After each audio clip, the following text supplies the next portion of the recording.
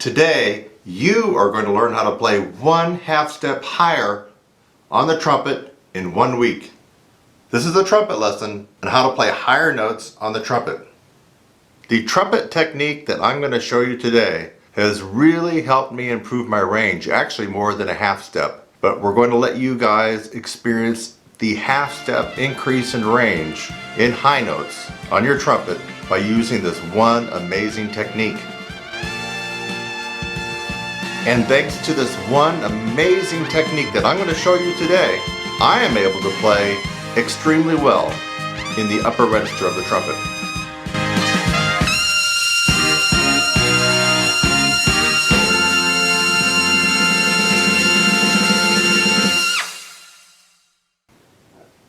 Now I should warn you, I'm not going to be giving you generic, same old advice that you've heard time and time again, maybe even here on YouTube. Definitely if you're a music major, of practicing long tones, practicing the Schlossberg, blah blah blah blah blah blah blah blah blah. You already know that, so I'm not going to be talking about that here. I'm going to be giving you this amazing technique that will work in 7 days. You probably already know who I am, but for those of you just watching me for the first time, I'm Kurt Thompson of TrumpetSizzle.com. Let's dive right into this amazing technique.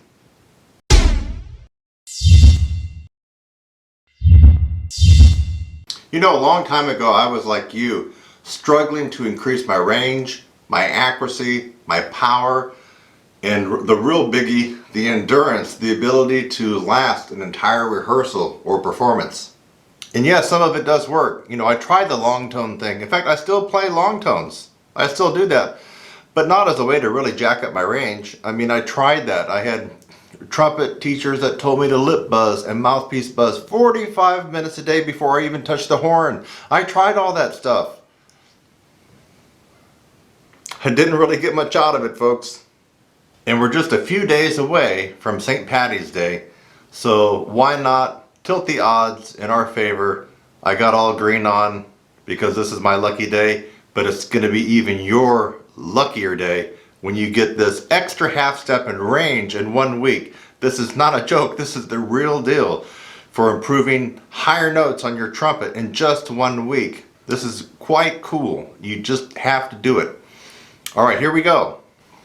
First, you are going to be taking the trumpet mouthpiece and placing it in the center of your chops the way you normally would. You're going to start off on a relatively easy note. Say, for example, middle C. Now watch carefully. I'm going to repeat middle C going to my left, and this will probably be your right, but I'm going to repeat it several times as I slide the mouthpiece across my chops to my left corner. That's probably your right. Watch.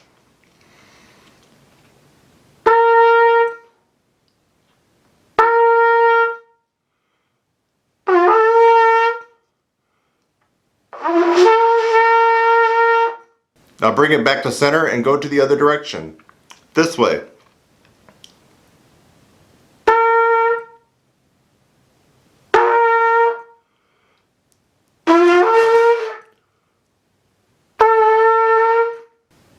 Crazy, right? Crazy like a fox. Now let's try going up to D. Right in the center, over.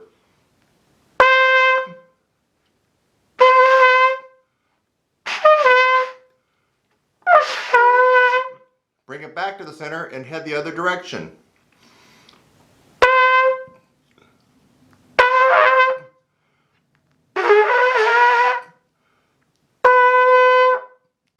Wow! You're probably saying, hey Kurt, what's so amazing about that? You are adding a different stress and a different placement on the chops that you're not used to doing. It's going to throw you for a little bit of a loop. And then watch the range start to happen, my friend. So we did C, we did D, and you want to keep going as high as you can until you're no longer able to go across each direction. Let's fast forward. Let's pretend I'm trying to do this on a G above the staff, which is getting pretty high for this technique. Center. Over.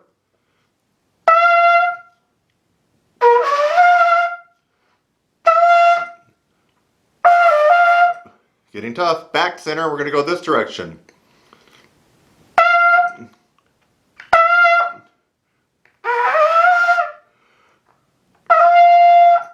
What's going on with my hat? There we go. What? No. You didn't ask me right now to try this on a high C. It's a crazy, amazing, wild, quirky technique, but on a high C? Huh? What?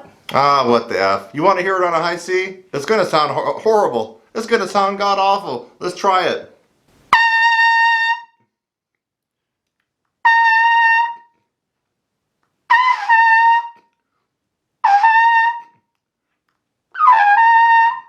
Center and to the other way.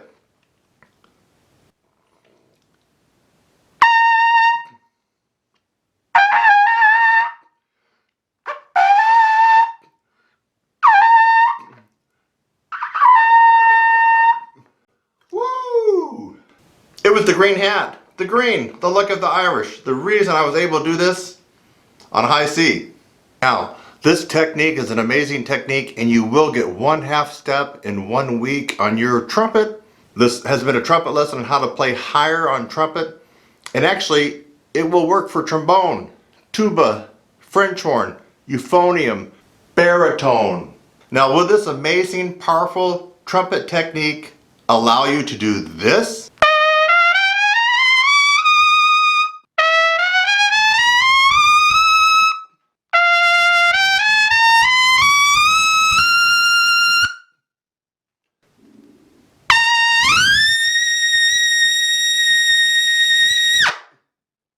Maybe not, maybe so. But you will get the 1/2 step increase in your range on trumpet or any brass instrument. I promise you that in 1 week. So after going through this one amazing technique with me and having observed how to do it, did you learn something new today? Are you going to try this technique? Why wouldn't you try this technique? Well, anyway, if you did learn something new today, make sure to subscribe to my channel, Trumpet Sizzle. It's easy. Just click on that rectangular red button that says subscribe below, right below. Maybe it's right there.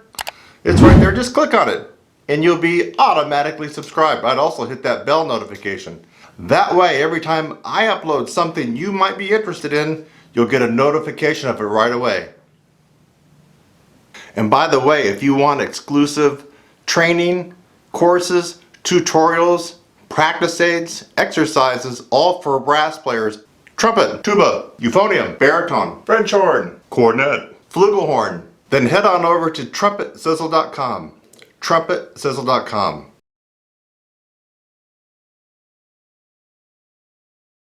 Now, I would like to turn it over to you. Are you going to try this amazing, powerful technique to jack your range up in 1 week, 1/2 step? Either way, let me know by leaving a comment below right now. This has been a trumpet lesson video on how to play higher notes on the trumpet, specifically on how to gain 1/2 step in range in 1 week. I'm Kurt Thompson. I'll see you in the next one.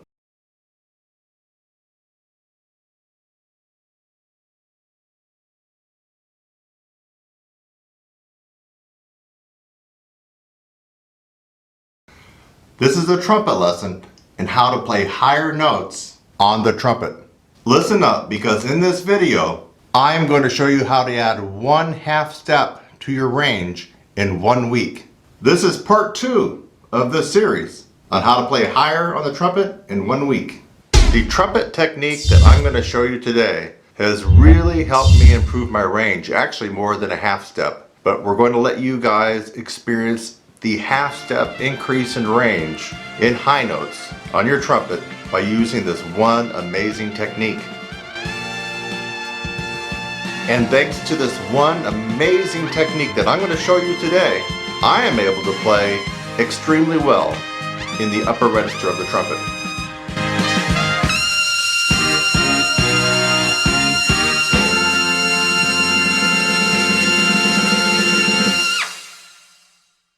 Now let me give you this warning.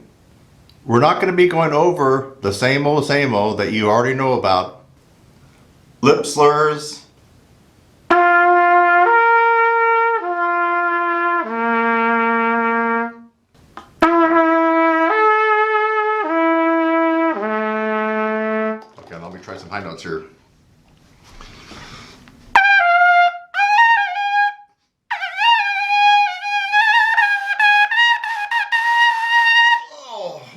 can't play high. I'm playing lip slurs. Long tones.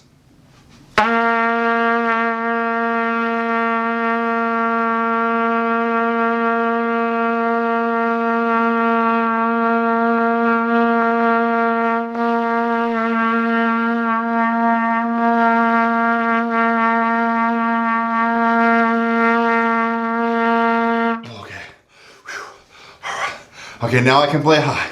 Just did a bunch of long tones.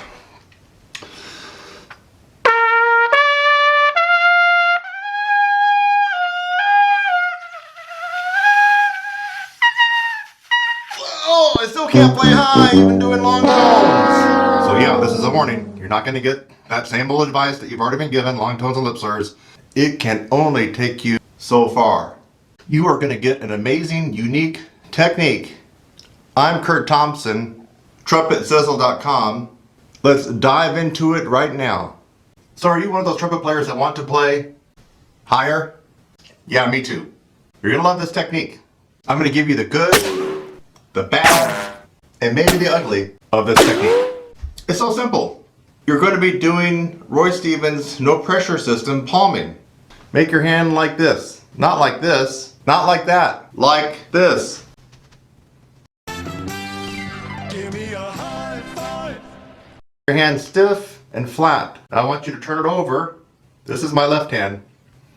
You're going to turn it over. You're going to make it like a shelf. Almost like a shelf. You know, like you could set something on. See? It's a shelf. You can set a mouthpiece on there. See? Just like a shelf. Take your horn. Put it on that shelf. Do not allow your fingers to do this. Even a little bit. Your hands and fingers need to be stiff and straight, almost like popsicle stick. Lay the horn on your hand. Don't grab onto it. Just lay it on like a shelf. If you're not careful, it could actually fall off. That's how you want to do it.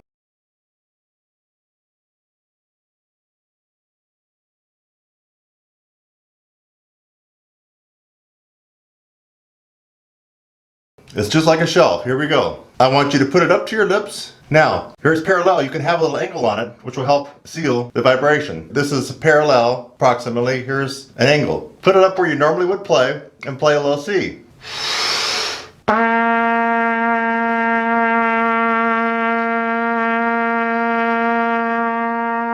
Easy, right? Yeah.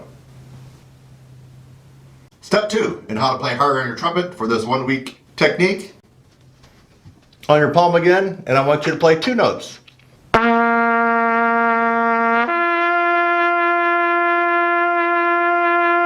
So far, so good, right?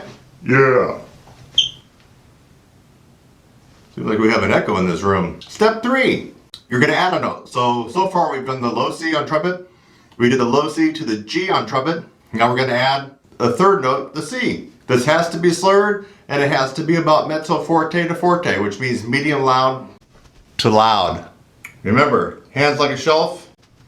Lay the trumpet on the shelf. Parallel, you can add an angle to it.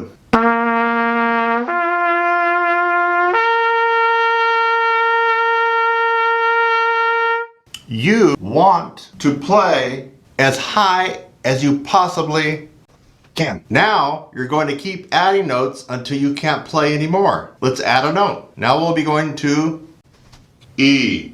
You think you can go up to an E? It's not that hard, is it? Do you think that you can go to an E? It's not that high, right? Yeah.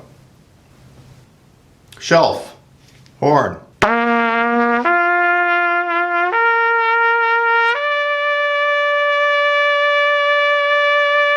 Did you notice something? Each time I start down on the low C, we went low C, G, low C, G, C, low C, G, C, E. Each time that you repeat it, you always start back on the low C.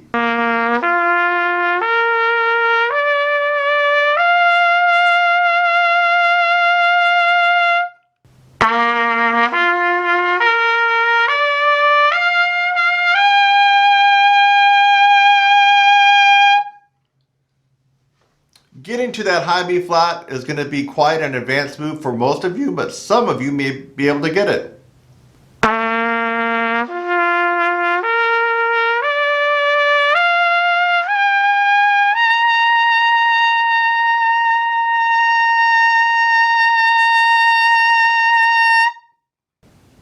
high C doing the Roy Stevens palming, no pressure system.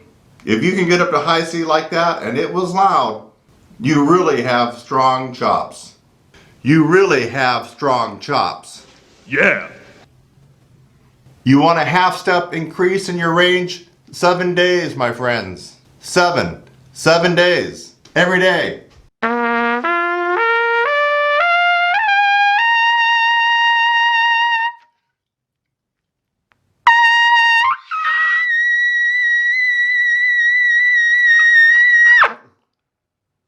Pretty cool, huh?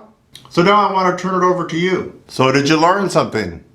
Are you actually going to try this technique? Are you actually going to try it for 7 days? If so, let me know in the comment section. Love to hear from you. Especially if you tried it for 7 days and you got that high range happening. The last word, if you want exclusive tutorials, lessons, and strategies that you can only get here, you gotta go to TrumpetSizzle.com. I have something that's gonna help you get better. Tutorials, lessons, DVDs, practice aids, practice devices, exercises.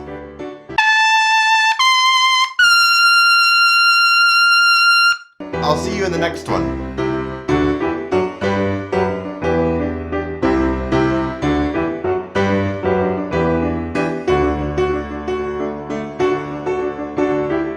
Alright, let's go on to some demonstration with some of the other instruments. What if you don't play trumpet? What if you play French horn? So for French horn, I'm going to hold it like this. Let me kind of back up a little bit. I'm going to hold it like this. And just, you can see how I'm holding it with my hands, just palming it. Alright, let's see what we can do with trombone.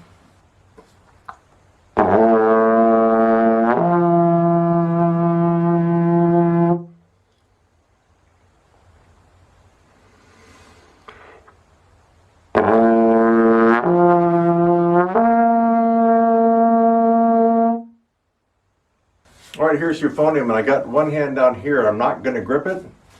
And actually this is a baritone, and I got the other hand like this, so I'm not gripping anything like that. I'm not able to pull it in, and I'm just going to start on a lower note.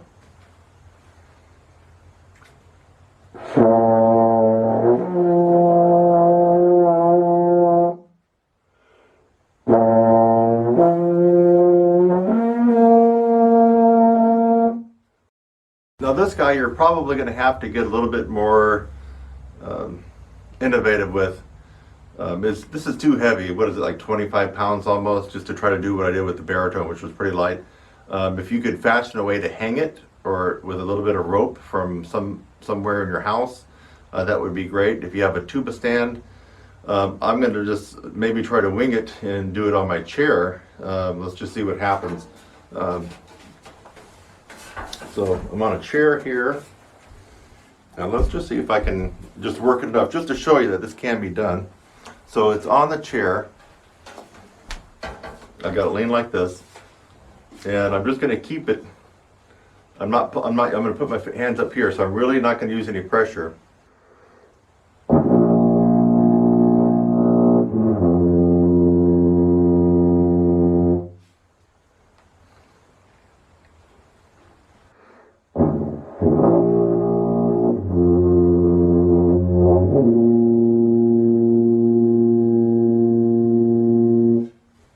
Alright, are the wheels turning right now? So this would actually be better if you had a tuba stand and you just bring your mouth up to it and don't even touch it. But you could see that I was using no pressure, just with the tips of my fingers.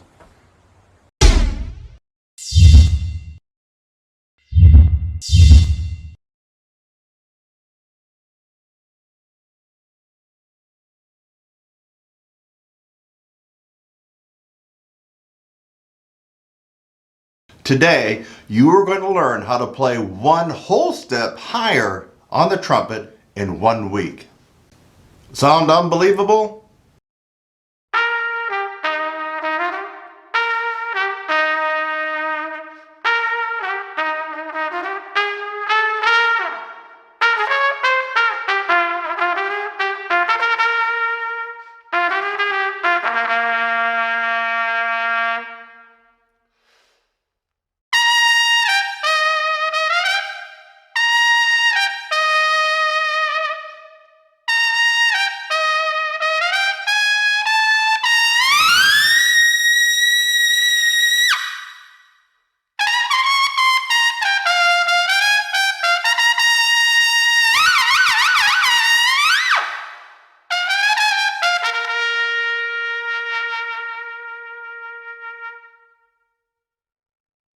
This is installment 3, or trumpet lesson 3 in this series on how to play higher in 1 week. Let me give you this friendly warning. This is not going to be a tutorial, a trumpet lesson about long tones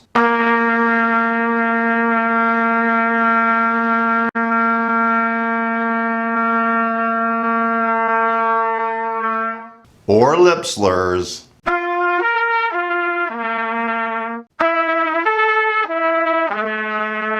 Yeah, so I'm not going to give you that generic advice that you already know, or that you likely have already found on YouTube, or that you likely have heard from your trumpet instructor, especially if you're a trumpet major at some college or university. You're not going to get that here. You already know it, or it can be easily found on YouTube. Before I continue, please make sure to subscribe to this channel to get amazing and unusual trumpet lesson tutorials. By the way, also lessons for tuba, trombone, cornet, flugelhorn, French horn, baritone, euphonium. Yes, it's all here at Trumpet Sizzle. So subscribe right now and hit that little bell notification so you'll be alerted anytime I put up a new video.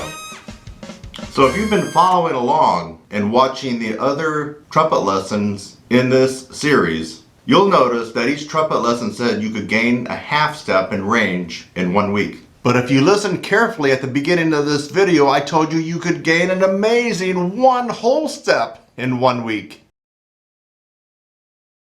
You didn't mishear, and I wasn't fooling around. This particular trumpet lesson is going to focus on technique. Yes, a lot of brute strength is required to play skillfully in the upper register on the trumpet or any brass instrument. However, you cannot forget about technique. Technique is essential. Unfortunately, so many people are using the wrong technique to play and excel in the upper register of the trumpet or any brass instrument. Okay, I can hear you say, Kurt, get on with this. What is this amazing technique you keep referring to that will give me 1 whole step in 1 week? Okay, you ready for the technique? You ready? Are you ready? The technique I'm going to share with you right now is called lip roll-in. Roll-in. R-O-L-L-I-N. Lip roll-in. And it really amazes me how many people don't know about this and how many people don't do it. And for those who know about it, they still don't do it. I can't tell you how many times I've gone on YouTube to see people start their playing and not roll in. And it looks something like this. The lips are just like this. The horn comes up like this. And that's it. There's no rolling. So if I'm going to play in the upper register, it's going to go something like this.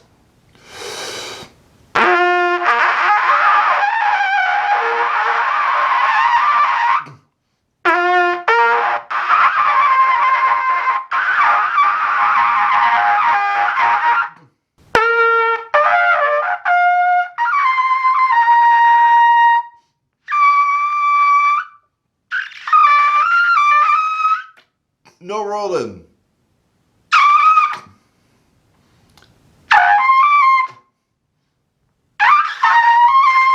And what you just heard right now sounded like total crap. Why? No rolling. But you heard at the beginning of this trumpet lesson video, I killed it on Sesame Street.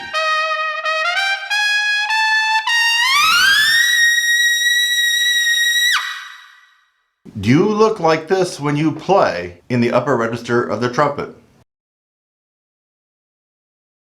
Watch the lips carefully.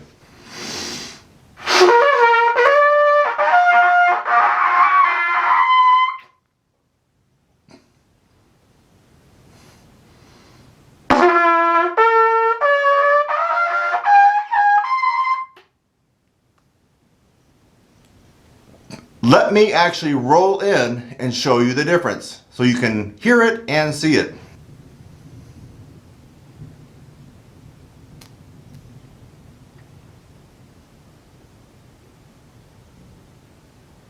Want to see it again?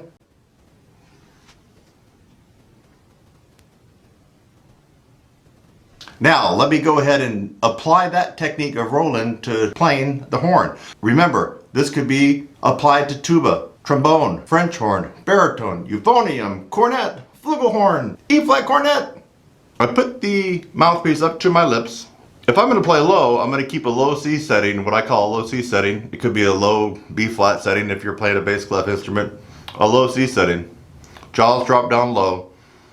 More of a pooch in your lips. Not much roll in.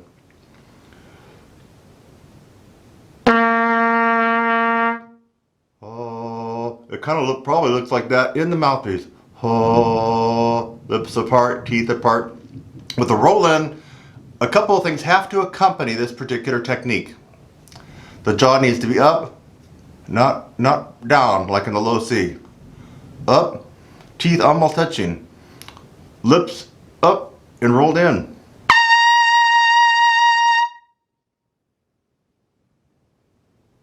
Rolled in. More extreme now.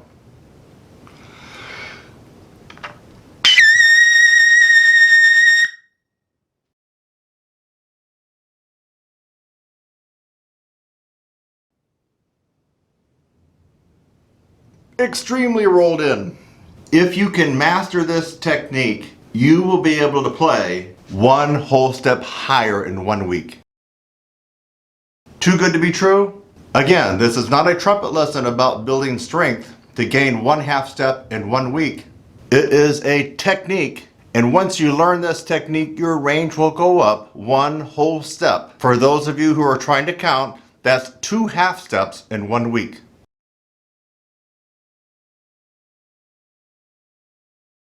Now here are 2 strategies that can help you gain this technique. Number 1, use a mirror. Yes, you heard right. Practice this technique in front of a mirror. Or maybe you can borrow your mom or sister's makeup mirror. You know, the little round one that flips around and one kind of magnifies and you can just set it on something? So use a mirror to see what's going on and try to shadow and mimic exactly what you saw me do in this video. You're going to roll in. Strategy number 2, get with a professional trumpet instructor who can show you this technique in person or via Skype. Okay, so did you learn something today? If you did, here's a reminder again to subscribe to this channel. There's a lot of amazing content and actionable material that you can use starting right today. Now I want to turn it over to you. Are you going to use this amazing trumpet lesson technique to skyrocket your range in 1 week? Well, we're waiting. If you're going to try this technique, could you let us know in the comment section below? And what would really be appreciated would be after 1 week of trying this technique, how did it go? Let everybody know in the comment section. You're just going to be helping other trumpet players and brass musicians when you do that. Again, leave a comment. This has been Kurt Thompson along with TrumpetSizzle.com. And by the way, if you want amazing tutorials, exercises, practice devices, and practice aids to help make you a better musician, a better brass musician, a better trumpet player, then you need to go to TrumpetSizzle.com. And the last word, at the end of this video, you're going to see my top rated trumpet lesson video on the top 2 reasons why you can't play high at the end of this video. Go ahead and click on it. It's one of the #1 rated trumpet lesson videos on YouTube. And you watch that video and you'll see why. You're going to learn something. This has been Trumpet Lesson 3, or the 3rd installment in the series on how to play your trumpet higher in 1 week by moi, Kurt Thompson. I'll see you in the next one, my friend.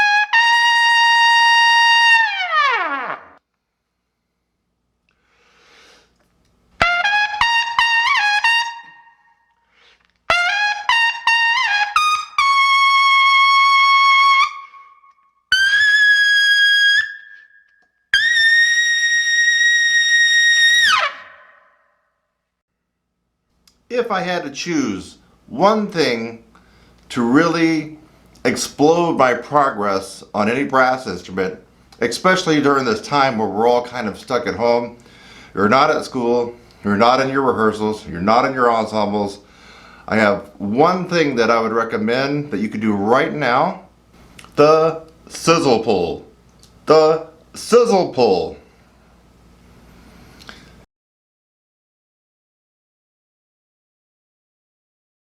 Is the logical evolution of the Pete. For many of you that have, let me get out of the way so you can really see it clearly. There we go, should come into focus a little bit better. For many of you who have the Pete, this is the evolution of the Pete. It does everything that the Pete does and a lot more. It's like the Pete on steroids. It has another, what, 10, 15, 20 variations that you can use. It's solid metal. It has some cushion beads on it, not to tear up the inside of your mouth. This is the sizzle pull. You can get this along with a tutorial for it. If you didn't want to embark on the best #1 rated embouchure improvement program in the world, which is my 16-week brass upper register course, the new revised one, if you're not ready to take on that and tackle that, which actually that's the one that you should really be doing.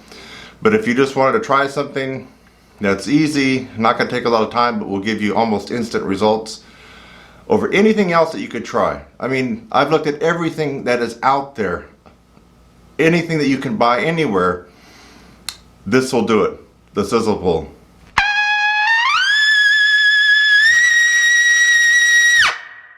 The sizzle pull.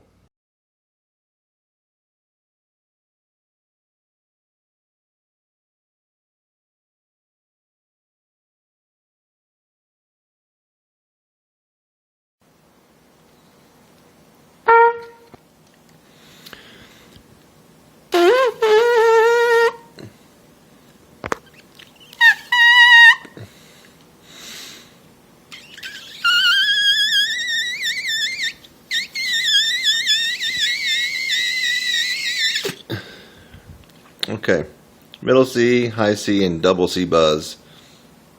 And that's the ultimate test in pure embouchure and lip strength. Notice I was doing the real lip buzz. I wasn't doing the little puff out your thing that 8th graders do. No, I was doing the real lip buzz with an embouchure set, my lips rolled in, like I'm blowing into the horn. So make sure you're comparing apples to apples. What I did was the real lip buzz, free lip buzzing, like you got your embouchure set. So if you do this, that's not what we're talking about. We're talking about real free lip buzzing, which requires an enormous amount of embouchure strength. And you can always just about count on the fact that if you can buzz a certain note, it's likely you can play about an octave higher than that. Buzz a high C, you can probably play double C. Buzz a middle C, you can probably play high C.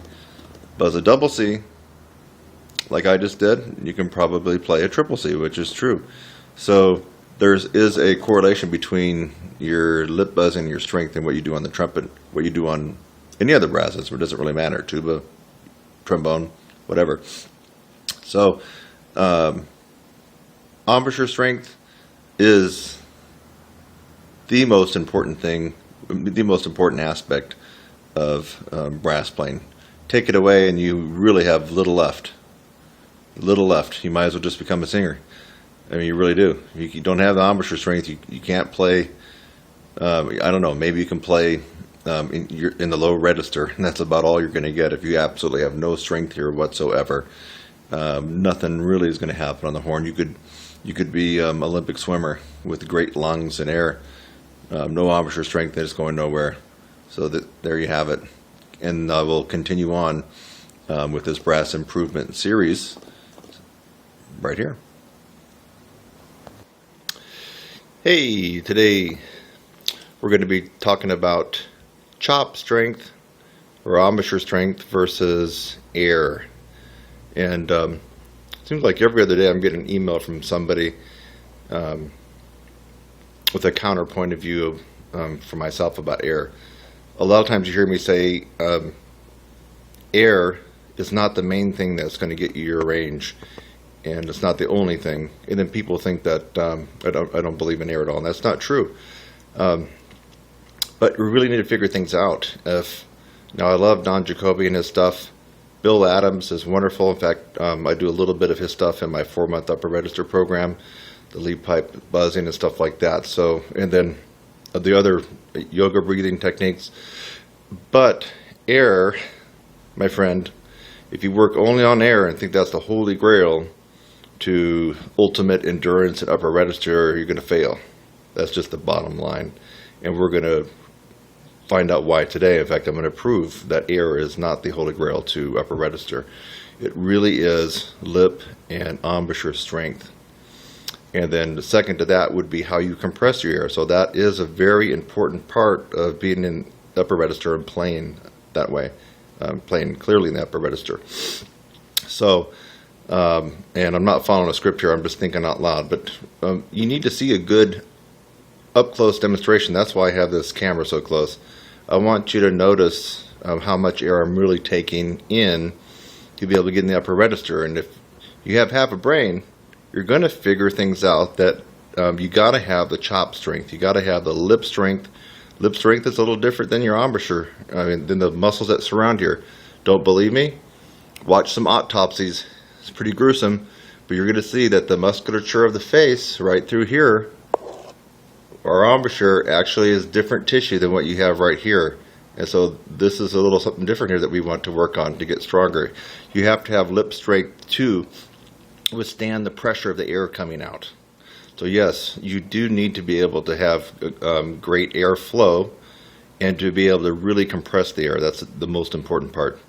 So even if you only had one lung, if you had the mechanism set up to really compress that air and everything was synced and coordinated, I'm sure that you could probably still play decently in the upper register and expand your range. I'm confident of that. And let's find out why that is. So I'm going to put the mouthpiece up. First of all, I'm going to see if you can get the feeling of when I take a full breath. So here's the full breath. Okay, so you'll know when I'm taking a full breath. I'm sitting down, so you'll see that I have to do that. Now, if I take a partial breath, I'm not going to take a full breath. And by the way, this video's in lieu of me writing out a big email for my brass techniques improvement series. I'm just basically it's going to be this video, so you're not going to see a long email. This is the next installment in the brass players improvement email series I do on Facebook. So I'll just be watching this and taking notes. So check this out, and I'm going to try to make it clear when I do take a larger breath. So you need to see my lips. Try to get it close. I'm putting the mouthpiece up. I'm going to take about 20% air. Here we go. That's it.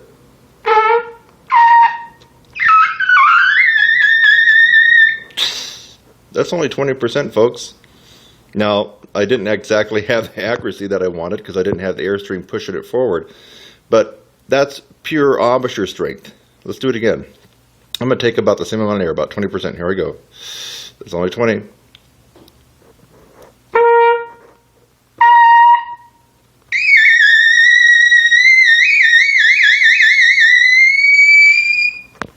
I think I got up maybe around the triple F range, give or take. Wasn't a lot of air there. Now, I will put in a lot more air. So let me take in double that. Let's go up to about 50%. That's about 50.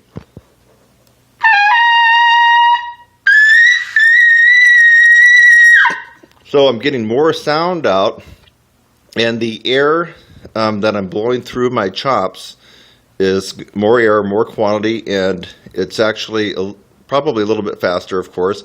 Now, because I'm blowing more air, that's activating all the muscle contraction here. It's got to still stay sealed on the mouthpiece, otherwise the lips would fly out and you're not going to be able to go up any higher.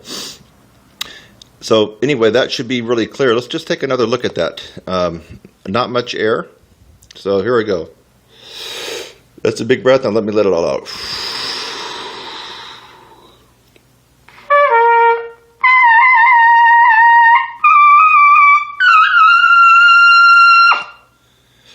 Basically, you saw me playing a double G, that's a double concert F, on the trumpet with virtually no air. Did anybody check that out? I basically had hardly any air. And how loud was it? It came out about MF. So wait a minute. Now let's go back to Don Jacoby, and we can even include Stamps and some of these other guys, Bill Adams, real big proponents. Even my hero, Bud Brisbois, real big proponent of his wedge breath. He was the original wedge breath guy. Shu came after him. Bud Brisbois is the originator of wedge breath breathing, in case you guys didn't know that. And there's actually two versions. The Shu version, Bobby Shu's, is a little bit different, more applicable to like real-time playing. But Bud Brisbois basically said his way of breathing, this wedge breath, was the reason he could play so high. And tell you the truth, I don't believe that's true. The guy had incredible chops, and I'm pretty confident that even if he had only one lung or wasn't breathing quite as good as he did in the wedge breath that he originated, he could still play very, very well in the upper register. He had a natural setup, and so I think he was trying to explain why he could play so well. Sometimes when players are born with natural leverage and a natural ability to really compress air, they're not quite exactly sure what they're doing. So they look to rationalize how they're able to do it. You can watch Maynard, one of the ultimate talent in upper register. Just look at his face. He had a natural setup. His teeth and everything was just perfect for being able to get the high velocity out to play in the upper register. Now, of course, he had to work. He had to practice, not shortchanging that. But I think at some point he was trying to figure out how he was actually doing it. He had just this ultimate talent. I mean, he had the perfect leverage just built into a system that a lot of us have to work a lot harder to get. And sometimes we don't even get to that level. So you can watch in some of his master classes that he really explains about that he worked a lot on his breathing, and then he leans back. He's really big about bending knees and leaning back. And I'm going to tell you something. And Maynard is also one of my heroes, just along with Bud. But they're trying to explain how they're able to play so easily and well in the upper register when, in fact, they had just like the ultimate amount of talent to be able to do so in natural setup.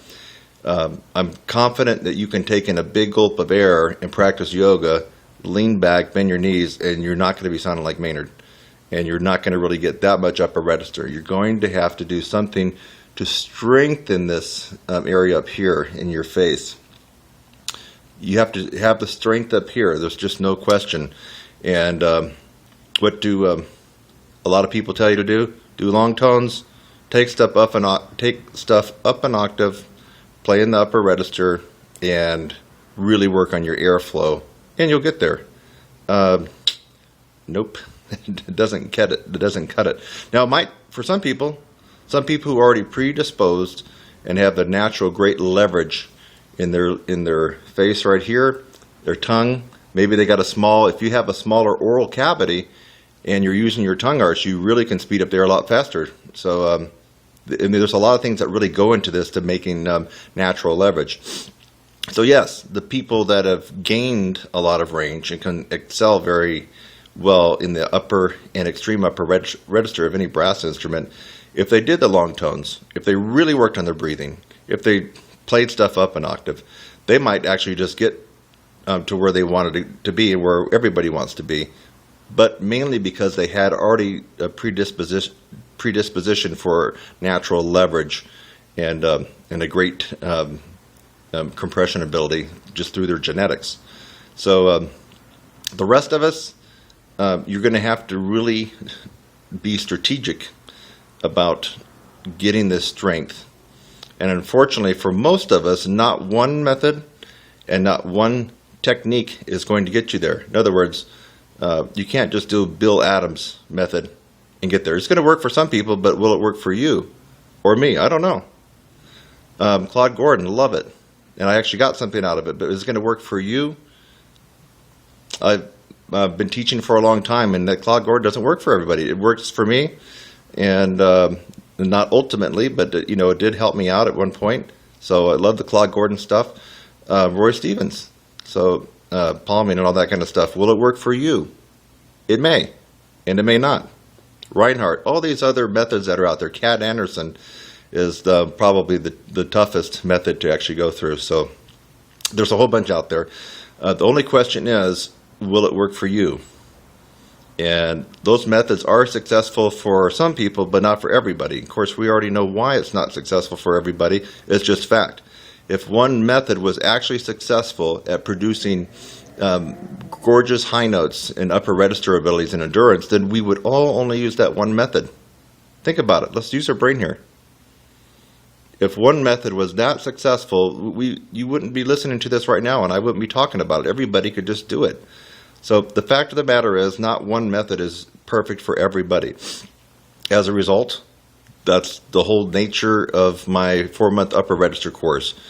There's 65 techniques, and these techniques come from every method you can think of. The bulk of it are actually my techniques, and I include a lot of breathing for compression and some other stuff. So you have to take the macro approach to really building the strength. We don't know which particular technique is going to do it for you. I'm confident that out of 65, 5 or 10 are definitely going to be the magic bullet for you.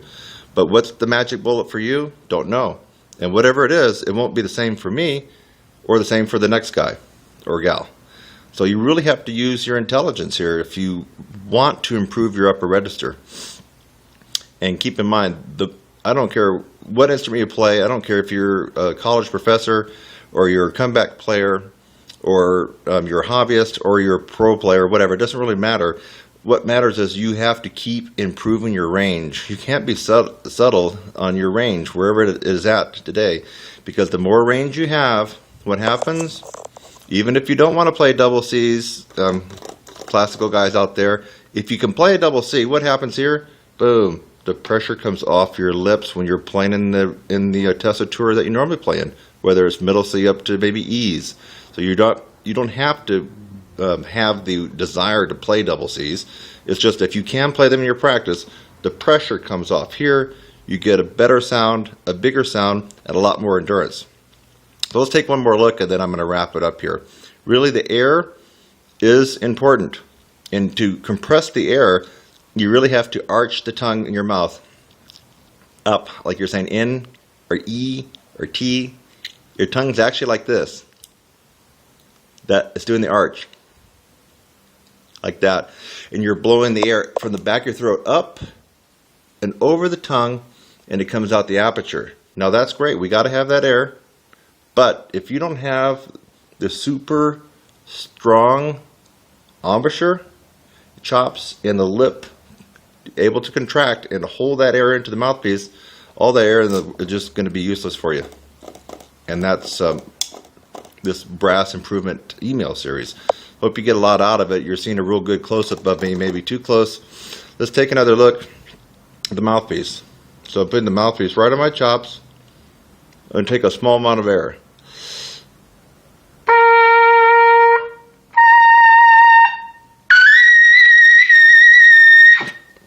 Okay? Not a whole lot of pressure there, really. And that was probably about 30% of my air capacity. That should prove a point. It should really prove a point that, yes, work on your air, but focus a lot more on how to get this going here. And let me just leave you with this. If you're pounding away and banging your head at one method, and you keep wondering why it doesn't work, but you know it should work because it works for everybody else, well, that's erroneous thinking right there. You really need to take the shotgun approach. I'm here to tell you, you got to take the shotgun approach, the macro point of view, when it comes to really increasing your strength in your face, your lips, and everything else. You just got to do it. Otherwise, you're going to be one of those guys that sticks with a method because you don't want to, I guess, admit that you made the wrong decision. You'll stick with that method for all your life, and you'll always have problems in the upper register. So, use your intelligence. Think about things in an intelligent way. And I'm Kurt Thompson. Hope this made a little sense to you. And today's date, by the way, happens to be March 7th, 2013. Take care.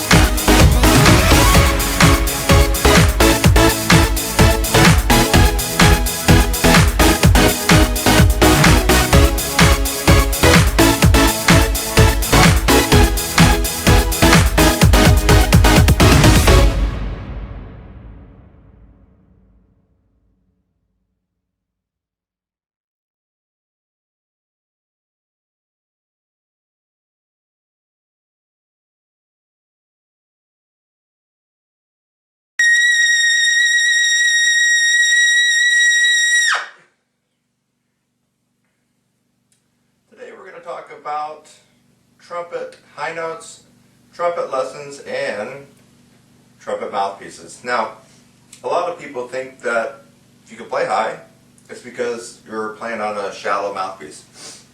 In fact, a lot of people that are unable to play high, when they hear someone play high, will say that they're using a cheater mouthpiece or a shallow mouthpiece to be able to get those notes. That's not necessarily so. There's the right tool for the job. So what I wanted to point out today, I want to dispel a couple of myths. I do happen to play on a shallower mouthpiece. It is a Neil Sander 17S. But is this the only reason why I'm able to play high? Is it the only reason why other trumpet players who are quite adept in the upper register of the trumpet, their mouthpiece, is it the only reason why they can play high? I don't think so.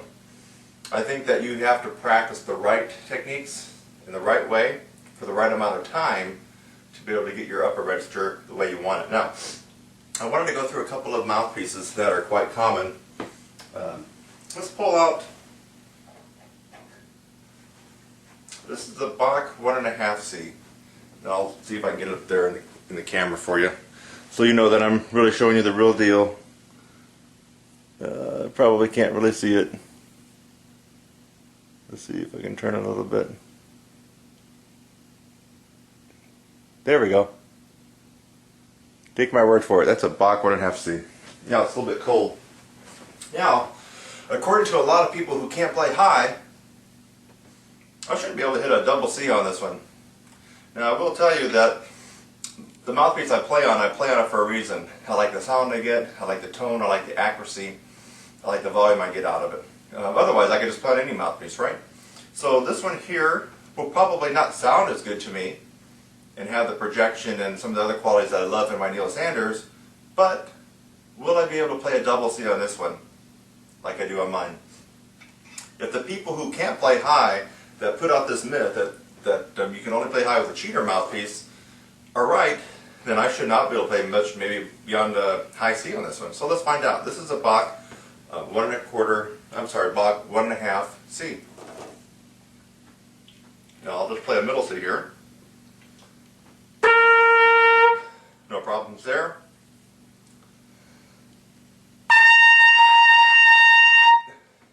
It does seem a little bit harder than mine.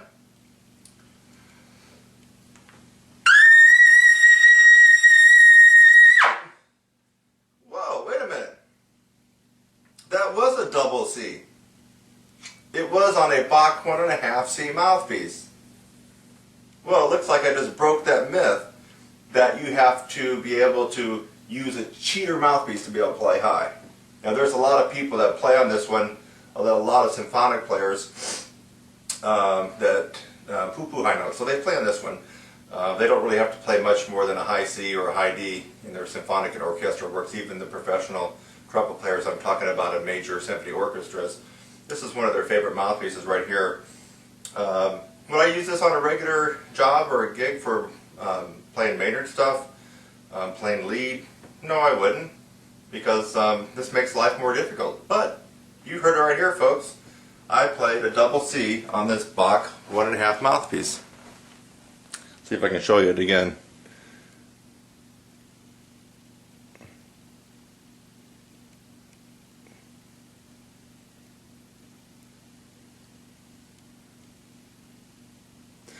Well, before I put this one away, I got a couple other ones to show you. Let me put it right back in. This is the Bach 1.5 C mouthpiece. I'll put it right back in my horn. Let's just see if that was a fluke.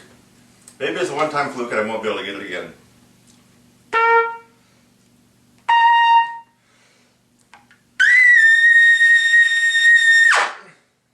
Nope, it wasn't a fluke. I am able to play high on a Bach 1.5 mouthpiece. Let's set that one aside. Now, what is the most common trumpet mouthpiece in all the world? If you answered a 7C, you are correct. I'm going to see what happens when we get out the 7C. Now watch this video carefully because this is all uncut. There's the 7C. Can everybody see it? I'm going to leave it in the video. I'm coming back around. Coming back around, there's no cutting or editing. Here's the box 7C. This is what you get typically when you buy a new horn. Typically what beginners play on it. Very few professionals play on a 7C. There might be 1 out of 1,000 that would play on a 7C. Well, let me try it.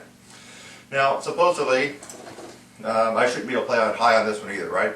It's a 7C mouthpiece, not a cheater mouthpiece, not a lead mouthpiece. Let's see what happens. Now, if you watch the video, I've been going on continuously there, so there's been no monkey business. It's still on my horn. It's cold.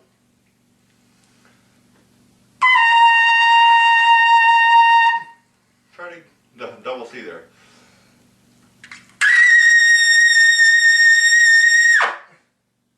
Well, lo and behold, I'm able to get a double C on this 7C mouthpiece. Shouldn't be able to do that, should I?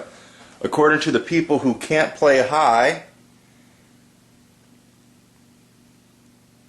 and who use typically the larger mouthpieces, I shouldn't be able to play high on that, should I? Okay, so I played on a Bach 1.5C, played a double C. I played on a Bach 7C, played a double C. Let's get out just a couple more.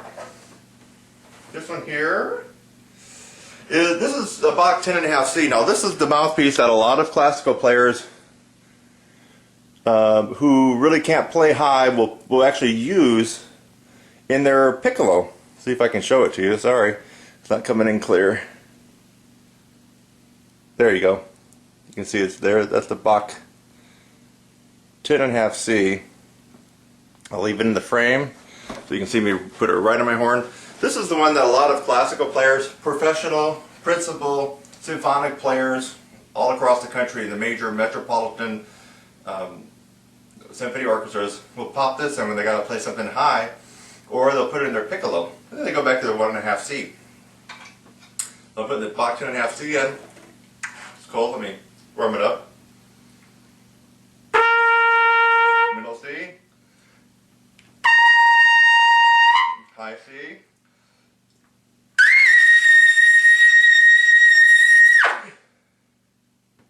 Double C. I'm going to pull right on my horn. You saw exactly what I was playing on. This is no trick photography here. It's a Bach 10.5C. Well, what is this? This is a Bach 12. Bach 12C. We'll try that one. I've actually never played on a 12C before.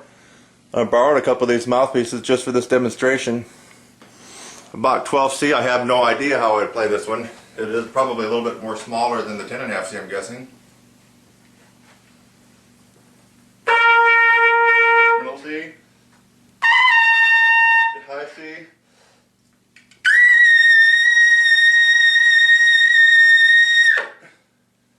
Double C on a Bach 12C.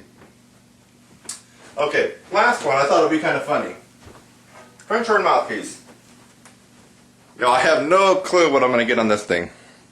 You can see it's a huge, huge, deep cup. French horn mouthpiece. What is it here? It's 11. It's a Vincent Bach 11. French horn mouthpiece. So I still have it here. Let me put it in my horn. Of course, you know, it won't fit properly, but it's in there. Let's just see what I can give this. It's not going to sound pretty. It's going to be out of tune. Probably swim around. But it's a French horn mouthpiece. I really shouldn't be able to play too high on it. Most French horn players can't play too high, so let's see what will happen. Definitely a different tone. A lot warmer. High C now. Real muffled. It's probably going to be very difficult to get the double C out.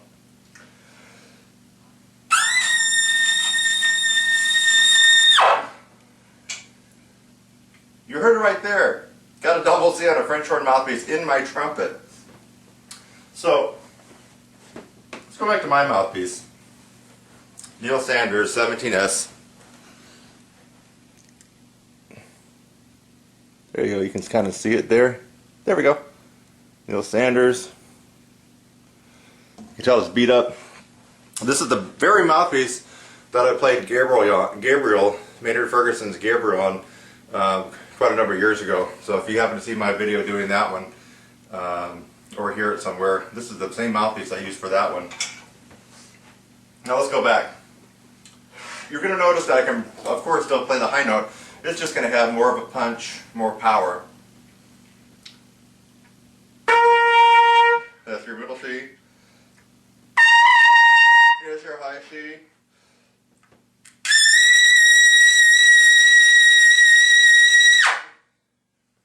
Love it the way it comes out. You notice that in all these mouthpieces I was able to hit the double C. All of us have different dental structure, different facial features up here, and therefore what works for somebody, for example, this works for me, might not work for you. And that's why I would definitely recommend, and I recommend all my students to spend some time going through different mouthpieces and making sure that mouthpiece is appropriate for what you do.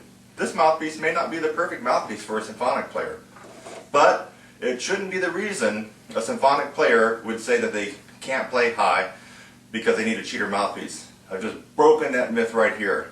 You heard me play a double C on a Bach 1.5 mouthpiece. You've heard me play, that's a 1.5 C mouthpiece. You heard me play a double C on a Bach 7 C mouthpiece. That's the standard mouthpiece that every little kid gets when they take their horn right out of the case for the first time. So what can we learn from this? You, first of all, need to be taking lessons from someone like myself, or you got to take lessons from somebody who already can do what you want to do. That's number one. Number two, put the notion of mouthpieces allowing you to play high out of your head and actually do the real trumpet work. What does that mean? You actually got to practice. And you got to practice the right stuff in the right amounts. That's what we learned today. You don't need a cheater mouthpiece to play high. You should be able to play high on any mouthpiece you pick up. I just proved it here. You know, I want you to go to TrumpetSizzle.com. That's www.TrumpetSizzle.com. I have an array of trumpet video lessons. My main job is teaching trumpet from beginners all the way up to advanced and professionals. Yes, I do have a couple of professionals from time to time that come in that want to learn how to improve their range. Always remember, it takes about 5,000 hours of concentrated practice from beginning, whether you started in 5th grade or if you're starting as an adult, doesn't matter, log those hours in. It takes about 5,000 hours just to reach the very bottom of the professional caliber trumpet player. So if you're wondering where you're at or why you're not where you want to be, think about how many hours you've logged in since you began playing. And if it's not 5,000, chances are you need to put in some more practice time. And, I'll repeat it again, you got to get with the right teacher. In fact, let me just bring that up before we close it. You know, if you go to Google and you type in trumpet lessons, you're going to see quite a variety of people on there, including myself. I come on page 2 right now. I'm trying to get on page 1.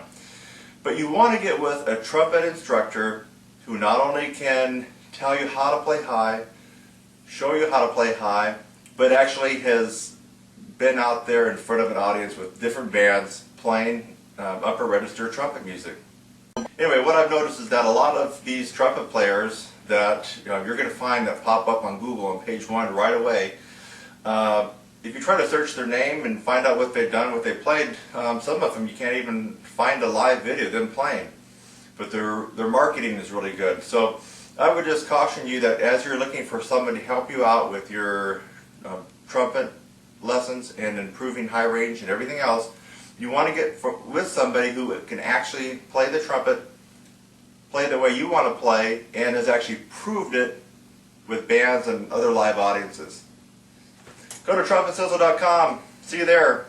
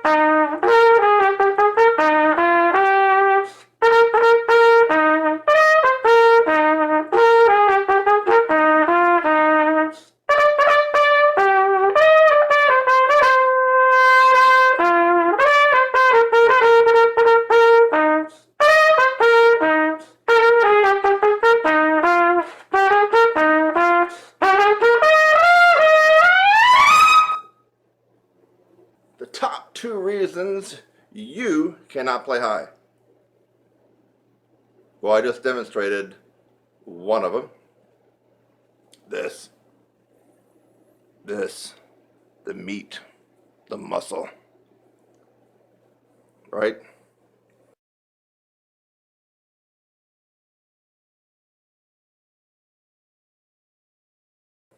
But you already knew that, right?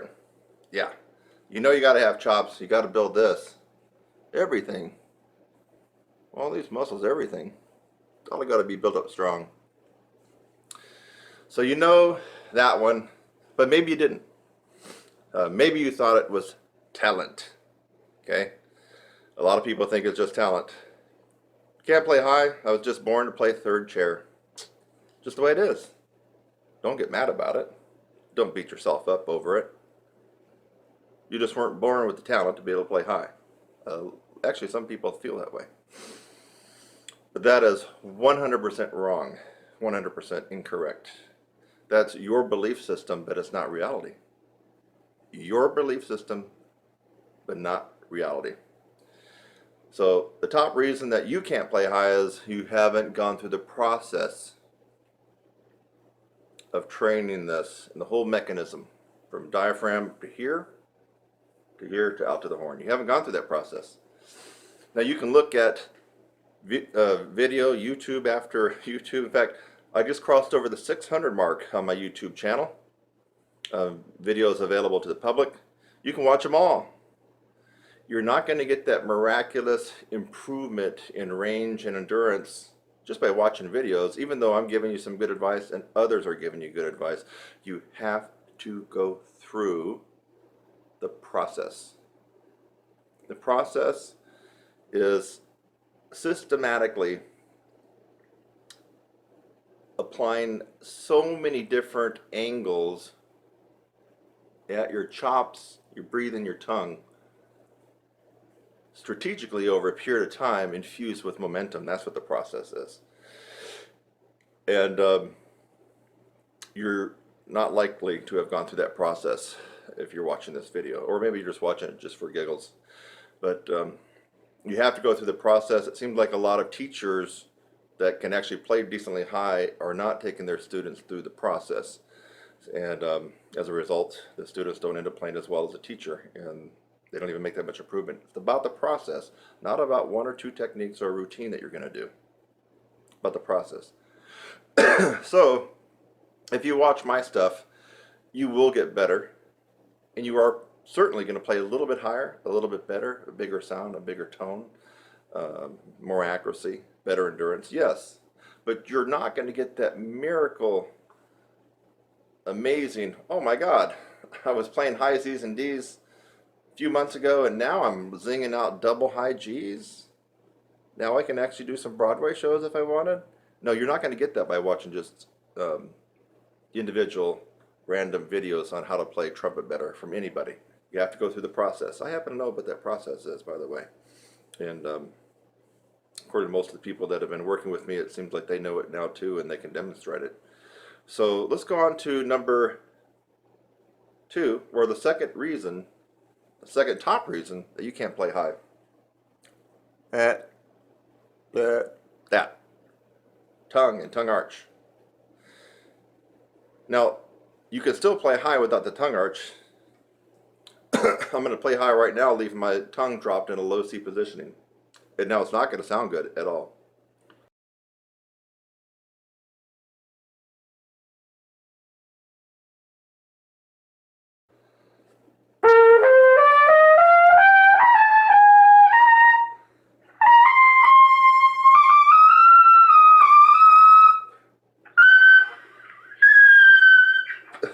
Okay?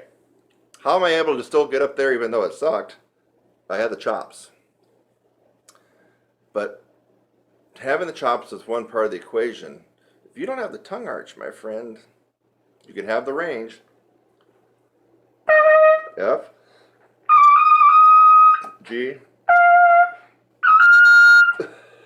weak, kind of brittle sounding, stiff sounding, not that powerful, but I can get those notes. That proves to you right there that if you're still not doing some things right, that you can still gain some altitude just by developing your chops. But that's not going to be the panacea and what you're thinking about as an end result of how you want to play. So the tongue arch, the less space you have in your mouth when the air is coming out, you're going to zing out higher notes because the air is going to be speeding past the lips, vibrating them faster, vibrating the air that goes into here, coming out here is going to all be faster. Okay. So how do we do that? It's the tongue arch. And it's kind of one of the most elusive techniques on the trumpet. It really is. I get people that can actually play pretty decently up to high C, D, even E, and they're not using tongue arch, but they're so used to not using tongue arch that they can actually play sometimes at the professional level or as a professional in a symphony. It's quite amazing how they can do that. They're making things in life very, very hard by doing that, but yet they've accommodated not knowing about the tongue arch or not being able to do it. So what if you had a screwed up embouchure, or what if you thought you didn't play correctly? Well, here's my natural setting. What if I played poorly? Let's move the mouthpiece over a little bit. There we go, see it?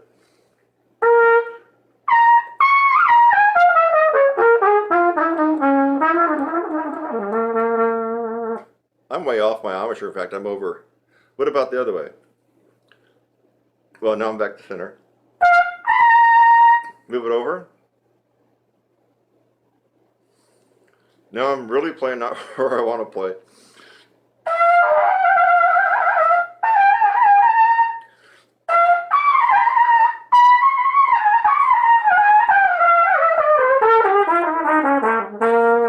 I can still do it, but it sucked that on that one side compared to the other. So I've showed you that with no tongue arch, I can still play high. Playing on a totally screwed up embouchure, one side to the other like that, I can still play some, actually into the upper register above high C. So it's the tongue arch. Tongue arch. So quit looking at whether or not you got a bad embouchure, a defective embouchure, whether or not you think that you're playing a little off center and your teacher's on you for that. You play too high, play too low. You can work on that stuff later, but that's not your problem. The problem is tongue arch, especially if you got the other part handled, the musculature of the embouchure and the strength. But a lot of people don't got that handled either. But it's the tongue arch. With the tongue arch, you can do quite amazing things. So if you can play high B flats, B's, and C's with the perfectly executed and advanced tongue arch, that those high C's automatically turn into E's and F's with no change in the musculature and the strengthening of the embouchure here. Tongue arch works wonders. That's the second reason that you can't play and if it's the second reason, or it's the second place why almost all brass players can't get altitude and can't have good endurance. It seems to be mystical and ambiguous, foggy, murky, unclear what the tongue arch really is. But basically, if you can take the tip of your tongue, that's the tip. Take it and put it under, behind your teeth, your lower teeth. Here's upper, lower. Take the tip, go down, anchor it. I have the tip anchored right at the bottom of my lower teeth, where the teeth kind of almost turn into the gums, right at that gum line, or you run out of teeth, and you can feel the wet gum. That's where you anchor the tip of your tongue. Yeah. And then the tongue arches up. Like you're saying in, or E-I-N-G, swimming. Yeah. So that's when you're at maximum tongue arch. And here's a good test for you. I made another tutorial about this, but it was kind of shorter. So you can try this on different things. Here's me going from second line G to C on purpose. Okay?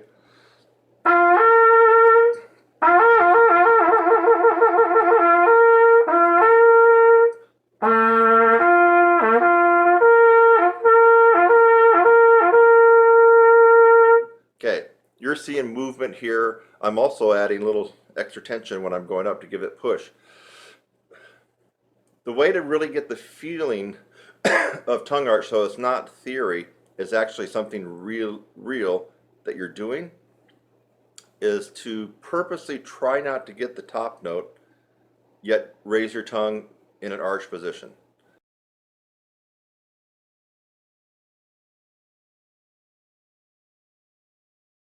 So right now I'm going to take a big breath. I'm going to hold a G, but during that time what's happening inside my mouth is this.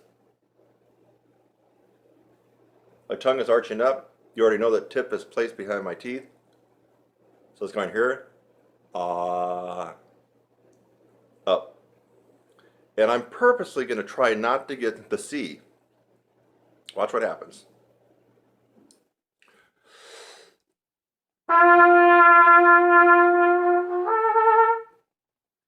Hear that? Of course, it didn't sound good, but I'm purposely trying not to get the C. I don't want the C to come out.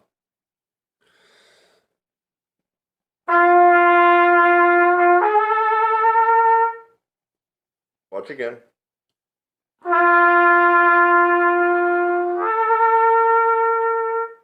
Again.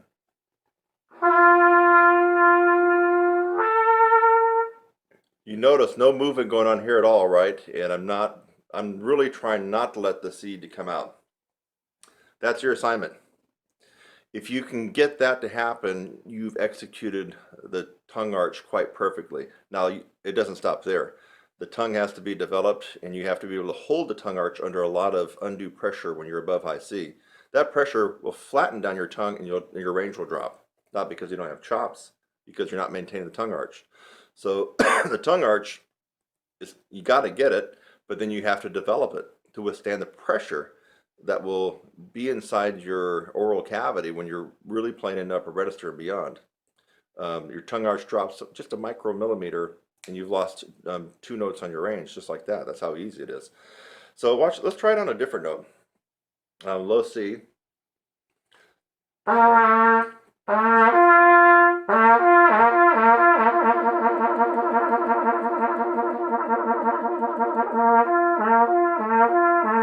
I'm trying to do that, right? You can tell.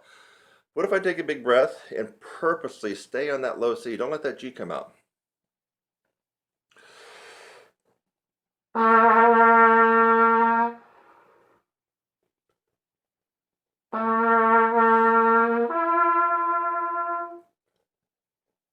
Take a bigger breath this time. The first one came out air because I didn't have any air left.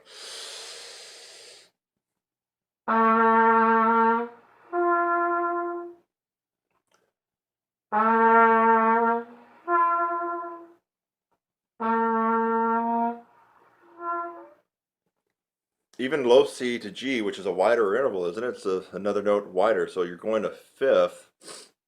Now a lot more air is coming out on low C than it is on G because you have the placement of your jaw and your tongue even lower.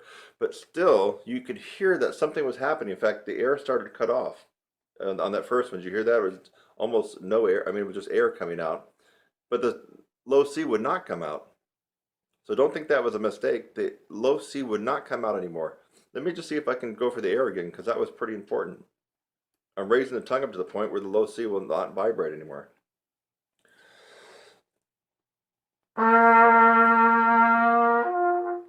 Well, now that time the note came out. No, hold on, let me try it again. Trying to keep the low C down, but I'm raising my tongue into a tongue arch.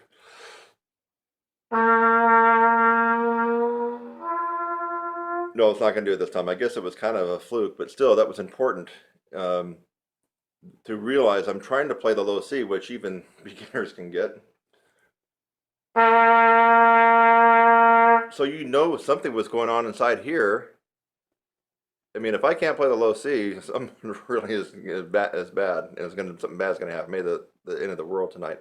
I can't play a low C, and if you can't play a low C, it's probably the same thing. Now, if I'm playing a low C and I do something inside my mouth that causes the low C not to come out, you know I'm doing something. You know something is going on. You just have to know that. So I was probably speeding up the air too fast for the low C to come out, and it was in the little twilight zone area right before the G was going to snap out. So I'm not even sure if I've even tried this on C to E. Now, I'm thinking that as you get more narrow in intervals, it's probably going to come out easier. So I'm not sure if this will be the best demonstration or not. Let's find out. So middle C to E. Oh, normally.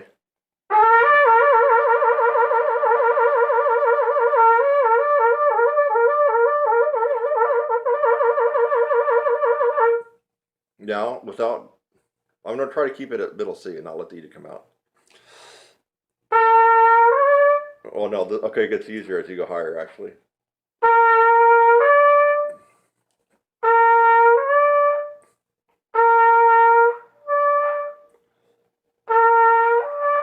Yeah, okay, so that's why I was experiencing that error at the low C to G. So this demonstration is actually perfect for you at G to C.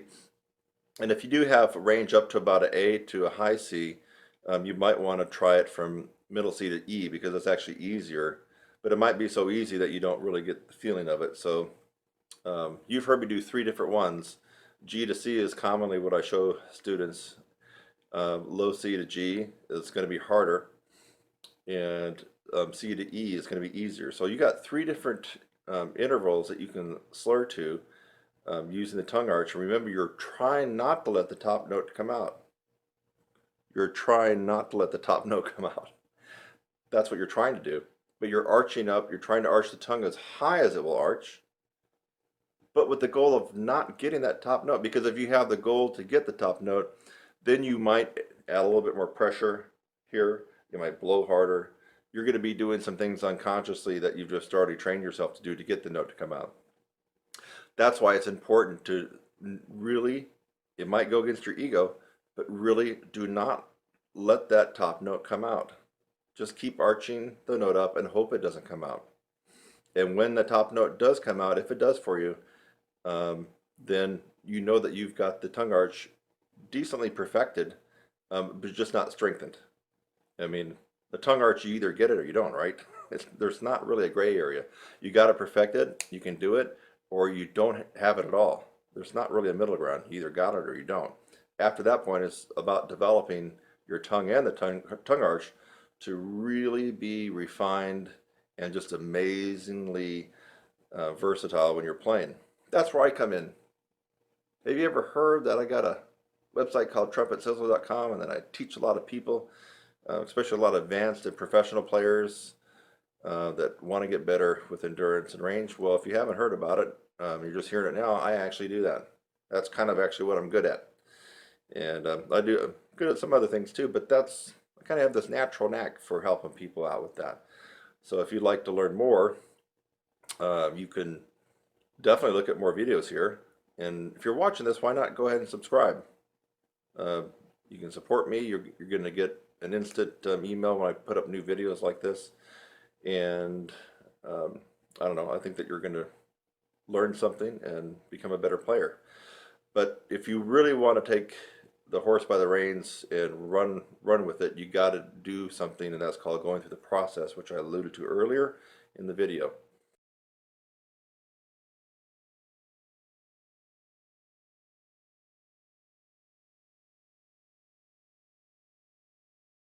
So, but this tutorial on tongue arch should help you. And now if you're not getting the note to come out at all, even though you're trying not to, but it still doesn't come out, that's where, again, you need a coach, you need someone to work with you on that, because that is the second reason you're not able to play high, play with power up the upper register, or even have great endurance. If you're constantly playing a low C position in the upper register, you're gassing out all the muscles here. You're just putting such a load on them, and that's why you don't have any endurance. So you might even have a little range where you have no endurance. You got to get the tongue arch. It's the second reason people have problems in the upper register and with endurance. Since you've already heard me say that, it's a no-brainer. Work on it. Get it going. It's worth the investment in time. So that's a wrap.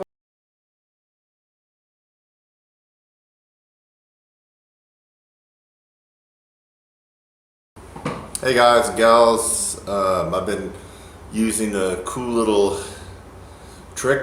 tip, shortcut.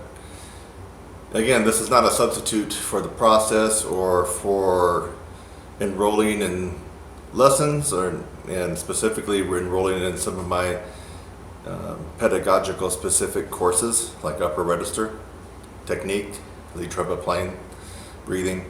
But I have found that this is a very potent and quick results producing technique. And I call it the frozen lip bend. I've scoured Google, YouTube, even that crappy little site called Vimeo. No, there's nobody else that has come up with this, so the date of this video will be the copyright for this particular technique. It's the frozen lip bend. We could almost call it deep frozen lip bends. And so you've seen people demonstrate lip bends almost in a half-step fashion, and it looks impressive. They're doing things like right.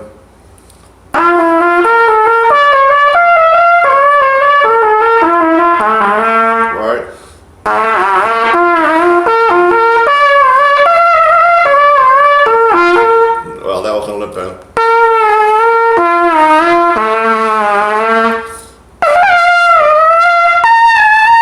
Okay. I was doing that in 9th grade, folks. I mean, come on. So when you see someone, a pro that's screwing around, lip bending like that, that's kindergarten stuff.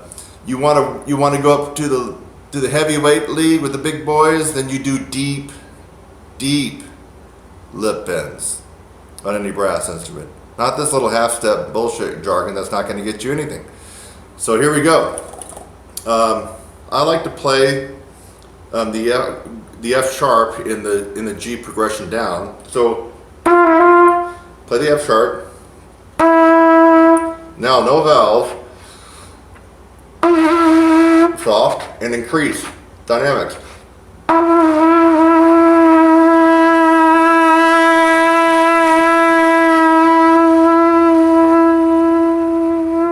Control, baby, back it off. Okay, now that is the half-step lip bend that you hear all the time, except that was a frozen lip bend, not quite deep, but now it's going to get deeper. Now let's go to something that you don't hear anybody doing unless you've watched another of my tutorials on lip bending. We're going to go down to F natural, which is going to be the whole step below G.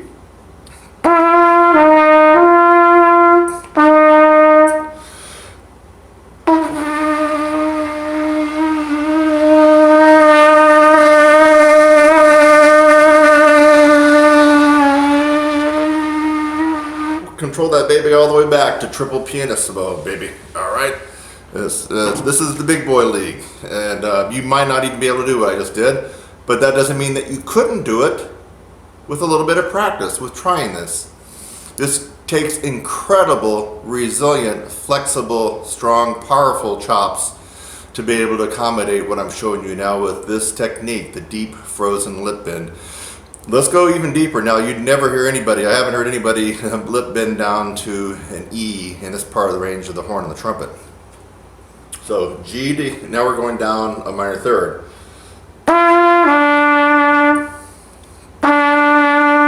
Lift the belt up.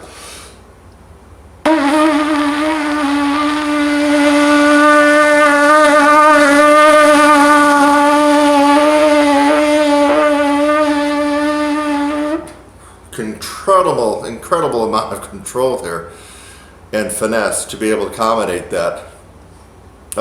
You have a favorite celebrity trumpet player, and if you're friends with them, ask them to do what I'm doing. The odds are very considerable and stacked against them that they won't be able to do that. So now we're going to get into the extreme minority of all professional. Actually, this is not even professional. This is way above professional level of playing. And you have to have worked considerably on the physical aspects of brass playing to be able to accommodate this, to go down a major third and control it. So G down to E flat.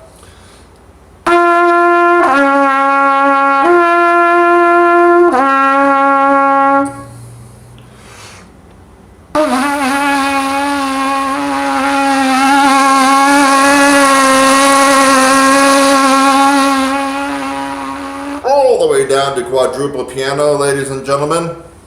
Again, quite an exhibition in resiliency, malleability, flexibility, powerful.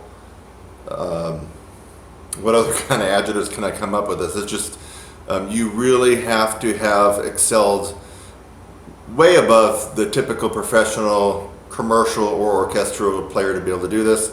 But with this technique, you can. It's not going to happen overnight. But what is going to happen is as you keep working on this, you're going to notice that your sound opens up. Your flexibility just becomes like a hot knife through butter as you go through all registers of the horn, and the facility of the horn is just going to be a piece of cake. Of course, your range is going to improve.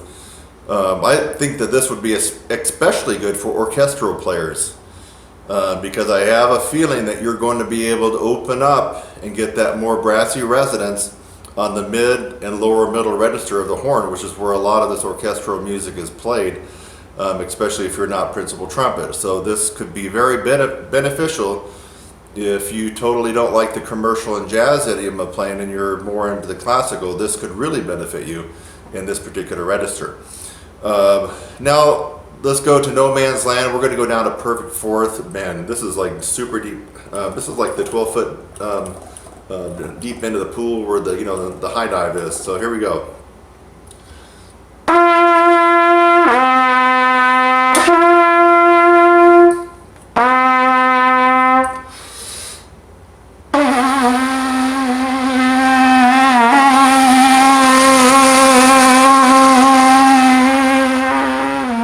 Very difficult. In fact, you even heard me falter a little bit. I'm not perfect. I'm close to perfect, but not. No, just kidding. Just kidding. Well, when it comes to looks, yeah, that's been pretty close. But when it comes to playing, yeah, I have my problems. It's just like everybody else. So I guarantee you, most of you are not going to be able to do that, but you do not need to be depressed because you can start just on the F sharp in this progression down from middle G, second line middle G for trumpets. Everybody else you can transpose to the notes in your instrument that would be practical. I've just thrown it out here. For example, probably for trombone, I probably would be playing first position F. That's fourth line F in the bass clef staff. For trombone people, I would probably start right there, first position, and then of course you're going to have to bend it down without moving the slide, right? So you're going to find it very, very difficult. But that's just an example if you're playing another brass instrument. Now let's go for the quintessential granddaddy gold medal Olympic winner. Yeah, if you can get this one and control it, and I gotta be honest with you, sometimes and some days I can't get this one. That's how difficult it is. But that would be going down the tritone from G down to C sharp, D flat, and harmonic. This is almost a nightmare to try to do on a regular basis and be consistent, but I'm going to go ahead and give it a shot right now. So we're playing our G down to D flat.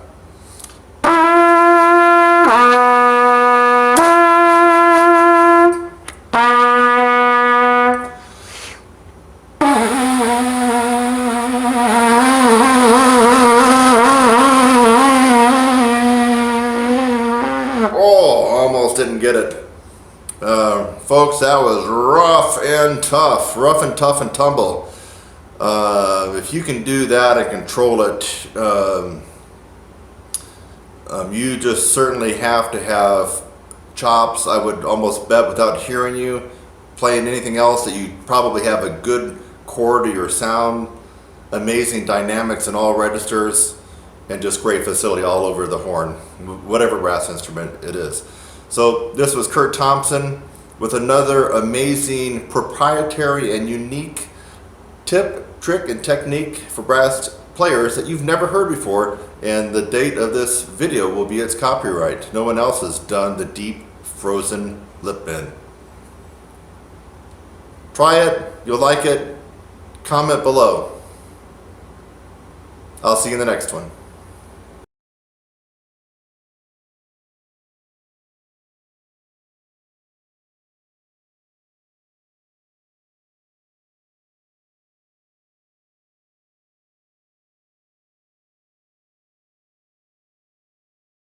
I've been kind of messing around doing the palming Dr. Charles Colin lip slurs and lip trills, and I've been finding it quite tough. I mean, you can't use any mouthpiece pressure. So I'll just give you an example. You do the horn here, it's palmed. So you make your hand. Now, French horn players, you'll probably have to do this. Trombone players maybe also. Baritone players, I'm not exactly sure how you would do that unless you could put your, like you know how a tuba will put their tuba in a big tuba stand. And if you put the tuba in the stand and you just went up to it with the mouthpiece like that, that would be almost the equivalent. So if you could put your euphonium or baritone in some kind of a stand, then you could probably get the technique we're after here. So you make your hand like a shelf, and I was just kind of messing around doing some lip trill, just seeing where I was at. As you've heard in other past tutorials, I've been able to, lip trill pretty decently up to triple G's, but that was using a tremendous amount of mouthpiece pressure at the very end, so that was pretty tough for me. But here I am. Let me just do it this way so you can see.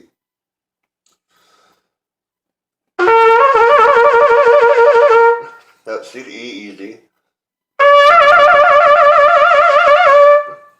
Obviously that's E to G, G to B flat, B flat to C,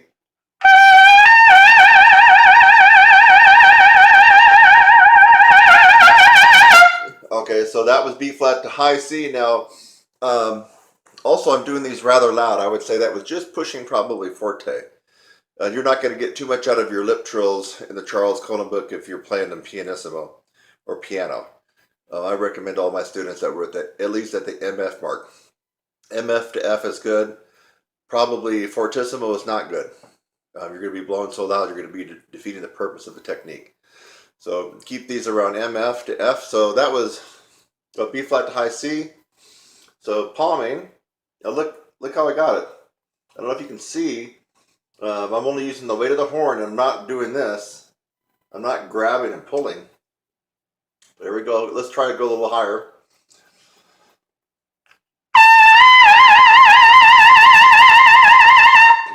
That was C to D. D to E. Now this will probably come out flat.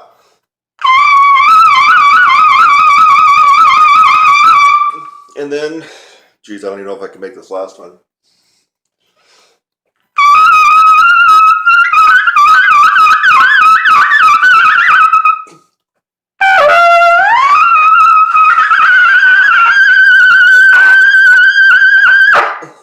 I can't get the G to lock in, but I will get it. So I was going for the trill from F to double G. I think it kind of came out. It got a little bit weak. Let's see if I can get it again.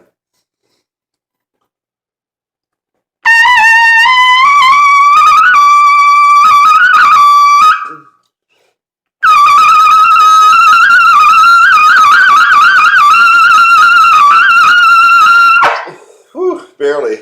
So I ended up on a double G. Now, folks, I'm probably making that look too easy, so I want you to try it. And why would I say I'm making it look too easy? Well, one of the techniques in my course does kind of focus on the Roy Stevens, William Costello, no pressure system palming. Now, we're not doing it exactly as Roy would have had his students do, because I'm not doing the whole gap in the teeth thing and the forward jaw and the upstream type of embouchure that is the Stevens embouchure. So we're not really doing that, but we're actually doing the physical exercise to kind of strengthen up our chops. So the reason I mentioned that might have looked too easy is because when people come into my course, a lot of people have trouble just doing this.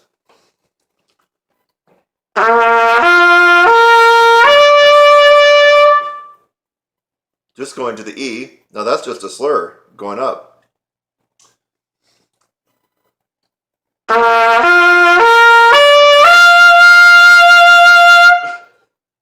I would say more than half the people getting in my course cannot do what I just did there. That was simply going up to a high G.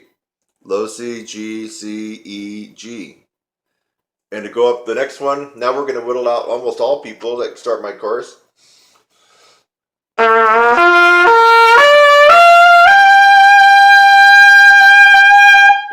That's the B flat. I might, if I had 10 people start my course over the last quarter, maybe 2 would be able to do what I just did there. And then finally,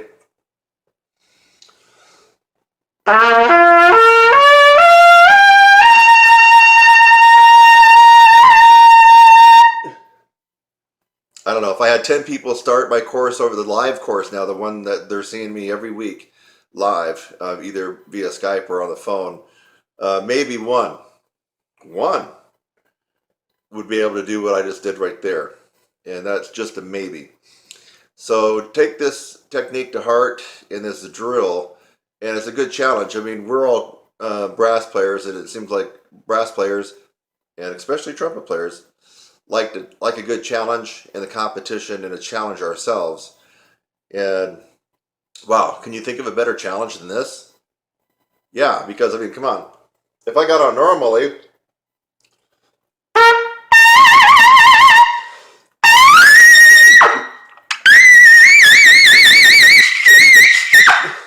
I mean, what the hell? I just did that lip trill from double C to double D, and if I warmed up a little bit more, I know I can go another 3 or 4 steps higher because I'm playing normally and got the right pressure that I want. So this shows you. You saw that I kind of thinned out going up to that double G, lip trilling it. So if I can go an octave higher playing normally, there's something to this technique, and I highly recommend that you start playing around and challenging yourself. Think outside the box. Use your brain. You have to constantly keep moving upwards and expanding everything and advancing your horn. It doesn't stop. It hasn't stopped with me. I'm still looking at areas. Right now I'm looking at the jazz area. Although I feel like for a guy that's, you know, done it for, I'm not even really seriously doing it, but I am looking at it. I am doing some different things with the jazz and jazz improvisation. And I feel like the little effort and input that I've done has actually got me, a couple of spots upwards. So now, do I really have to do all the jazz? No, because I have classical skills and commercial skills that tend to put me ahead of the pack and make me stand out. But I'm not satisfied with that because I want to keep expanding, keep improving. And so I'm looking at the jazz as kind of a last frontier for me. And I've been noticing when I've just been kind of fooling around playing with some of the legends of jazz, the living legends, it's at the point now where I feel like I'm kind of hanging in there with them. I mean, just on some of the recordings, and I'm like, wait a minute, I'm able to hang in there with these guys. And jazz is definitely not my forte now. Who knows? Maybe down the road it will be. So the whole idea is you keep trying different things and experimenting and adding different things to your regimen to keep improving. What is the opposite of that? The opposite of that would be to, for 30 years, pull out your Claude Gordon book and be doing this. On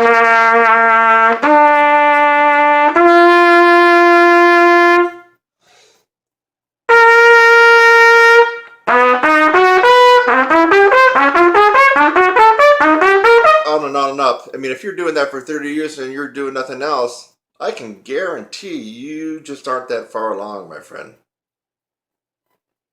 Be smart. I'm Kurt Thompson at TrumpetSizzle.com, and here on YouTube, you're a brass instructor.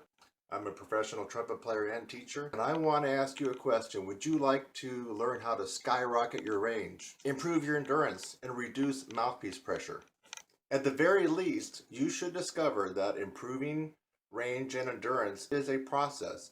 It is not one book you're going to read, not one ebook. It's not one lesson you're going to take with a celebrity trumpet player. It is a process that you will have to go through. If you're willing to go through this process, I can almost guarantee that you will get fantastic results on this instrument or any brass instrument.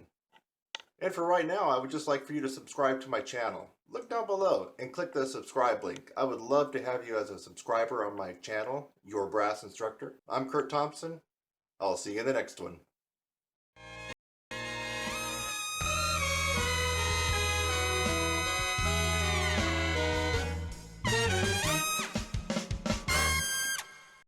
Hey, this tutorial deals with Roland, something that is confusing a lot of people out there. So let's just be clear on what this is. In fact, here's an exercise that you can practice. Doesn't really matter if you play tuba or French horn or trumpet or trombone. You want to be able to make your lips disappear. Okay.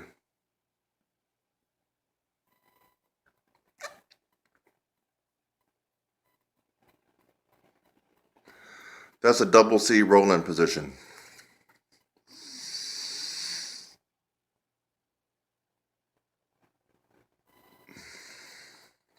I did a tutorial going over this, but I'm just doing it again. Practice. This is a technique. Just practice rolling your lips in.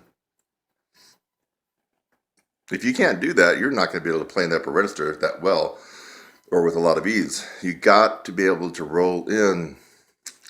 Teeth are shut. Don't be confused and think that you're doing this.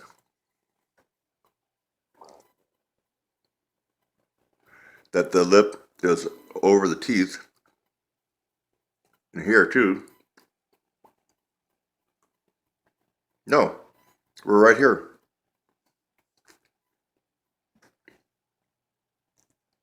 See, teeth were shut. They're open for me to roll in.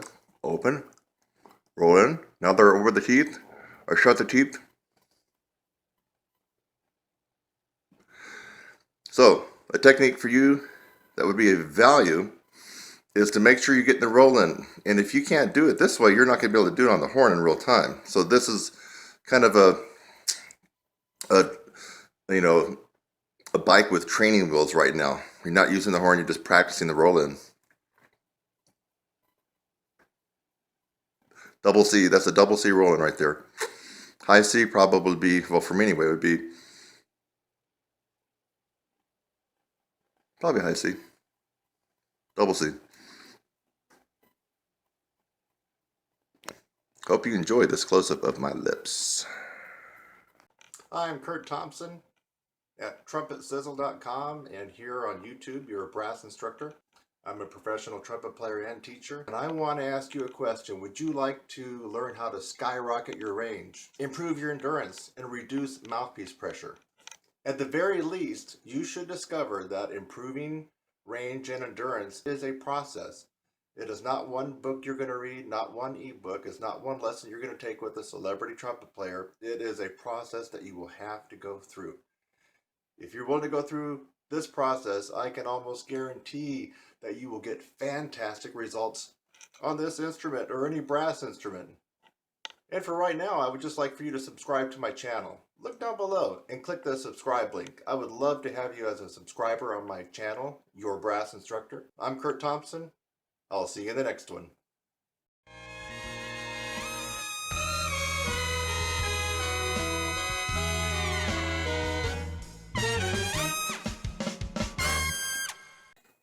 Hey, one of my students, Tom Granoff, told me about a master class that he went to quite a long time ago where Bobby Shue came in, talked about his breathing techniques like the wedge breath and all that, and then picked up the trumpet by a second valve and played a few high notes that were pretty meaty.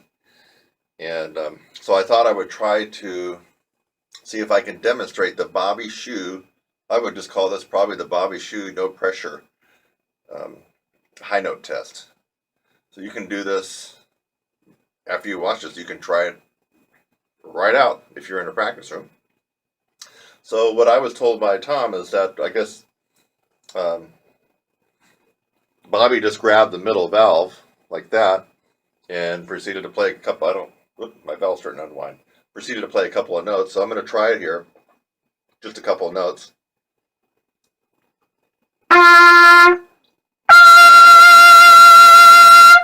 G.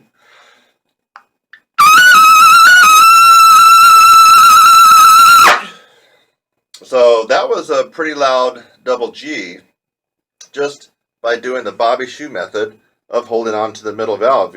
Even though I was trying to pull in, you really can't pull in too much, folks, as opposed to when you got, both arms grabbing and pulling in. So you got just your fingers holding on to this.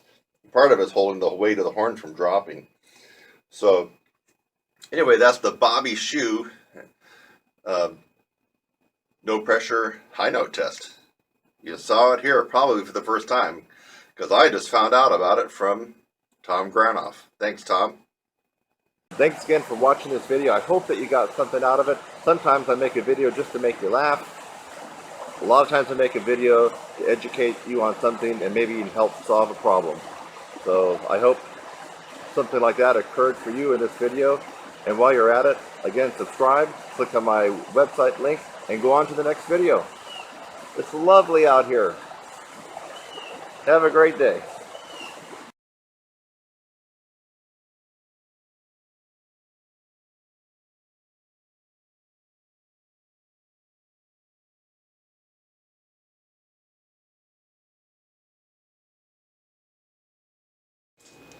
This exercise is meant to increase your endurance, in a huge amount, and your range, and you have to actually work. And that's one thing a lot of you are not willing to do.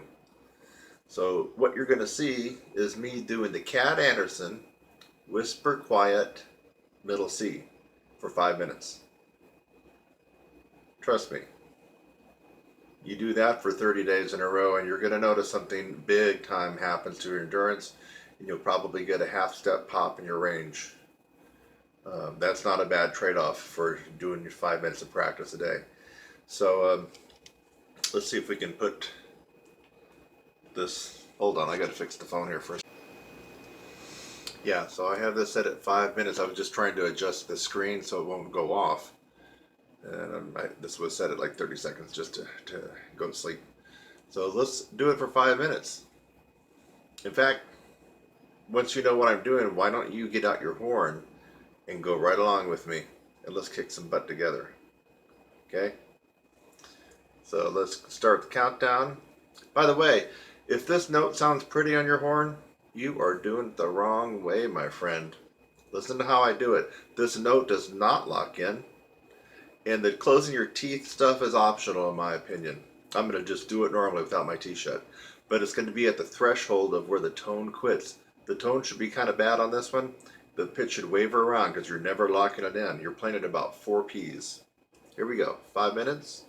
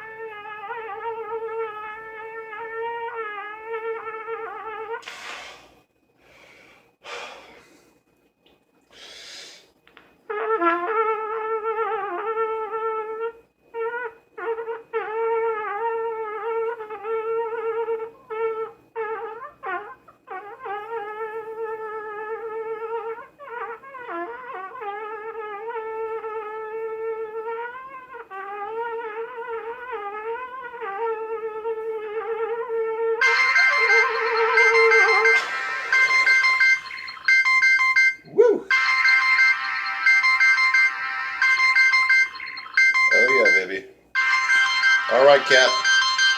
All right, cat. Folks, you want to get some serious range endurance, then you need to man up. Or if you're a gal, you need to woman up. I mean, you need to work your butt. You try that exercise I just did and watch how it exhausts you. Basically, you're not breathing for 5 minutes. That is the Cat Anderson Whisper Quiet 5-minute C. It's an advanced technique in my course. And I'm here to tell you, you do that once a day, like I did, 5 minutes for a month, you might double your endurance and you might throw a half step on top of your range just for 5 minutes a day. But you're going to work. Did it look easy? You do it. And you do it for 30 times in a row for a month. But when you have that extra range and that double of endurance, then you got to come back and thank this guy right there on this video, okay? You make a comment. If you haven't subscribed, you should subscribe right now. And you come back in the middle of January with more power, a little bit better range, and a lot more endurance, and you make a comment right there for everybody to see that it does work. Kurt Thompson, TrumpetSizzle.com, and I was just doing the Cat Anderson 5-minute Whisper Quiet C.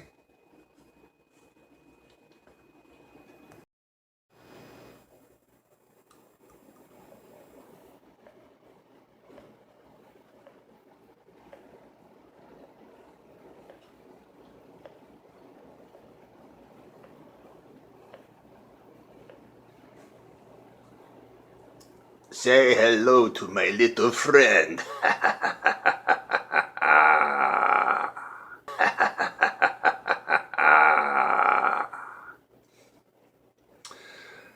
Yes, folks, I found this little contraption online, and I'm going to be doing an experiment, so I'm going to make a couple of subsequent videos on this to let you know what happens.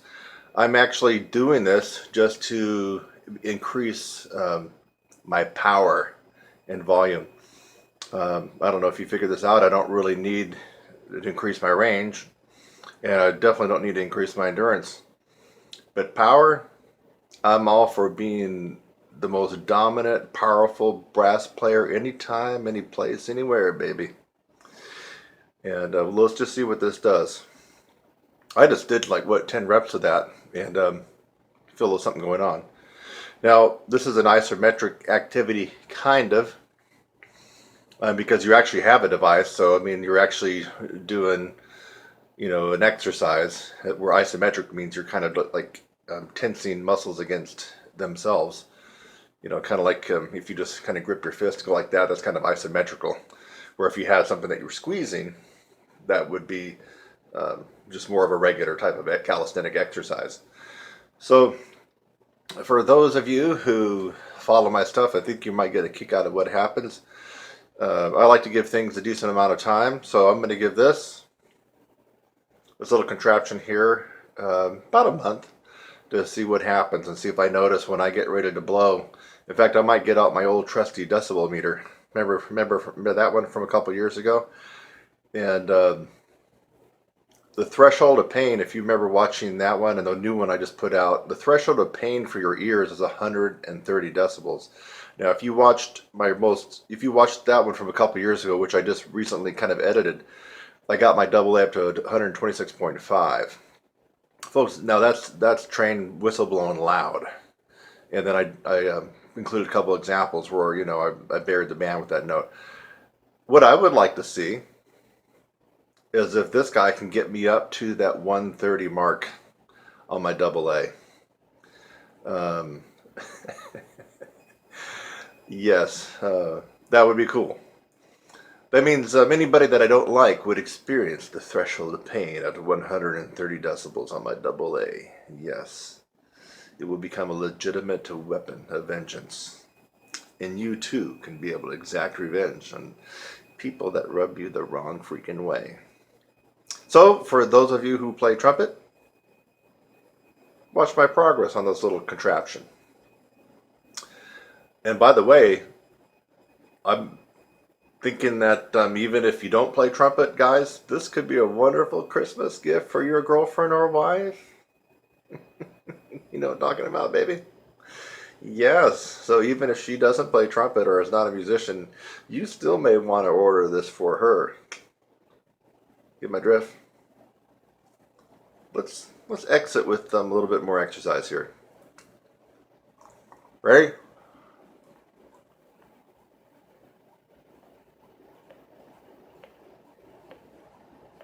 Thanks again for watching this video. I hope that you got something out of it. Sometimes I make a video just to make you laugh. A lot of times I make a video to educate you on something and maybe even help solve a problem. So I hope something like that occurred for you in this video. And while you're at it, again, subscribe, click on my website link, and go on to the next video. It's lovely out here.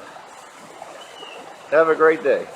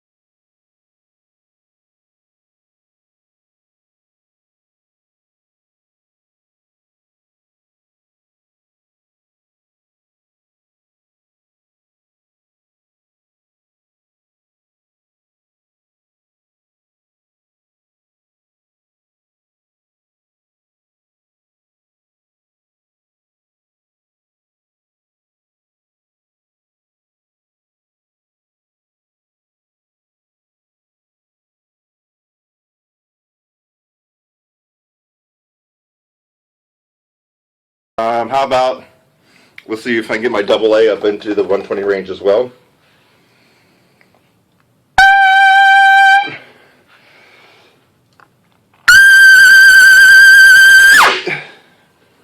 I'm proud of that. That's almost 130. I think I got up to 127 range.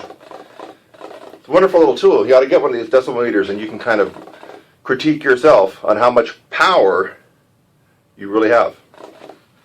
Okay, here we go. Double C.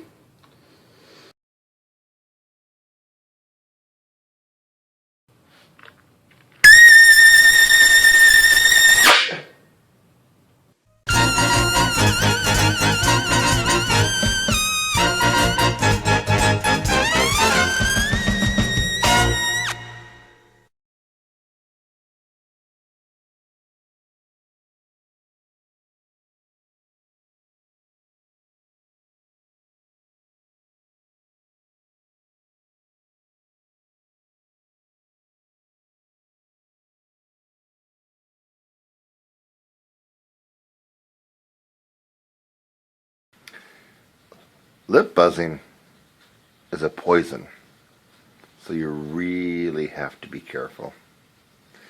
This is a lip buzzing tutorial, lip buzzing 101. And I'm going to get some close-up shots here of my chops while we lip buzz. Lip buzzing can really cause you a lot of consternation. It could set you back. It could destroy your chops. It can make you have the inability to even get a tone out on your brass instrument. This tutorial is for all brass instruments. A lot of people think it's only for trumpet, because that's my main instrument, but it's trumpet, trombone, French horn, baritone, tuba, euphonium. If you buzz a metal mouthpiece into an instrument, this tutorial is for you. First of all, lip buzzing is a poison, and that's why some people have tried it and then issue it, because it really screwed them up. You know, some people take nitroglycerin for heart problems. Think about it, folks. Nitroglycerin explodes. That's that little liquid that if you have a certain amount of it, you throw it, it will really explode like dynamite. So nitroglycerin is a poison, but yet people take it for their heart problems. Zoloft and Lexapro and a bunch of other drugs are good for people that have depression and bipolar disorders. You take too much of it, you're really going to be screwed badly. Anything you can think of that can help you in small doses could also kill you. Let me think of one other thing. Well, let's just pick Vicodin. You know, Vicodin, the painkiller. You know, you take a little bit of it, it makes you high, gets rid of the pain. If you take too much of that, man, it will definitely kill you. So poisons can really be beneficial, and they can also kill you. And lip buzzing is a poison. It's not like doing lip slurs, and it's not like doing other stuff. I mean, you can do lip slurs all day long if you wanted to. It's not going to kill you. If you lip buzzed all day long, you won't be playing for the next week or two. I can guarantee that. So lip buzzing is a poison, but it's a necessary evil to incorporate, because it does focus on one thing. Here. Lip strength. A lot of people confuse all this as embouchure. Not true. You really need to investigate this for yourself, but if you happen to see a cadaver and you peel back the skin, and I know it's kind of gross, the tissue fiber here in your lips is different than the embouchure, the feather-like muscles that surround your lips, the corners that we all work on real hard, right? The corners, all these muscles here that are real tight. Well, the lip flesh and tissue is different. And so you can actually work on strengthening the lips. And the reason that you want to do that is because the lip muscle in the aperture is the final stage of compression. You have your diaphragm. That's number one. You have the tongue arch and the bottleneck that happens with the tongue arch and the squeeze. Number two. And then you have the aperture, which is the third and final stage of compression. The aperture is just a fancy word for the little hole. That's the aperture right there. The little area where the air comes out and goes into your mouthpiece. That's the aperture. Excuse me. Those are the three stages of compression. And you must work on all of those if you want to get a good tone, good power, and of course good range and endurance. If you fail on one of those, you're going to be lacking. And a lot of people tend to fail on the aperture part. Basically what happens is if you don't have a strong lip strength here, when you blow enough air through the mouthpiece, your lips will blow apart. What happens when your lips blow apart? When your lips blow apart, you have more air going through the aperture, but at a slower velocity. So think about that. Your lips blow apart slightly. It's not exaggerated, but they blow apart enough to slow the air down. You get more air through the aperture, and your range goes down. Okay? What happens? You end up cramming the mouthpiece against the horn. Cramming the mouthpiece against your lips, and your lips start swelling. Your endurance goes out the window, and you end up having a bad night of playing. So, lip buzzing 101. You really need to get involved with lip buzzing. But the thing about it is a poison. So if you lip buzz 30 minutes, 45 minutes, or an hour, like some college professors told me a long time ago when I was in high school, I couldn't play for a couple of weeks. It screwed me up. I lost range, endurance. It's horrible. It took me years and years and years of experimenting with lip buzzing to find the right mix. So I would recommend that you check out my website, because lip buzzing and several techniques related to lip buzzing actually is incorporated into my 16-week brass upper register course. So the bottom line is you have to be able to lip buzz.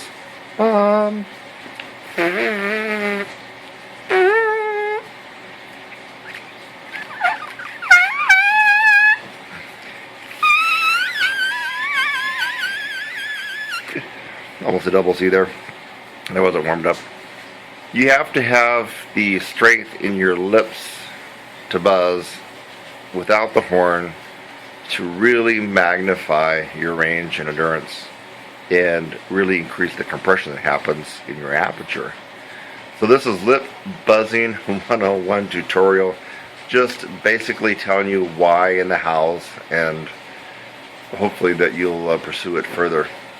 But last word, and I've said it several times, and I know that it's repetitive, it is a poison. So you go beyond a certain time limit with your lip buzzing or buzz too loud, and you will make things really, really bad for yourself. Maybe the inability to play for a few days or a couple of weeks, so be careful.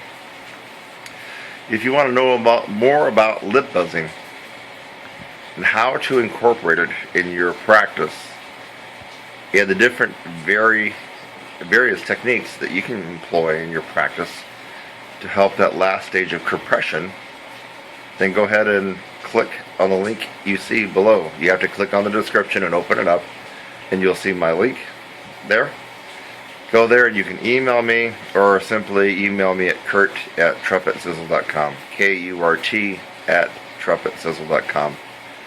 So I hope this video tutorial made a little sense to you. If you don't employ lip buzzing at all, I'm convinced you will never gain and master the range on any brass instrument. That I can guarantee. You must master the lip buzzing. I will see you later, my friend. Bye-bye. Why do you really need to have more range than what you see on the page in your rehearsal and your ensembles? Well, I'm going to show you why. I'm going to show you why that the notes and the highest notes that you have in your ensembles is not where your range needs to be. Your range really needs to be a lot higher than what you have to play in your music.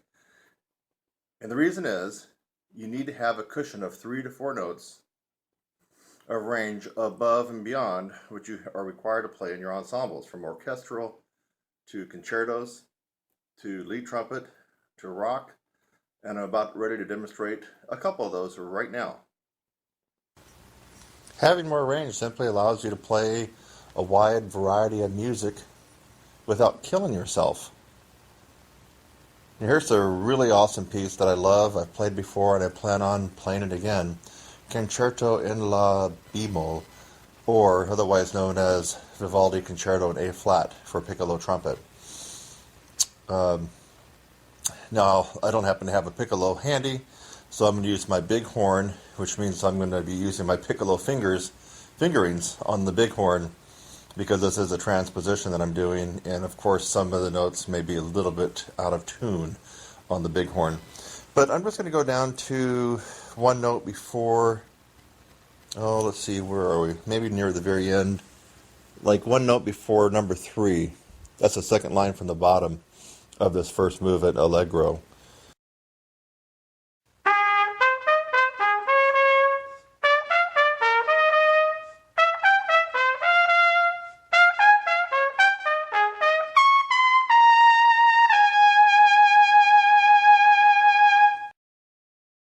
And that was a live recording of me now.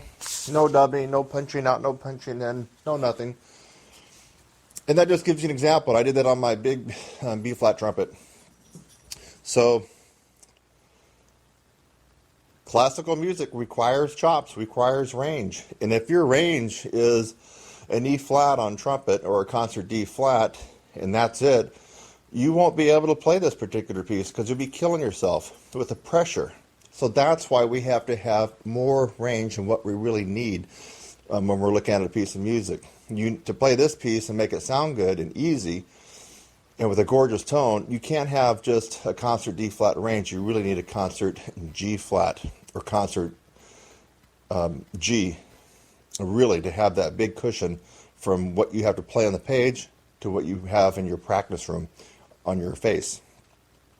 So that was Antonio Vivaldi Concerto in A flat for piccolo trumpet.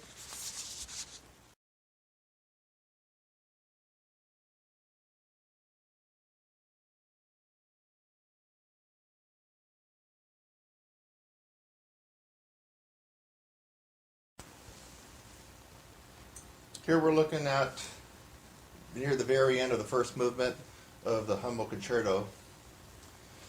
And actually, if you play the Humble Concerto on an E-flat trumpet, it's a million times easier, but you will see a lot of people play it on their bighorn. In fact, I'm going to do a little bit right now. Some of the stuff that I'm going to be playing goes up to a high C on the B-flat trumpet or concert B-flat. If your range is only a high C or high D, you're going to have a lot of trouble with this piece. And any piece that has high C range, you have no cushion. You're going to be playing on the skin of your teeth. You're going to be using too much mouthpiece pressure. You're probably out of tune. You'll probably miss a lot of notes. You won't have any endurance. It's not going to be fun. That's another reason why you have to have a lot more range than what's called for in a particular piece. I'm starting at, it looks like measure 273. It's the second line down, right near the end of this first movement.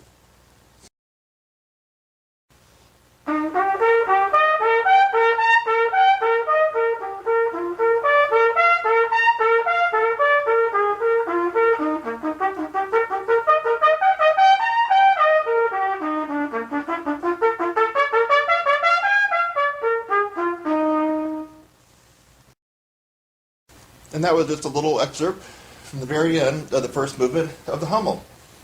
Went up to high C on my B-flat trumpet. Lord knows if I had a high C or a high D range on trumpet, I would be in seriously big-time trouble trying to play this, and especially in a live performance. You have to have more range. On a piece like this, you definitely would like to have an F on trumpet. That's a concert E-flat above high C, at a minimum, to be able to go through this and make it sound easy and also for it to be easy for you to play. Here we have a slow rock ballad. It's a second trumpet part, but don't be fooled by that because the second trumpet part here is actually playing the lead part. As you know, Maynard is playing the solo. So Don't Let the Sun Go Down on Me. If you look at the very beginning, it's not really that horrible. In fact, this one never really gets that horrible for the lead part, which is played by the second trumpet player. But still, you have to have more than the high E flat that you're going to see there on the first line.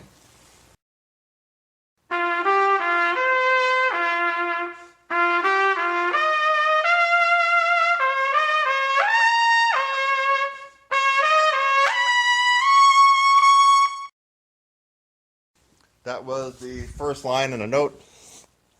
For the second trumpet part on Don't Let the Sun Go Down on Me, and it went up to an E flat. If you can play an E flat in your practice, or an E, or even an F, you're going to really have a lot of trouble with that line, because you need to have at least a double A flat, so you can be nailing this without killing yourself and playing on the skin of your teeth. Another example why you need to have more range than what you think.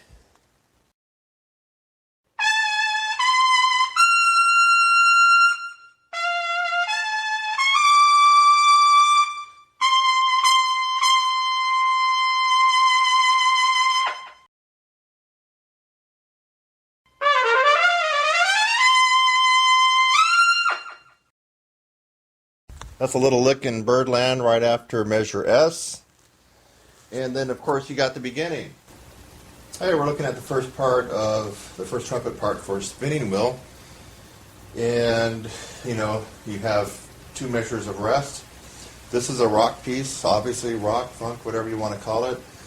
And look at the first couple measures for the first trumpet part. You're going to be in it on a high C sharp, And lordy, if you just have a high C sharp or high D as your max range, you're going to have a lot of trouble playing some of these fun rock and pop charts. There's no question about it. We're not even talking about the super tough, top tier lead trumpet stuff. Actually, this does get tough. The spinning wheel Maynard's version does get tough. But I'm just talking about this first line, for example. 3, 4.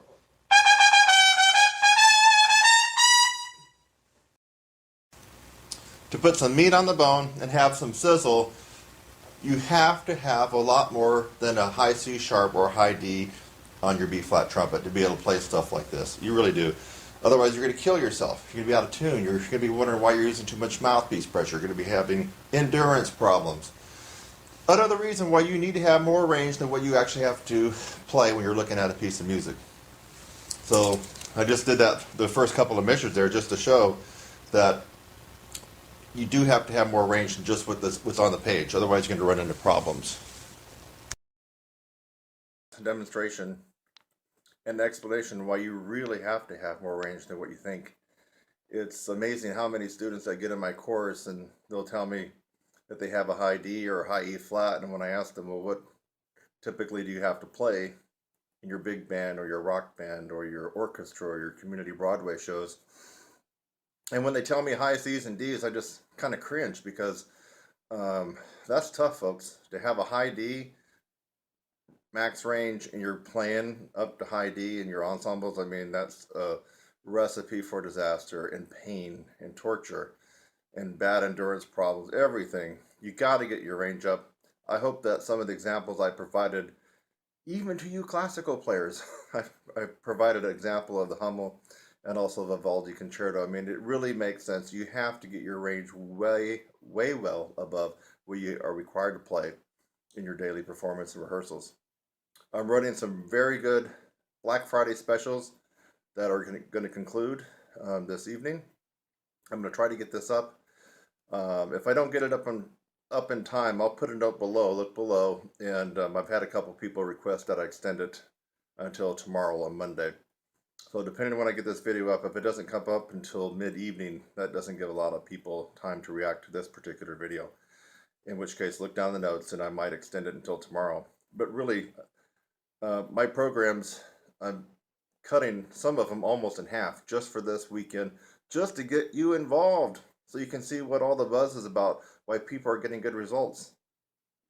So TrumpetSizzle.com, I'm Kurt Thompson, and look down in the description below this video. You're going to see some links where you can click on and start learning how to play first trumpet, lead trumpet in a rock band, swing band, jazz band, or if you just want to up your game for concertos and pick work. You got to take advantage of these programs now. They will resume at their normal offering price probably late tonight or late Monday night. You'll have to look down in the description to see what I decided to do. Bye-bye for now. So you want to play like Maynard, huh? Yeah, you and about a million other people do too.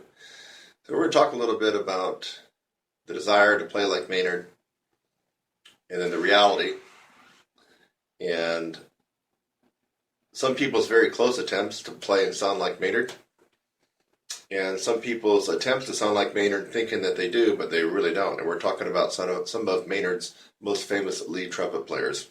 And some of these guys are some of the A-list players in LA and New York and Chicago.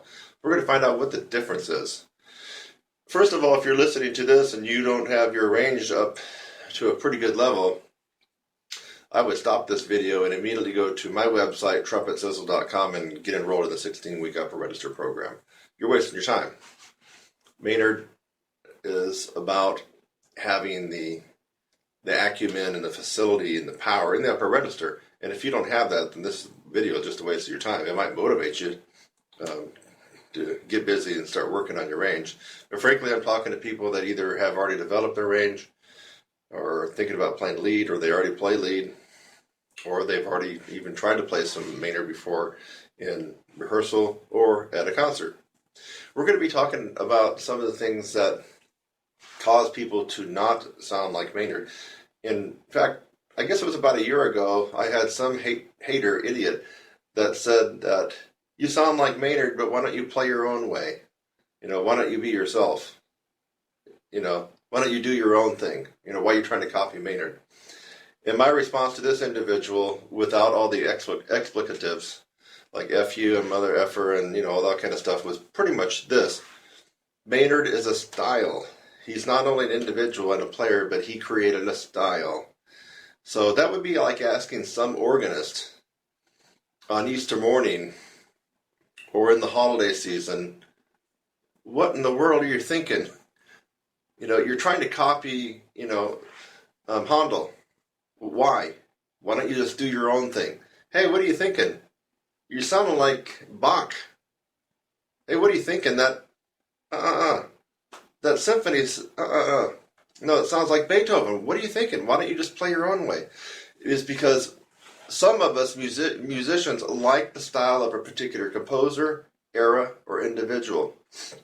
And we want to play in that style. We want to sound like that. That is a style. So who in their right mind would play Brahms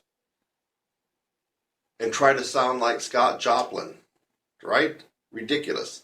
So when we're talking about trying to sound like Maynard, trying to play like Maynard, what we're really saying is we want to play with his style, in the style of Maynard Ferguson. Can anybody ever play like Maynard? No. Even the people that come closest still do not play exactly like Maynard. It's impossible. He was a one of a kind.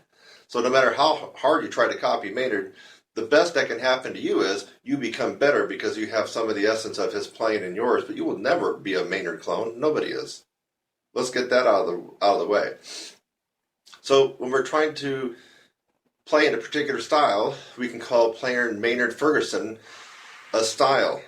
He had a style, and his style was very smooth, rounded, singable, powerful style, and which is not a lead trumpet style, and that's where the problem is for you folks that already play lead, that already have range. And I'm going to do some demonstrations on what I've heard. People, and I'm talking about some high-powered, high-caliber people that came from Maynard's band, and one of them gets all the gigs in LA, seems like, gets just about every gig, and he's been featured on several Maynard. He's never done a Maynard tribute. A Maynard tribute means you got to get out there and face the audience, in my opinion, at least 8 Maynard songs by yourself. That's a Maynard tribute by one individual. So this particular person I'm talking about has never done a Maynard Ferguson tribute like I have, like Eric Miyashiro has, like a guy up in New York, Ron Reski, has. But this guy is the top dog in LA. I think we all know who we're talking about, but I'm not going to mention names. He's never done a Maynard Ferguson tribute. 8 songs on a concert at least. And no stand. If you're going to play in the style of Maynard, you do not use a stand and bury your freaking head in the stand. Hello? Are you kindergartners out there? Maynard was not only about his style, but he was about his connection with the audience. I think on some new charts you might have seen him go over there and glance at his stand, possibly, but on the songs that he knew well, he got right out there in front and wanted to connect with the audience. And being buried in a stand, like you're the studio sight-reading fool that you are, you know who I'm talking about, Mr. LA guy, that's not Maynard. If you have to have your eyes locked on every note on a solo that you've been playing for 20 years by Maynard, that's not Maynard. Okay, you just totally missed it. So, playing Maynard is in playing a particular style. It doesn't mean that you're going to turn into a Maynard clone. You let me know when you find someone that's turned into a Maynard Ferguson clone that plays exactly like Maynard. I want to find out who that would be, because so far that's never happened, ever. So, now that you know what we're talking about playing in a particular style, the Maynard Ferguson style. We want to play in that style because he set the bar for having this ridiculously melodic, lullaby, cantabile type of sound in the upper register that almost sounded like he was singing on a lot of the charts, right? Yeah. So I'm going to pick out a couple of songs that are well known, not some of his more obscure ones, but they're well known and people try to play. And I'm going to try to differentiate on how the style would be correct for Maynard, the Maynard style, and how it would be incorrect if you're playing it as a lead trumpet player. There's a difference. So what? Let's see. Let's try to find something. And I have no music in front of me. Look around. I'm in a practice room. The only thing I have in front of my stand, I got some Clark, baby. So I don't have any Maynard music in front of me. It's going to have to come from my head. I got Herbert L. Clark there, but that's not going to help us out with the Maynard. So we can take what I consider one of his easier charts, and this is one that a lot of people can start working on if you haven't worked on Maynard Ferguson and the style, which would be My Funny Valentine. Now, we're not going to go through the easy ballad stuff in the beginning. We're trying to capture the part where people really screw up. Not necessarily screw up the notes as far as missing notes or accuracy, but screw up the style, and they end up sounding like a lead player. So nearing the end, it's kind of like the push. Let me see if I can get my bearings.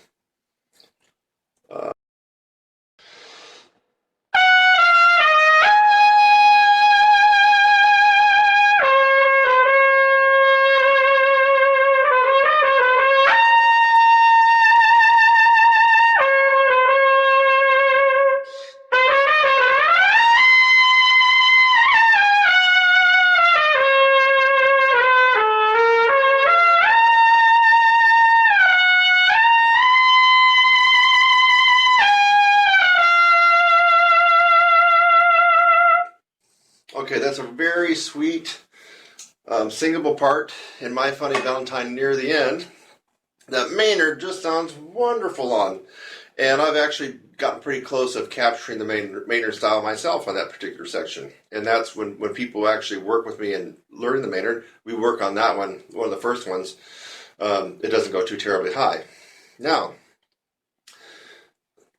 I've heard countless lead players and some from Maynard's band play it like this.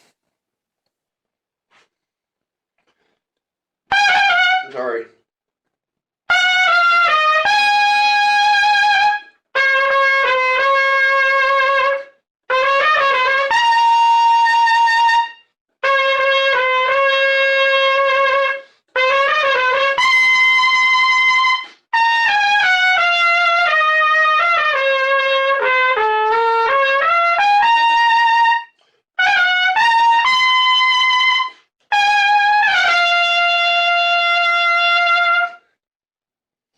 All in all, they're hitting the right notes, right? Yes, they are. What's the difference? And as we get into May 4th, we're getting very close to Maynard's birthday of 2016, which is on May 4th. You're going to hear people pop up playing some of the Maynard stuff. I'm confident of it. In fact, I heard there's a big shindig in LA with some of the Maynard's alumni. Now, I want you to use this tutorial and listen to what they do. You're going to notice almost all of them, except for probably Eric Miyashiro and maybe one other person, is going to sound like the lead trumpet player trying to play in the Maynard style, not playing the Maynard style. Don't take my word for it. Watch this video right before you see some of these guys play, and you'll know exactly what I'm talking about. And no, they aren't trying to play in their own style or play with their own personality. That, like, again, that would be like playing toccata and fugue in D minor and you know, playing it like you're some kind of jazz piano player, right? Or playing it like Barry Manilow, right? No, when you play in the style of something, you play in that style. You can bring in whatever you want from your own personality, but you play in that style. You don't screw up the style, okay? And you're going to hear these lead trumpet players screw up the Maynard style. They're going to get the high notes, they're going to get the notes, but they're screwing up the style, just like I did on My Funny Valentines. So, playing it like a lead player, you smack the notes harder than you normally would, just like you would in lead.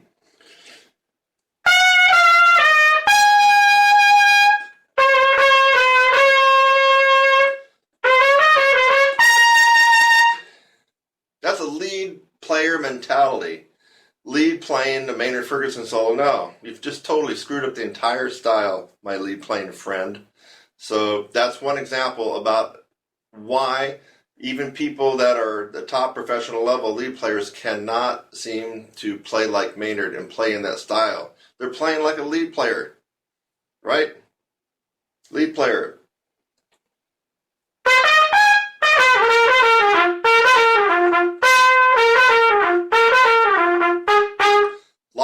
harsh articulations and pops and percussive attacks that go right along with the rhythm section. No, we're not playing that way when we're playing Maynard.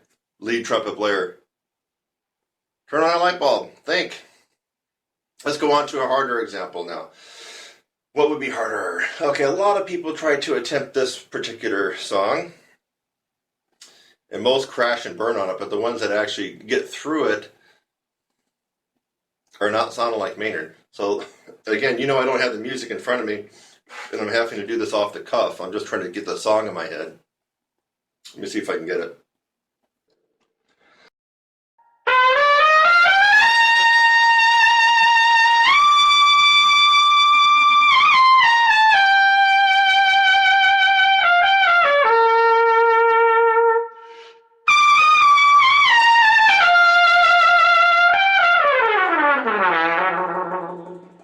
Okay.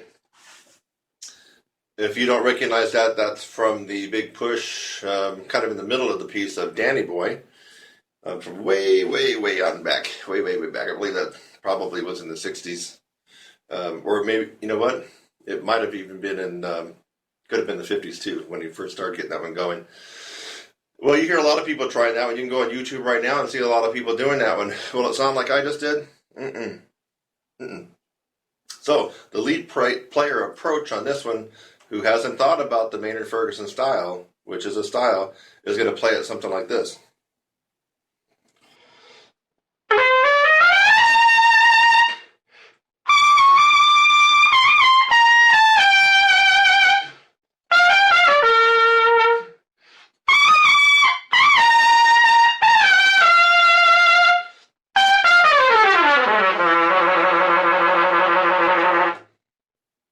I got pretty much all the right notes, didn't I?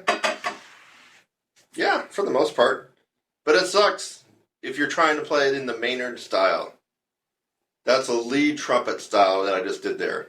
In fact, I could have even overdid it more than what I just did. So the singability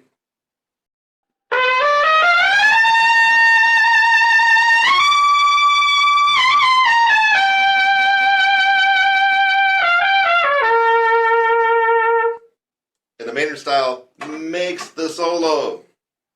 Not your high notes or how loud you can play or how rough you can attack stuff, lead trumpet players out there. That's another example, Danny Boy. Listen to everybody playing Danny Boy, except for Eric Miyashiro, and it's going to sound kind of like I did on the lead trumpet part of my demonstration here. Okay, let's move on to some other ones now. MacArthur Park. MacArthur Park is the one that everybody tries. This is one that features that top LA trumpet player who's got his, he looks like this when he's playing. He's in the stand, he's playing like this. He's played this a million times, but he's still got his nose and his horn there in the stand. Yeah, totally not playing the style of Maynard. And then his playing is not in the style of Maynard. People go ooh and ah because he's hitting the high notes. I don't go ooh and ah on his playing at all. Ever. Zero. Nada. So, what is he doing that's not in the appropriate style of playing Maynard? Well, let's see, what part of MacArthur Park are we going to pick? Let's see here. I guess maybe near the front of it.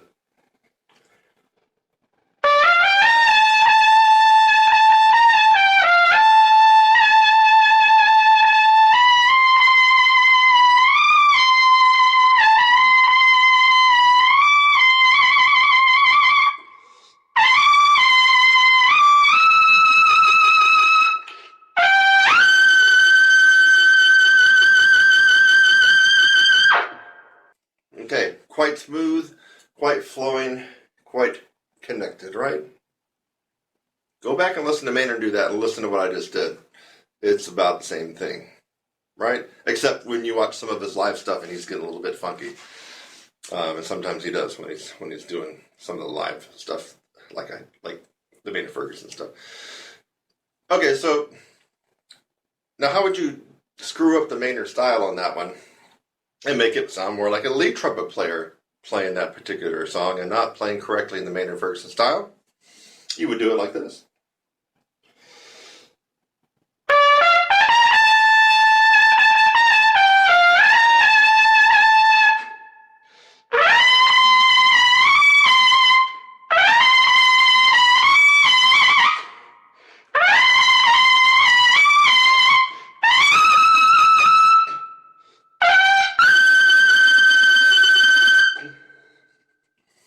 That's a lead trumpet player mentality coming at what could have been a gorgeous, beautiful, singable, melodic solo, and you're pounding it and you're pounding it and you're pounding it like a lead trumpet player.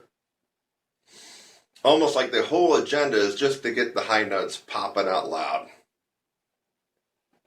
You totally screwed it up, Mr. LA studio guy from Maynard Ferguson, old-timey band. You screwed it up. How come you can't play it like Maynard? Like I just did, because you're missing the important part of the style. Okay, it's not about playing lead trumpet with the Maynard solo. It's about playing the Maynard Ferguson solo style, which this person obviously, until now, still hasn't got. Let's go on to another one. Yet another one. So this one's one that is also very famous. You might even hear it on May 4th when they do the tribute. Let me see if I can remember how it goes. Yeah, that's it.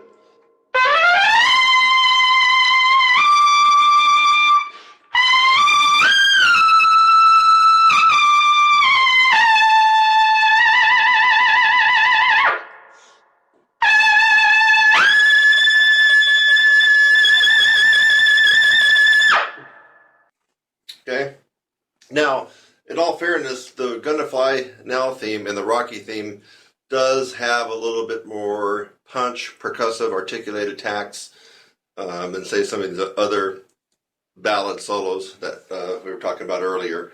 So the lead players that are playing this, that were in Maynard's band, can somewhat get away with having that lead player mentality because that's just kind of the style, part of the style of this one. But still, there should be a flowing, effortlessness and connectedness with the solo. So how can I make this solo less like Maynard and more like a lead, more like an LA top tier, world class A group lead player?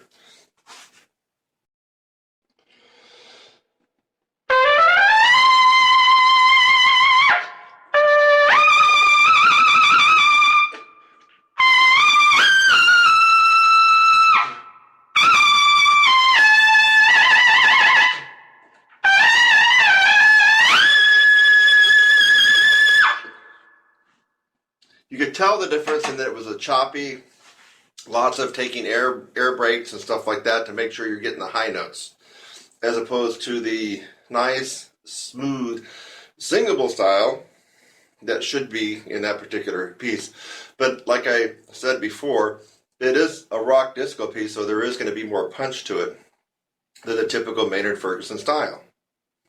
So that's why the lead players, if you hear this on May 4th, they're going to get away with being a little bit more punchy with it and still making it sound close to the style. But by throwing in all these air breaks and some of the things that they're doing, it totally takes away from the style, in my opinion. Okay, so let's see if there's any more Maynard Ferguson things to talk about.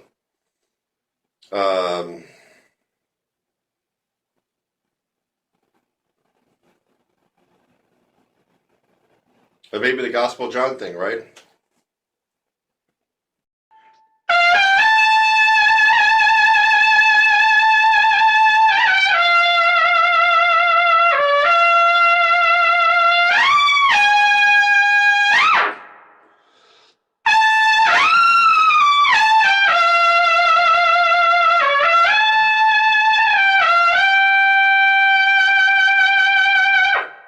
Okay, that was pretty close to the Maynard and Ferguson style.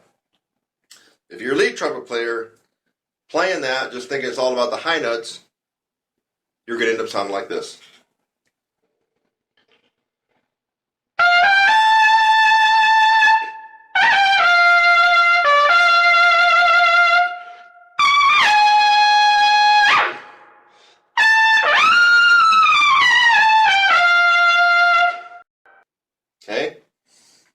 that would be a typical lead player coming at the Gospel John Maynard Ferguson solo and playing it as though a lead trumpet player would. Is he getting the notes? Pretty much. Is it loud? Yes, that was loud. Is it really in the style of Maynard? No. Maynard would never play. He would never play Gospel John like that.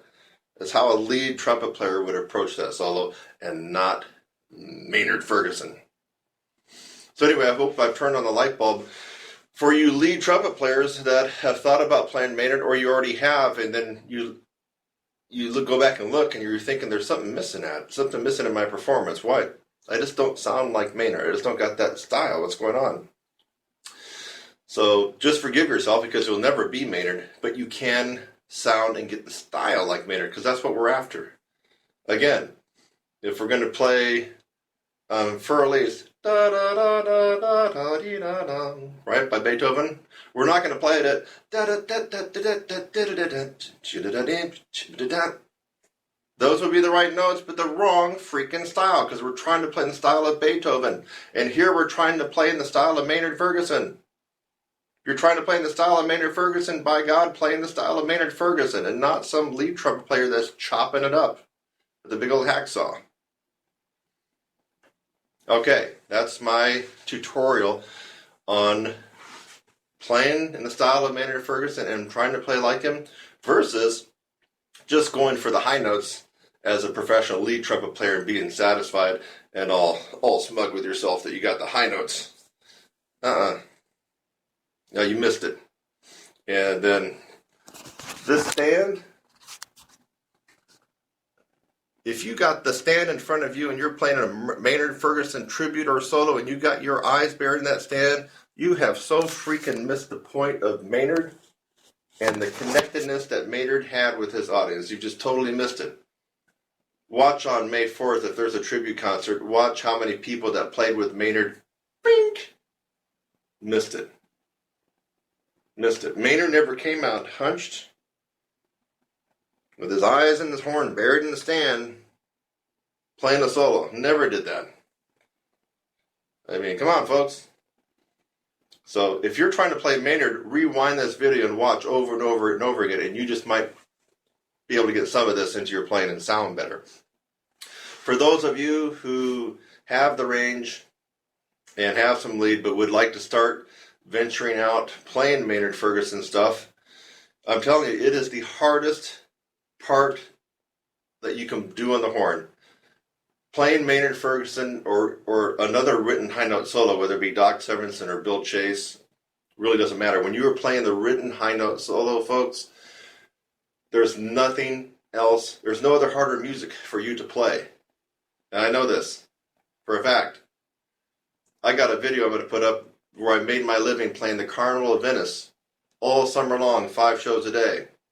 Okay? I've done that. I played all the toughest Empire Brass and Canadian Brass Quintet music. I've done it all. I played all the hardest piccolo pieces, Michael Haydn, Brandenburg, the toughest Vivaldi piece on piccolo.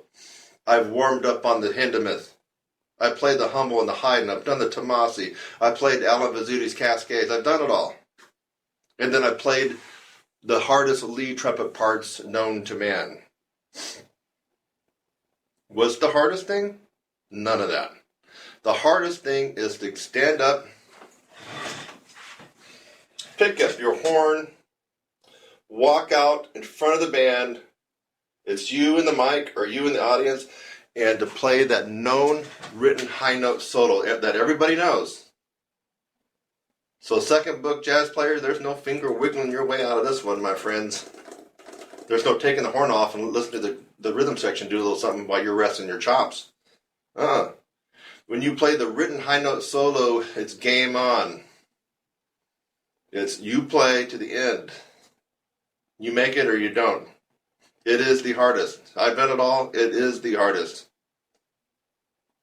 Don't believe me? Let's put you to the test. I'll pick 2 Maynard Ferguson solos for you, and we'll go to a rehearsal big band, and we'll make you step out front and play it. Got to play it from memory, too. What's the point of burying your nose in the stand? That's not Maynard. Then we'll see what you think. It's tough love, baby, and you need it. Ever feel stiff? Not in that good way, guys. Come on now, get your mind out of the gutter. Do your lips ever feel stiff? Is what I meant to say. You know,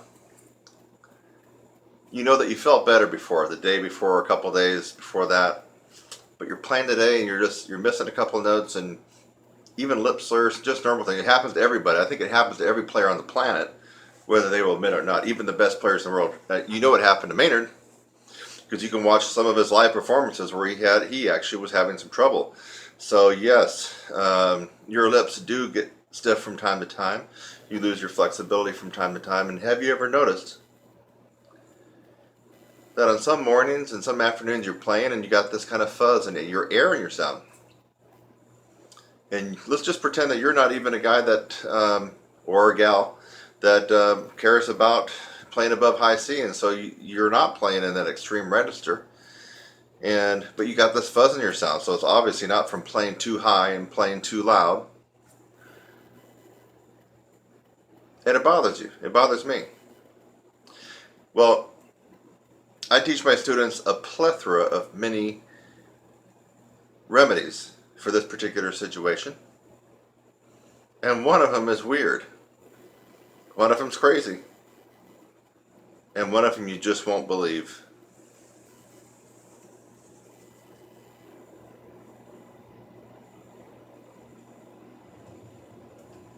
You know what this is?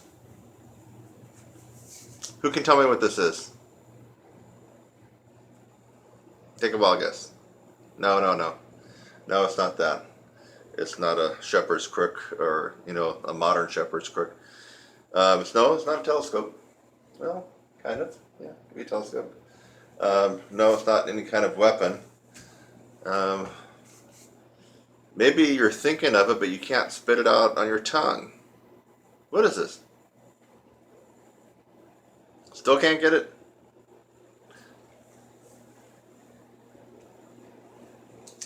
This is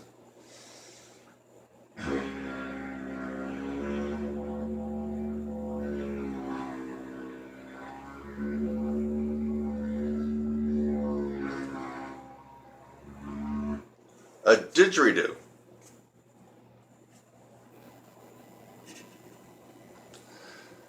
Didgeridoo. Indigenous to Australia, but you can order the plastic PVC pipe version in many parts of the world. And obviously, if you want the real thing with the real wood that comes from Australia, carved by the indigenous aboriginals from Australia, of course you're going to pay about $1,000 for it. We don't need to do that. We're not trying to learn how to play this guy. This is a didgeridoo.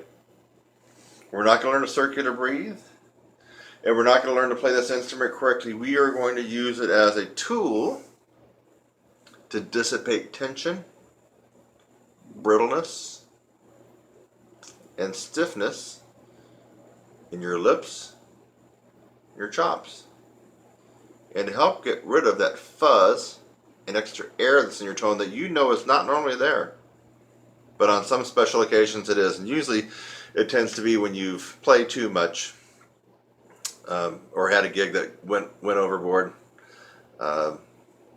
or there's other reasons. Maybe you didn't have time to divide your practice out, and you had to practice 2 hours at one pop and then get on a plane or something. So there's a lot of reasons why your lips might get stiff, and why you might get that air in your tone, and why you might find yourself having difficulty doing things that otherwise would be easy for you. That's happened to me in the Clark book. In case you didn't know, I kind of know my way around the Clark book a little bit. And but sometimes, especially after I've done a lot of lead work or a lot of jazz, you do 2 hours of improvisation with the Jamie Aebersold stuff, and let me tell you, this is going to about fall off, and it can stiffen you up. And so I have got to the Clark book in the morning, kind of warming up, and I'm going, what the hell's going on here? I mean, I can't move across the horn easy like I normally can. I'm all stiff. Well, my go-to tool. This is just crazy. You're looking at me and you're going, he's got to be crazy. Well, I am a little bit crazy, but I also am crazy like a fox. This guy, get one. if you got 25 or $30 US dollars in your pocket, or you can beg, borrow, or steal it, get one of these guys. You can order offline, from what I've been told from some of my students. Now, I got this at a um, what was it, exotic musical shop in San Francisco in Chinatown, where they have zithers and African congas and congos and you name it, maracas and shakers and stuff, and they had some of these. So I got mine for about 50 bucks in San Francisco, but you can order yours online for $25, $30. So I'm not pulling your leg on this one. I'm not. I'm being serious. Very serious. Um, Little dab on this one a day per will do you. So did I say that right? A little dab per day will do you. That's right. So I like to do it 1 minute 4 times a day.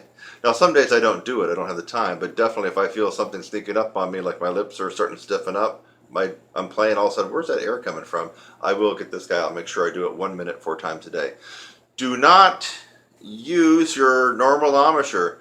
So this can work for all brass instruments. If you're a tuba player, baritone, trombone, French horn, cornet, trumpet, doesn't matter, but you can't come at the didgeridoo like this. No, that's going to make things worse, folks. You're coming at this soft, relaxed. Look at that. Lip, relax. Like your lip flapping. Watch.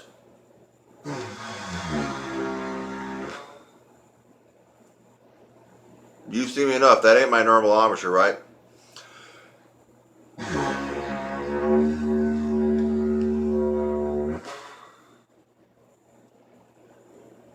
No.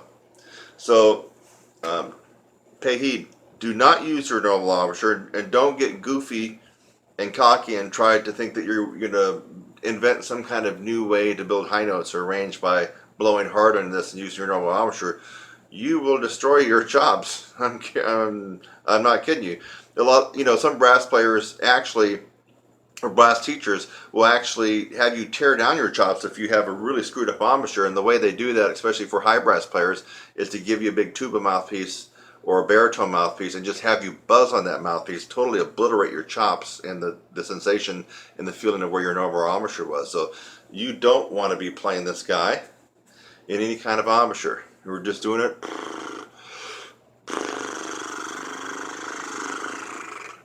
We're getting all the circulation going in there, all the vibrations. We're loosening it. It's almost like a massage for your face. It's loosening everything up. And you do this for a couple of days, easy. Don't blow it loud. 1 minute times 4. Spread it out evenly. And you will be amazed. Now, it might take you a day, and it might take you 3 days. But you don't have to go longer than 3 days to have your problem of stiffness and air in your tone remedied. And guess what? You got this all from me for free, right? Amazing. But I gotta plug my course, right? You know I do. I gotta plug my course. So you should have thought, wait a minute, how is he coming up with all this stuff? And guess what? There's a ton of stuff like this that's a little bit quirky and wacky that I got in my 16-week course. Stuff you've never even thought about. Stuff that even the masters, Gordon, Caruso, Stevens, Reinhardt, Adam, Clark, and on, they didn't think about either. It's in my course. I got some really wacky stuff that works. This is one of them. But now some people do know about the didgeridoo for dissipating tension and stiffness, but there's a lot of stuff in my course that they don't know about because I'm the one that actually discovered it, invented it, or created a hybrid of two techniques and made a unique technique. So of course I'm going to plug my course. I'm giving this to you for free to build some goodwill and value. I hope that you can see the value in this right here. It's just amazing. Go out and spend your $30 on a didgeridoo. And the next time that you find yourself not feeling quite normal, or playing, you get that fuzz in your sound, or maybe you had to play a big band gig until 1 a.m. at a wedding reception, and things are bad the next couple days, get this guy, get it out. Yes, you can thank me right now. Here, I'll shake your hand. There you go. You'll be wanting to thank me when you get this out and it solves your problem in a couple of days. Cool? All right, about a pound. There we go. Kurt Thompson.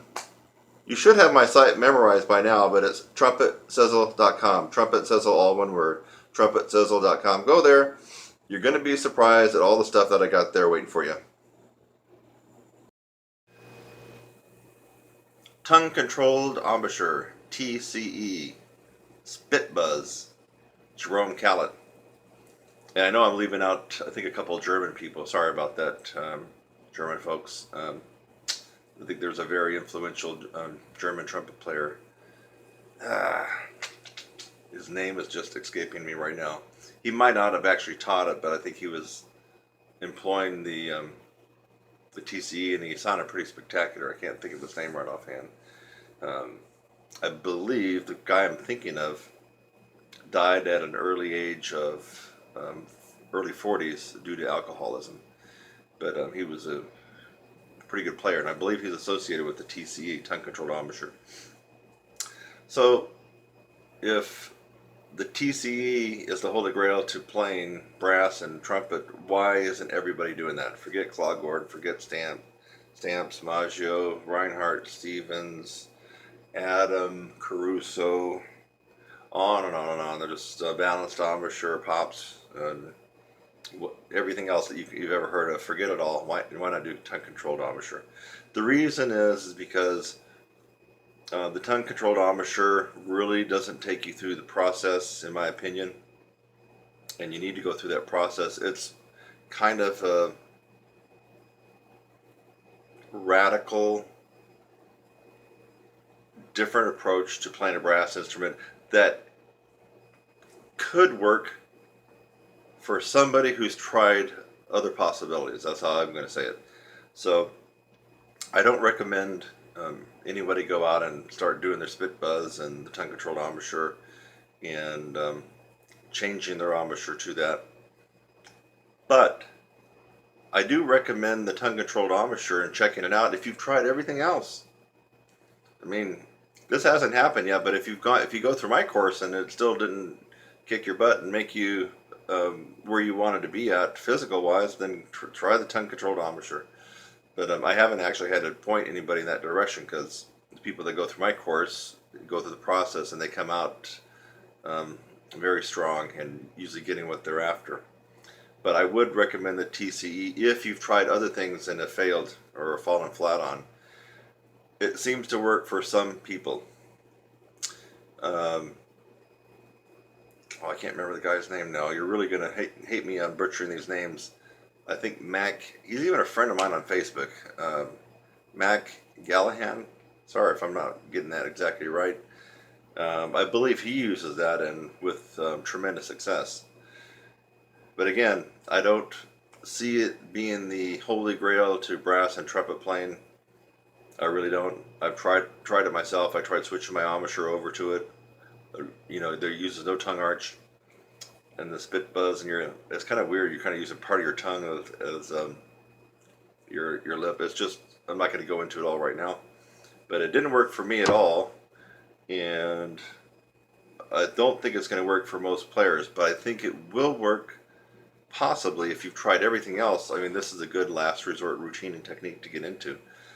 So there you have it, the Jerome Callet method, if you want to think of it that way. I think he had a video out called Master Super Jobs.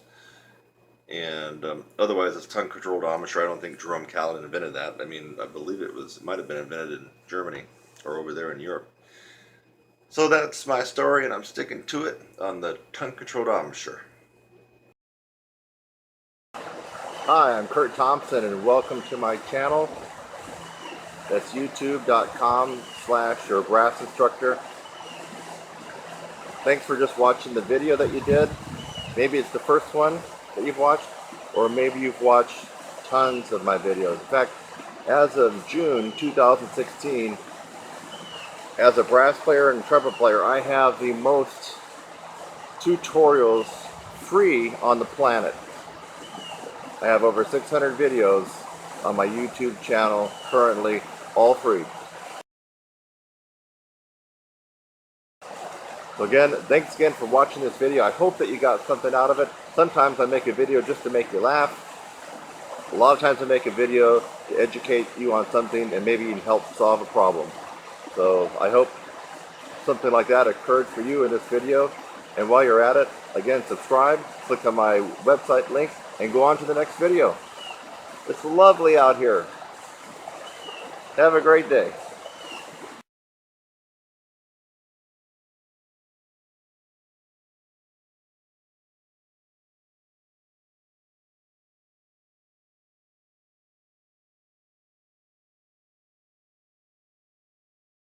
Back to nature with Bill Adam, lead pipe buzzing, advanced trumpet lesson here. Kurt Thompson, I'm going to expose you to a very, very useful, powerful, and efficient practice technique. And this is actually going to be more doable and more absorbable if you've already been doing the Bill Adams routines and the Bill Adam routine. I always like to pronounce his name with an S. For those of you who don't know, Bill Adam was the best trumpet teacher at Indiana in Bloomington, bar none. There's no one that's even close to him before or after. And it's just too bad that he's not still teaching. And he's, of course he's getting older. In fact, I haven't even checked to see if he's still around, but I hope that he is. Anyway, even if he is, I mean, he's just the best teacher at Indiana, and he came up with a lot of cool stuff. And I played with a lot of IU guys back in the day, and these guys were all good players with huge, big sounds, and I believe that they got that partly from Bill Adam lead pipe buzzing. And we're not going to go into his whole routine because you could actually spend an hour and a half or 2 hours doing all the Bill Adam lead pipe buzzing, but I tweaked and twisted and manipulated my own advanced version of Bill Adam lead pipe buzzing. It's just a little snippet. And so what we're going to do is we're going to be starting on perfect force from second line G to middle C and working our way down. And as you'll soon discover, this is going to be very, very difficult to do unless you have extreme flexibility and power built up in your chops. So G to C.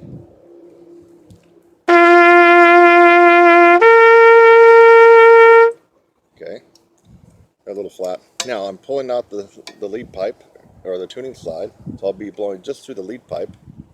The same thing.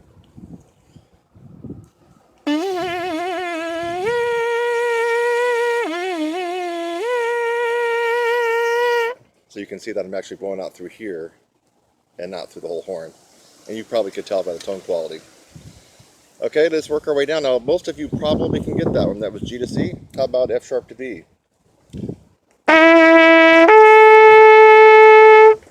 Take the lead pipe out. I'll do it like this so you can see what's going on.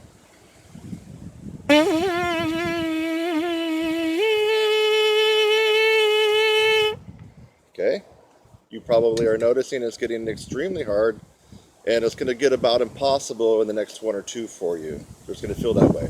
So F and B flat.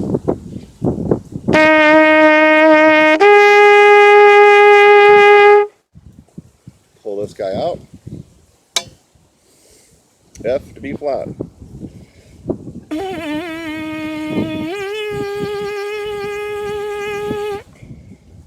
Taking a lot of intention and focus on my part to get that out. And now we're going to go to a little fly on my lead pipe. Now we're going to go to E to A. So 1 and 2, bottom of the staff, E to A.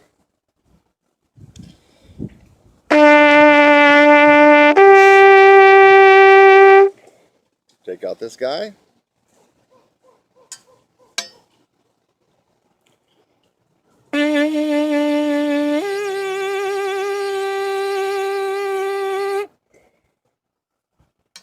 For many of you, that would have been almost impossible. I thought I heard a monkey over there in the trees. You hear that? It is back to nature time with Kurt Thompson, but I didn't know that we got monkey in the trees and chimpanzees. But anyway, if I don't make it There he goes again. If I don't make it through this video, you'll know what happened to me. I got taken out by a monkey or chimpanzees. Okay, now it's going to get really hard. This gets hard for me. E flat to A flat.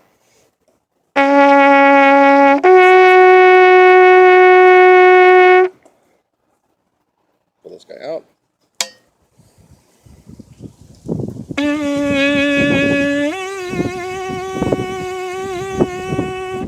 Boom, center that note. And the last one that we will do will be D to G.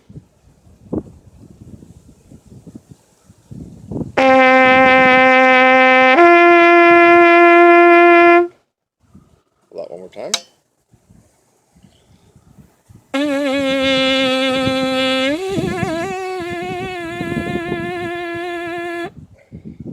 And there you have it. You can consider this extremely advanced. And I put this particular technique that I just did to even the best players on the planet. And if you just sprung it on them and made them do it right without even having a chance to look at it, probably 9 or 10 out of them, I don't care who it is, would have difficulty going through this advanced Bill Adam lead pipe buzzing technique. So the physical part of the horn, yes, the high notes, but listen, so many people that can play high have a real shrill, thin sound. And so it's not about just being able to play high. If you have a real shrieky, shrill, thin, falsetto kind of sound, who cares? There were people that were playing back when Maynard Ferguson was kicking butt when he was a lot younger in the 40s and 50s that could also play high. Well, how come we didn't hear about them and they didn't get that famous? It's because they had that shrieky, thin, falsetto kind of sound that nobody wants to listen to. Maynard's sound was thick and brassy all the way up. That's why. So this is a technique here that will improve your sound. So with whatever range that you have, you're going to have a thicker, fuller, maybe even warmer type of sound in the upper register, and then all registers, really.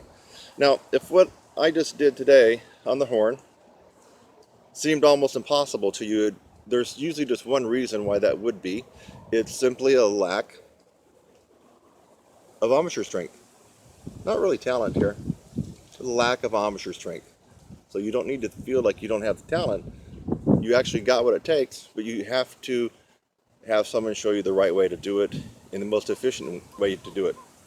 So if I perked up your interest and you'd like to learn more about the stuff that I do, which for the last 9 years in my online programs, is it 9 years? Sorry, 7 years, has been truly effective for just about anybody that has gone through my courses. It's not a walk in the park. You will pay your dues, you will invest time, and you will invest money. And it will take some hard work and effort, but the results are pretty amazing. And they're long-lasting for your life. So it's something that if you've been thinking about it, you just need to pull the trigger and do it now. Take care of this, get it handled. I'll see you in the next one. Hey, you won't believe this. One weird trick to solve your dizziness problems. I don't know too many tuba players that get dizzy from blowing high notes. It might, I don't know, could be there. Trombone maybe more, but basically it's your lead trumpet players that are playing above high C. They get dizzy. I'm not going to go into the entire medical delineation of why you're getting dizzy or maybe not, but basically it works like this. You have a certain amount of blood in your body, right? Gravity makes a lot of your blood go down to your lower torso. Now, when you blow hard, you see the veins popping out. What's going on? You're blowing, you're spreading the blood away from your brain and your heart. It's going away. Okay? Now, if you happen to have a lot of blood hanging out in your lower extremity, your feet and your ankles and your thighs and your calves, and all the stars line up right, you will get dizzy. And in fact, if you keep blowing high notes, you're going to pass out. Passing out is not a bad thing because basically the body wants you to go prone. It's your body's way of having you actually pass out, to go prone, to save yourself, so all the blood can immediately be pumped back to your heart and to your brain. So in case you didn't know why you're getting dizzy, that's what's going on. Now a lot of factors come into play too. Your age, your weight, your height. Chemicals like, do you smoke? Drink a ton of caffeine or coffee, Red Bulls and things like that, 4-hour energy. Your water intake, how hydrated are you? Your stress and your sleep. So these factors all conspire against you and give you that feeling that you want to pass out. In fact, if you don't acknowledge that feeling, you will pass out. So I used to be afflicted by that when I was, well, I guess let me go back one more step. Also, if you're playing loudly and for a long period of time near your max range, that will also tend to want to make you pass out. And when I was a younger guy in college, I did notice on some of the lead trumpet charts that I was playing on, that were top tier back then when I was 19 and 20, I would kind of like do this thing. Whoa. After I got done, I was like, oh my God, I'm just about ready to pass out. Well, the reason for that was because back then at 19 or 20, I think I had a good double A, double B flat, double B, double C max range, which is not bad, right? But when you play and butt up against that max range, you're going to probably feel dizzy and pass out, because that was my max range and I was playing at it using the maximum mouthpiece pressure, blowing. And what was going on is the blood from my brain, my heart was being pressed away. And my heart, no matter how good it was, could not pump blood from my feet and my ankles fast enough back up to my heart and my brain. And that's why you get dizzy. Your body really wants you to be forced to go prone. Standing up, prone. So it's not like you're in bad condition, as your body wants you to do that, saving yourself. So one weird trick that solves this problem. Also, I forgot to mention other factors like heat. I remember I drove from Santa Monica to Fullerton to play at Steamer's Jazz Cafe. It was 93 freaking degrees out. And I was stressed out. Took me an hour and a half in crappy LA traffic. Why was I stressed out? I hadn't played in a couple of years. At that caliber, and I got called in to sub the lead chair, and I actually ended up doing pretty good, but it was stressful. I had some anxiety. It was hot. I don't know if I was hydrated enough. But I did take one precaution, because he said there would be several Maynard charts on there. So here's the one weird trick, folks.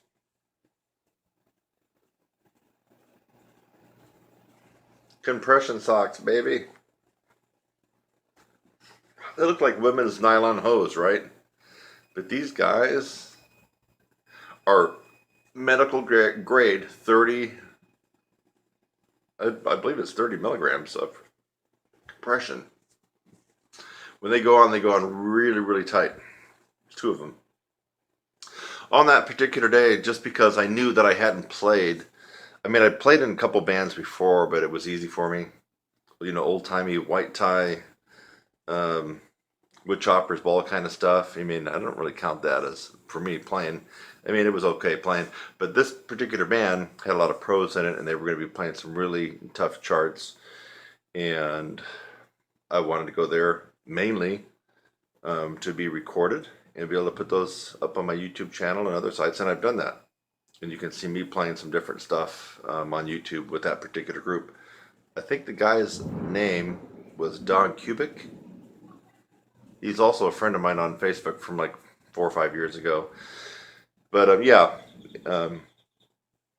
He runs a big band in the LA area and made up of mainly working professional LA players. Now, I got called in and played the lead book, baby. Sight read it and nail it down. That's when, the pedal hits the metal, right?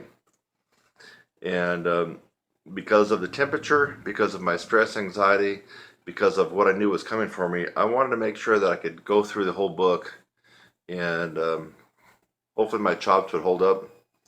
But if not, I didn't want to pass out. And that's why I was actually wearing these.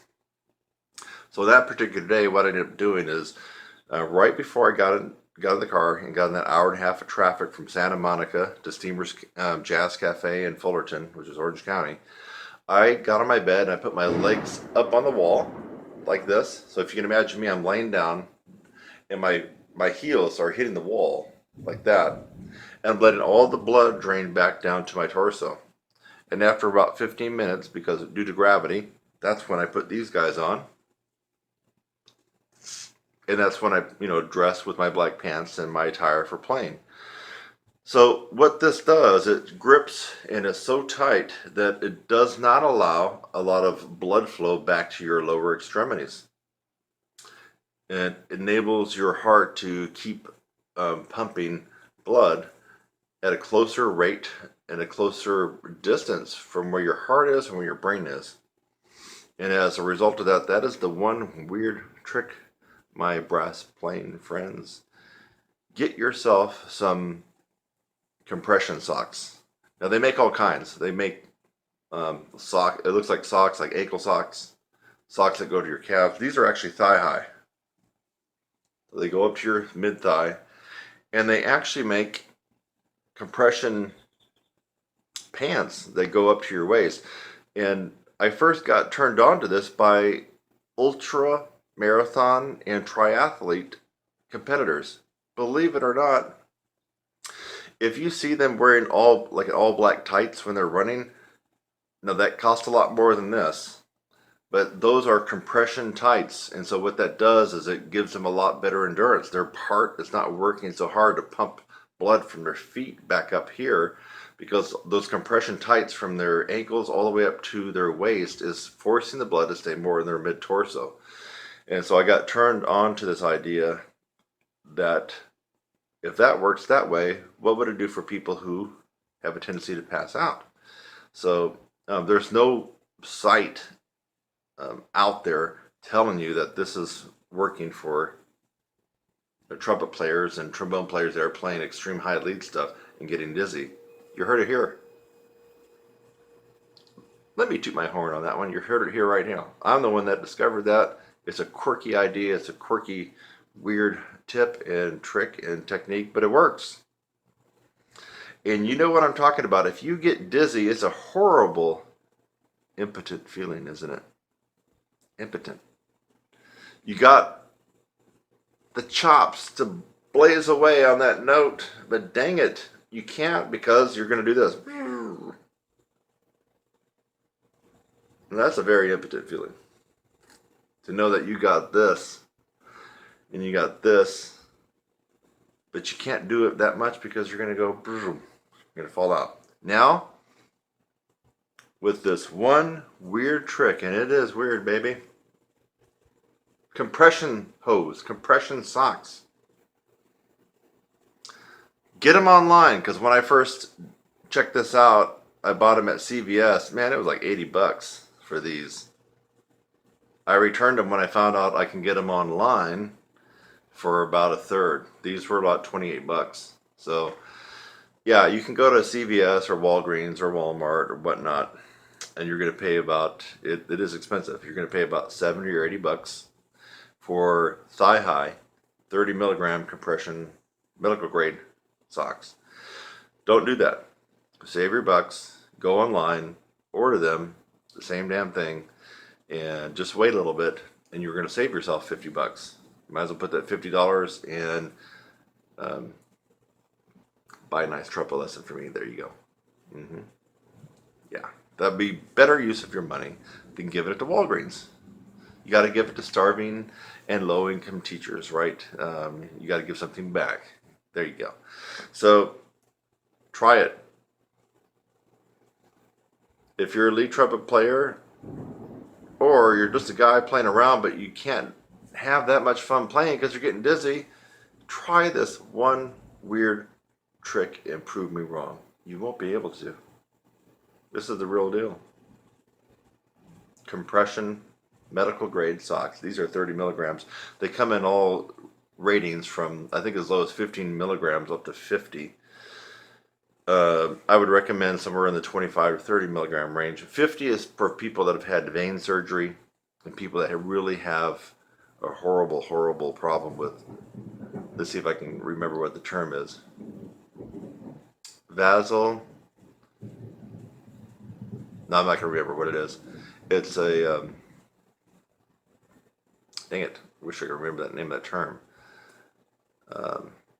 It's a syncope disease that affects some Americans and some people in the world, where they're always getting dizzy. They're not playing trumpet. They're getting dizzy when they stand up, when they go off from bed and they stand up. They're really getting dizzy, and they really do have this medical condition. Oh, I just thought of it. It's vasovagal syncope. Vasovagal syncope. That's when your heart is not able to pump up blood from your lower extremities quick enough and you're getting dizzy all the time. Not because of trumpet or trombone. But for us, we're not concerned about that, and I'm not a medical doctor. It's a weird trick. Go spend $30, $40 on some medical grade compression socks, and you're going to be amazed that when you go out to your gig or your rehearsal, you can blow your brains out and you will not pass out.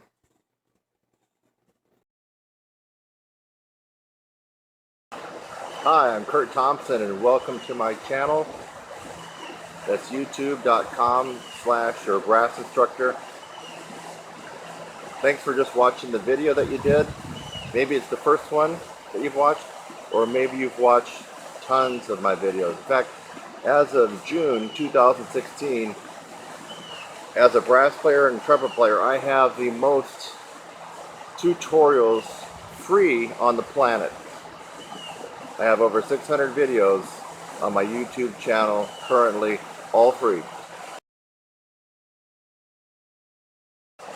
So again, thanks again for watching this video. I hope that you got something out of it. Sometimes I make a video just to make you laugh.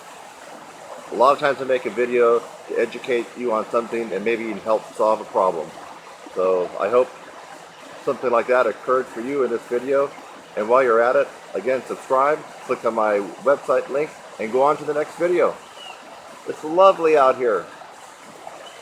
Have a great day.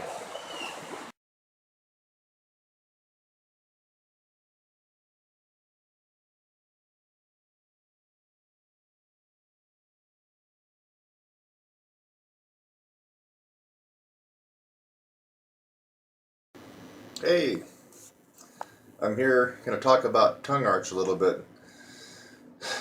Simply because although I've tried to explain it before, even demonstrate it before, people still have trouble actually doing it. Now, a lot of people think that they're doing tongue arch. This is for all brass players, really. Tongue arch, as you probably should know, is a second stage of compression. Diaphragm first, tongue arch and the bottleneck at the throat second, and your aperture and your ability to keep your aperture narrow is the third stage of compression. But it's that second stage of compression which is really important and the problematic area for most brass players. A lot of you think you're doing it, but you're not. I can instantly recognize, I don't even need to hear you in the same room. And that's why I'm so effective teaching on phone and by Skype. I can hear when someone is not doing tongue arch because they have this strained, forced sound that does not come with a tongue arch. It comes when you're not doing the tongue arch. You got the tongue arch, it's free and it's effortless. You can just tell there's a different kind of quality to the sound. I'm going to try to get down and dirty in my mouth. I think you can see it. It's not going to be pleasant. But some of you got to realize what's going on. When I talk about roll in and roll out, a lot of people don't get that. I'm not sure why that is. So first off, you need to understand the concept of roll out and roll in. Roll out, roll in. Okay? When you are going higher, eventually, when you really get an expertise at the upper register, you can do both of this in real time. And you can do it in the form of a glissando. Here's like low A. I'm not warmed up, folks, so pardon me here. Look at, that's kind of a roll out, isn't it?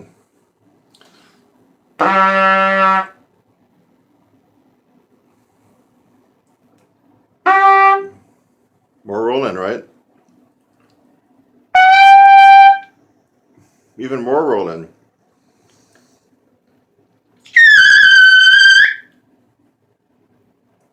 Awesome roll in, okay?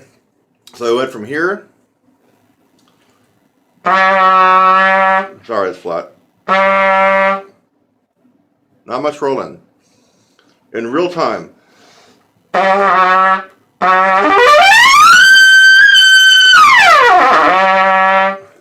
little bit sloppy. That's real time rolling, folks. To be able to do what I just did, you have to be able to roll your lips in and roll them out in real time. Now, for those of you who haven't graduated to that level, and actually it's very, very difficult. I have to say that I don't meet too many people that can do that. It's just difficult. So your second best way to do it would be to already have the roll in place. Okay? So when you're wanting to play higher, or if you have to start a higher passage, you need to already be rolled in. You can't start above the staff with a roll out. It's just going to have that strain sound. Even with a tongue arch. Let's roll out.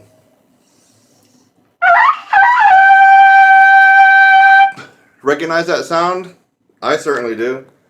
Because I hear it in a lot of people that I teach.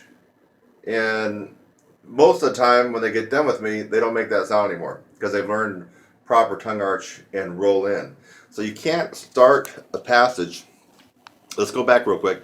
Ultimately, you want to be able to do what I just did. Roll in and roll out in real time. Okay? That's ultimately. But during the interim, while you're still getting this down, you at least got to roll in when you're starting a higher passage. So you can't start above the staff with a roll out.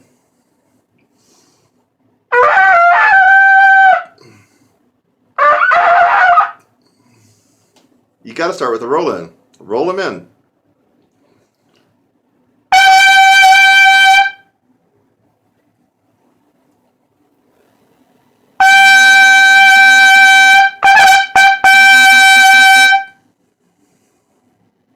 Rolling. That's rolling, folks.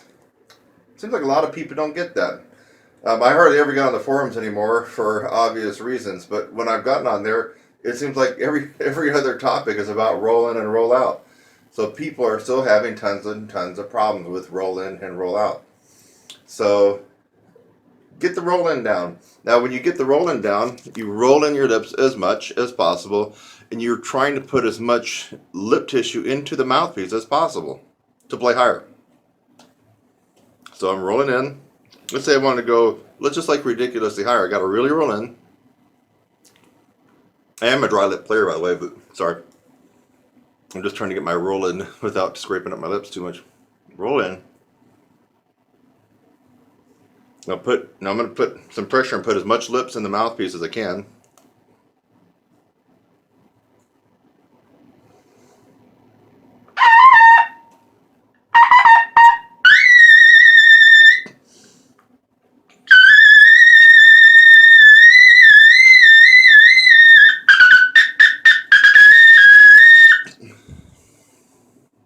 Actually, that wasn't too horribly difficult for me. I'm not really warmed up. It's almost impossible to play too low, or even low at all, with the roll-in as extreme as I was doing. Watch. I mean, even that high C felt low to me. So roll-in extreme.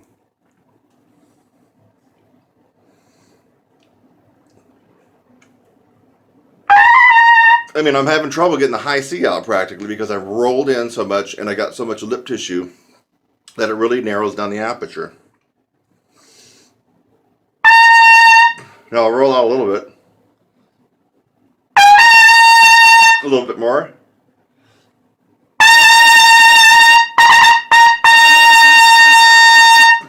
So for me, I actually had to roll out considerably to accommodate the high C, probably because I'm used to playing so much past that.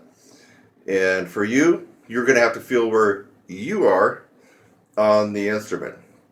You have to get the roll in, folks. It has to be there. Learn it, do it, use it.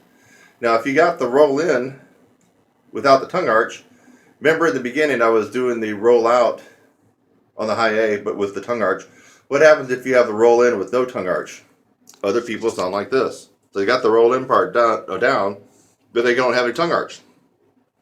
So it sounds like this. Roll in.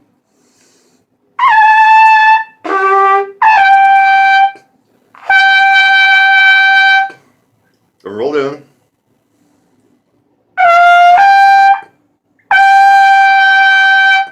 Again, the hallmark of somebody who is not doing the tongue arch properly is a very forced and strained sound. And of course, you don't really have a lot of good range if you're not doing the tongue arch at all. So, hope you recognize that sound. If you hear that in your own sound, you need to start paying attention here and get with the program. Get that tongue arch down, get the roll in. So, roll in, but no tongue arch. Listen to the difference when I go higher. Okay, roll in, drop my tongue.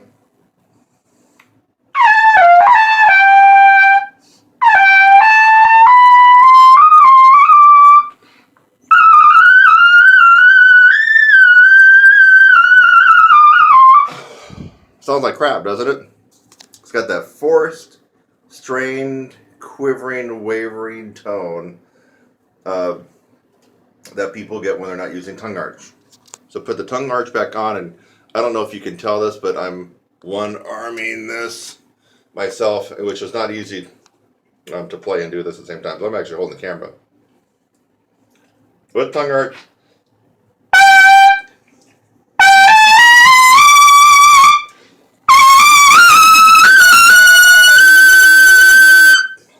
Notes lock in.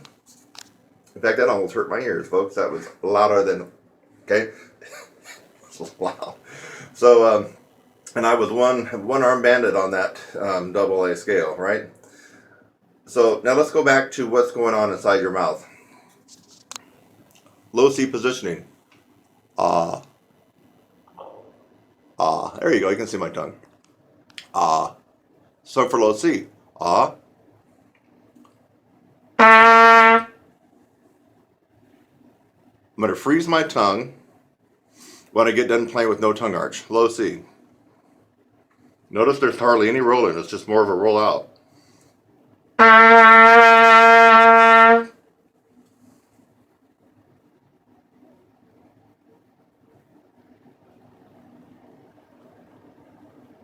That's where my tongue was.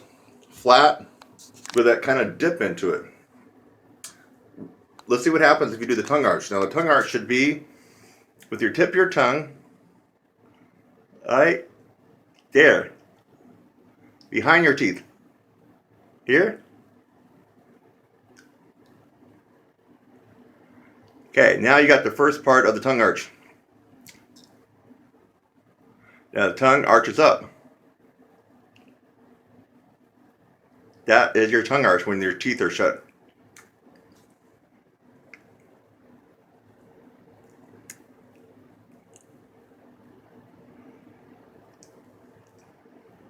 Okay? That's not here. Some people are doing all kinds of wacky crap and it's not going to help you. In fact, I don't even know how some people can do it. Your tongue arch is not just arching up like that. I don't even know how you can play if you're doing that, but some people are arching it up, but they still sound pretty bad. And the reason is you have to have your tongue anchored. The tongue can be anchored at the top of the bottom teeth. Here's the bottom teeth, obviously, near the top. Right there. Or down lower. I'm right down almost at the gum line.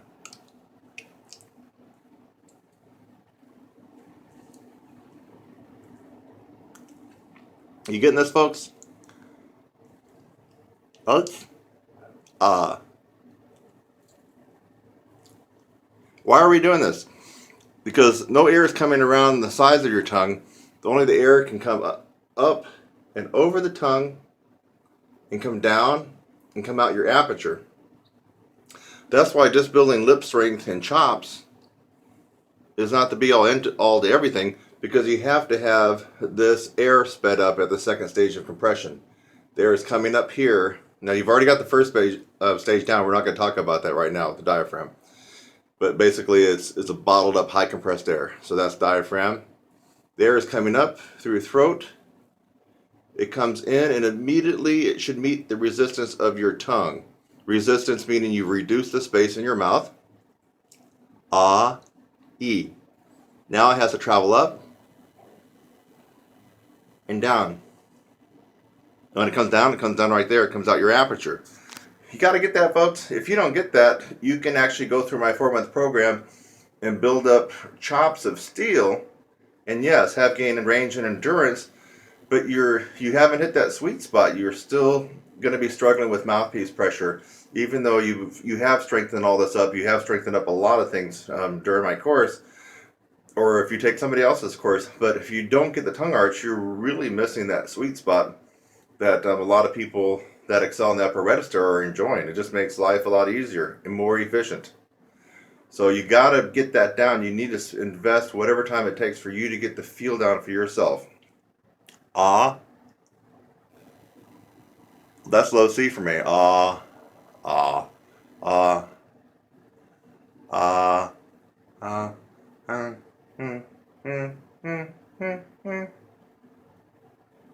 Now, when I go above high C, my tongue arch is so high that it's rubbing against the roof of my mouth and almost stopping the bulk of air to come through. I mean, I'm really blowing hard to meet, not because the note's hard or high, because it's meeting a tremendous amount of resistance inside my mouth. Once I meet that resistance, the air spins out so fast, and then you see what happens with the roll-in.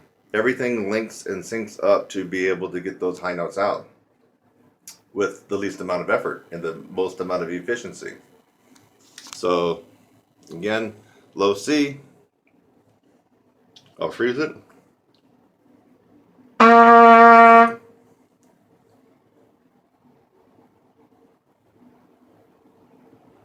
That's where my tongue was, and you saw where my lips were, pretty much a rollout.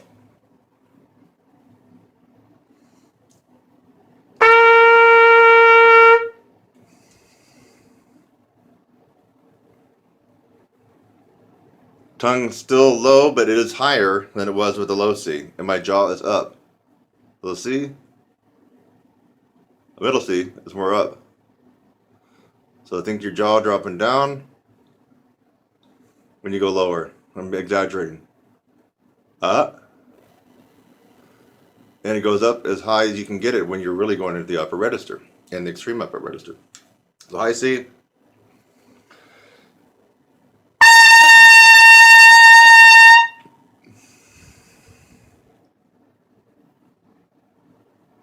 Hey.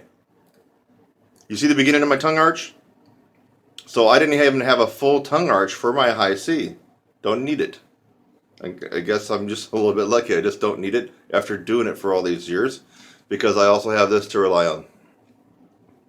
And I also have a lot of hot air. I think people know that one, right? So that's even when I'm not playing the horn. Now let's go a little bit higher.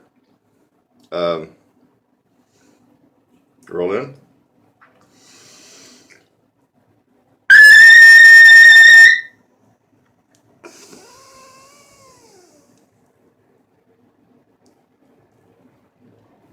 Oh yeah, tongue arch was up there, way up there, and almost probably at the max, but not quite, because my max starts to get, my tongue really, I can feel the brunt impact of it when, for me, when I'm going to my highest notes.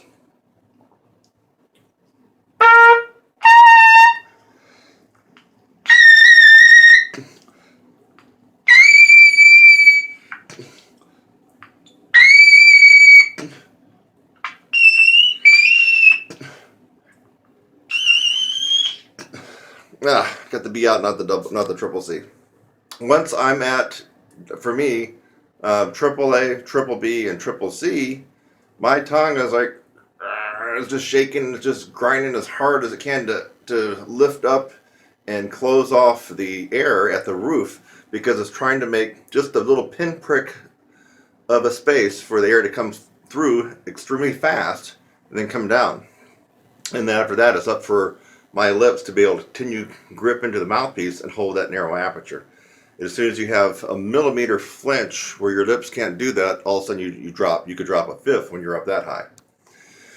So I hope this video helped explain what most of you think you are doing, but you're not. Tongue arch, just like diaphragm, is not theoretical.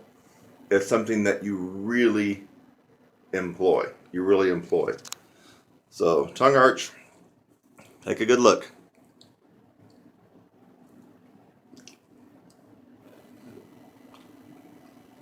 Roll in.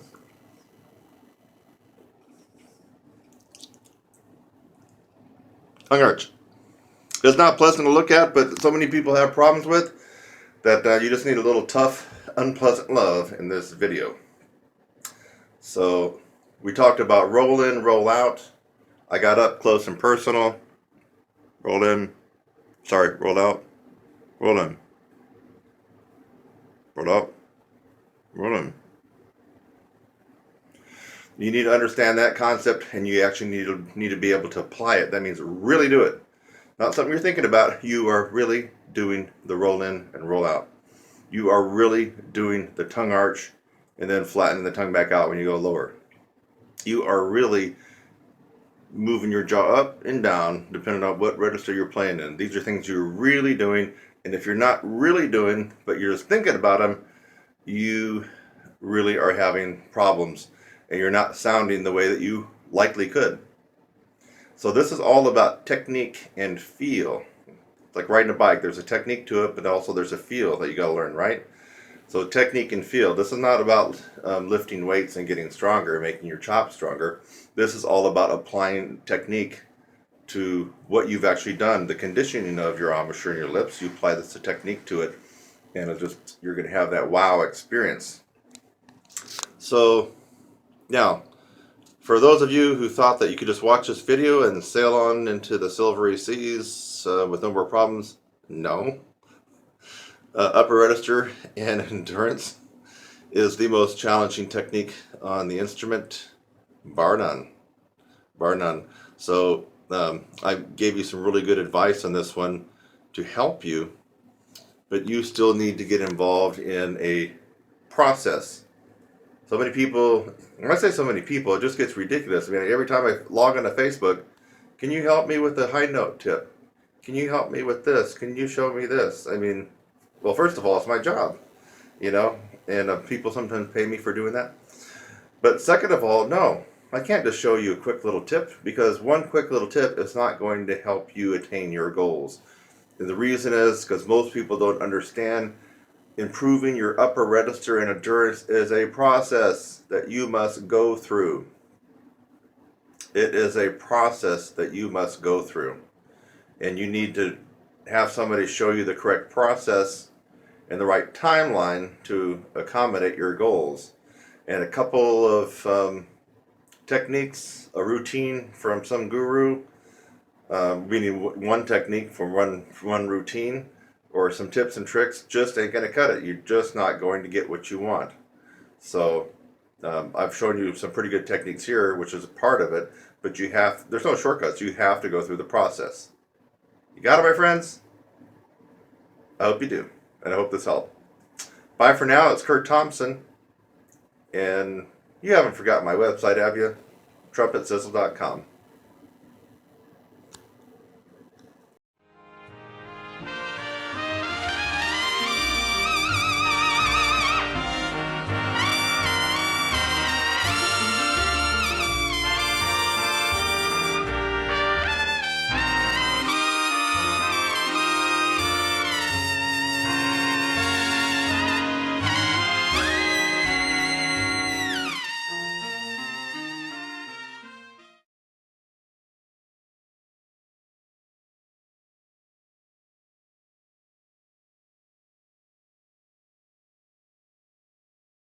It's about time we had a discussion about air and obture strength again. And over and over and over, when I get a consultation on the phone and people are going on and on about their air and they're having trouble with their air, I try to remind them that air is just really not the major deal that so many university instructors make it out to be, and I'm about ready to prove it right now. Okay? So I want you to watch carefully to my breathing and to my exhaling.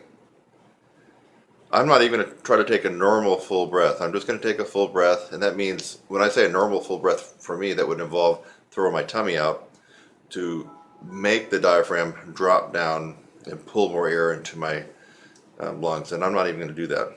So what I'm going to do is try to get close enough that you can hear my breathing, and what I'm going to do is I'm going to exhale some air and still play high. You ready? Okay, so I'm gonna take a full tank of air, try to figure out what note would be best to play here. Well, we could do a couple different notes. Let's just try the note that almost everybody can get right, high C. Just about everybody can get that, not everybody, but it's a common note. So high C, let me work my way up to it.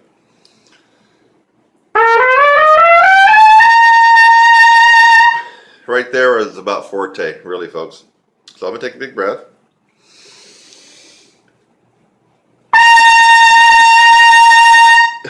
It's almost fortissimo. Now I'm gonna take a breath, but before I play it, watch, I'm gonna let about 25% of the air escape from my lungs. You gotta pay careful attention. I'm gonna let the air out, freeze it, and play. So basically what you're looking for is less air, but I'm still playing the same intensity. Here we go. So full breath. I'll let it out.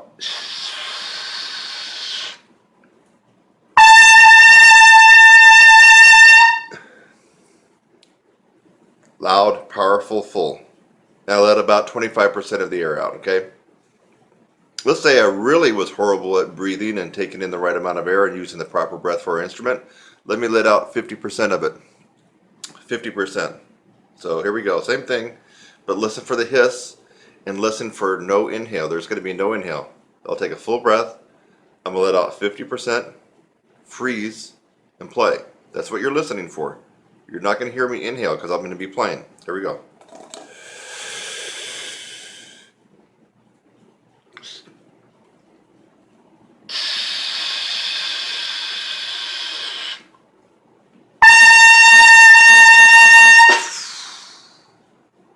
I don't have much air left.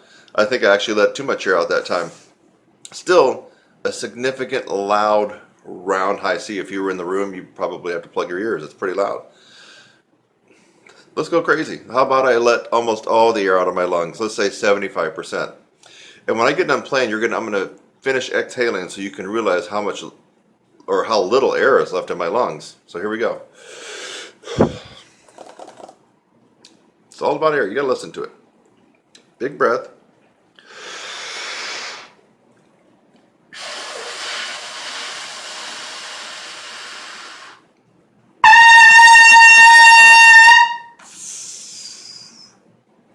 Not much air left. Not much air left. That was probably down. I probably let about 80% of my air supply out, or maybe even 85%. Can you see that? Or this? Think, folks. Just because he or she has a PhD doesn't mean anything. It means they were good at taking tests. They're good at doing this, and doing this. You gotta think. Smart. Get your advice from somebody who knows what they're doing. Why don't we take it up to a more advanced level, because I feel like high C is doable by most people. Let's take it all the way up to right past upper register. And who knows what that means? Upper register is high C to double G. Let's take it out, no argument. It's the high C to double G. You go past double G, you're going into extreme upper register playing. Let's do One of the first couple notes you come to outside of upper register, and I'm talking for trumpet, this would be a concert G and R double A. Why is it double A? Because low A is here. Low A. Below the staff, low A. Middle A. Second line A in the staff.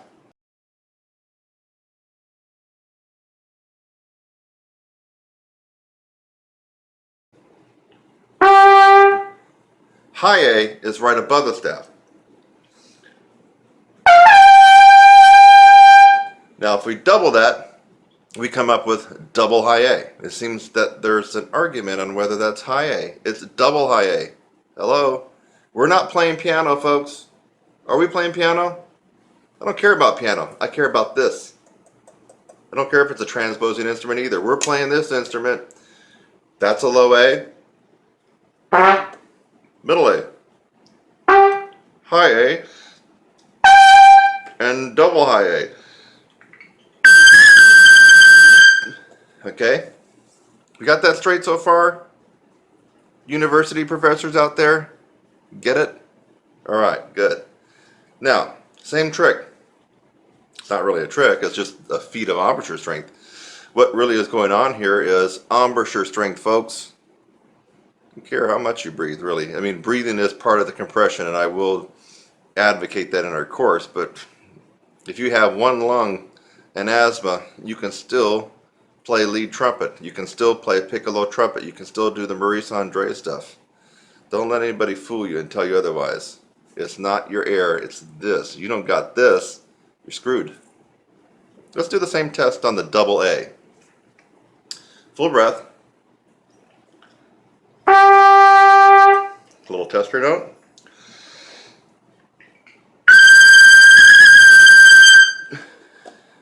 That was definitely fortissimo, bordering on 3 Fs right there. Now you're going to watch me exhale. Listen carefully. I'm going to take a full breath, exhale about 25%, and then play. Not going to be able to take another breath. Listen carefully. It's all uncut and unedited.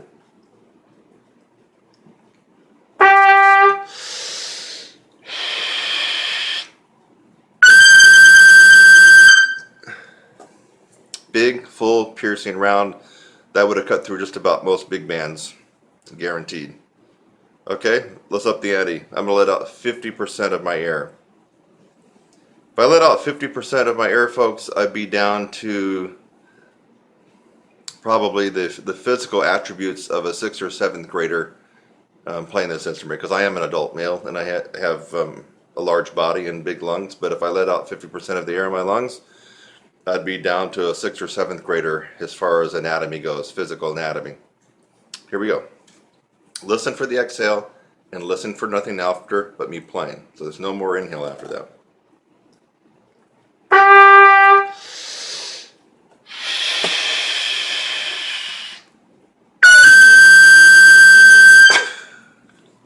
Okay, that was half a tank of air, baby.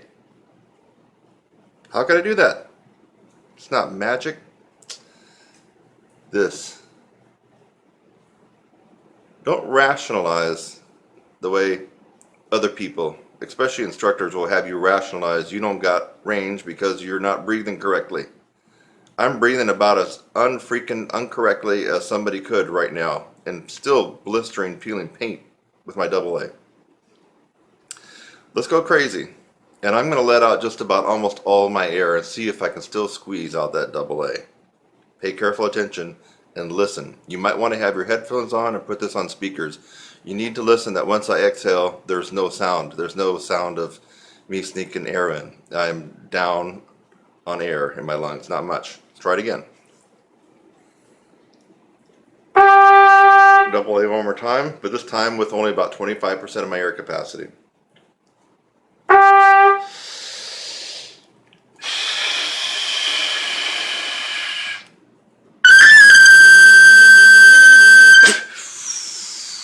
That's all I had left. No more air. There's a light bulb turning on inside your head for some of you. It better be. It better be. You can practice breathing exercises and stand on your head, run marathons, do yoga until you've taken 10 years off your age. You still are not going to be able to master this instrument and this part of it and the chops and the power until you do what it takes to get the strength here. Go out and run your marathon and go swim 3 miles, go bike 110 miles. You're not going to be able to do what I just did. You're going to have to work on this and this. You're going to have to get tough. You're going to have to do some real work on your embouchure and also smart work. Quit listening to people with advanced degrees that can't play worth crap. Yeah, they do the same stuff over and over again, don't they? The Hummel and the Haydn and the Brandenburg and the blah blah and the blah blah. I did that stuff when I was in high school. Quit listening to them. Yeah, almost everybody can do that stuff. Pay attention to someone who can do and play how most people cannot. That's who you want to listen to. I'm Kurt Thompson. You already know my site, TrumpetSizzle.com. Go get you some right now.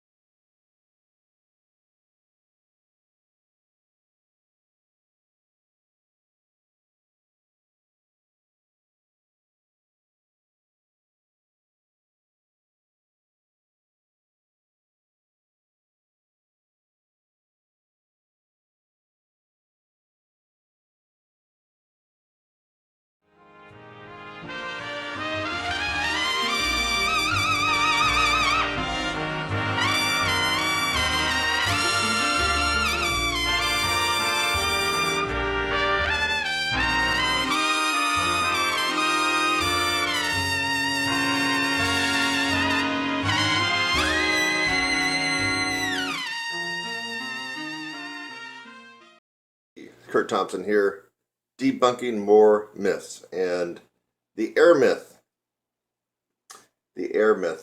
a couple of gurus in the past are really known for talking about the airflow, moving the air.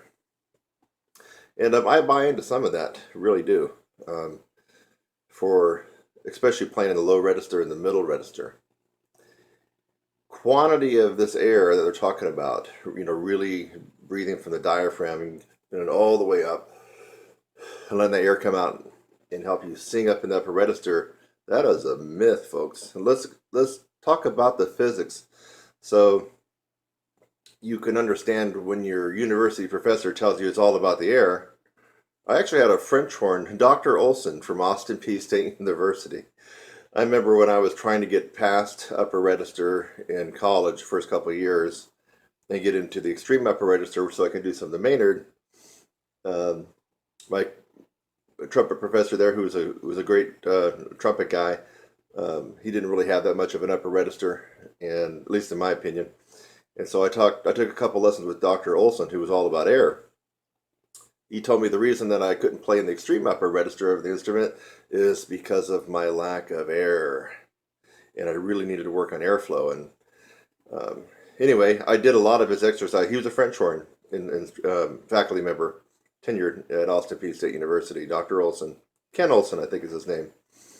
And I remember working on some of his techniques for a couple of weeks, and I got worse because I was trying to do the technique of using a lot of air and just no pressure here and no strain. He said, don't even tense up at all. No muscle power here, no nothing, no lip. It's just all air. Well, as a kid, of course, I was trusting him since he was supposedly the expert. Now that I am in the position where I'm at now, I know he totally was talking out his ass. He didn't know what he was talking about. Physics. This is your lips, obviously, and your embouchure set. And you're going to have a little bit of a hole that will form.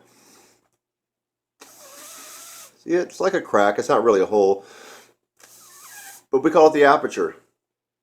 Now, folks, use your noggin on this one. If I blow a tremendous amount of air, breathing from my diaphragm, let's take that correct breath, stomach out. You see it, my lips open up? Watch it again.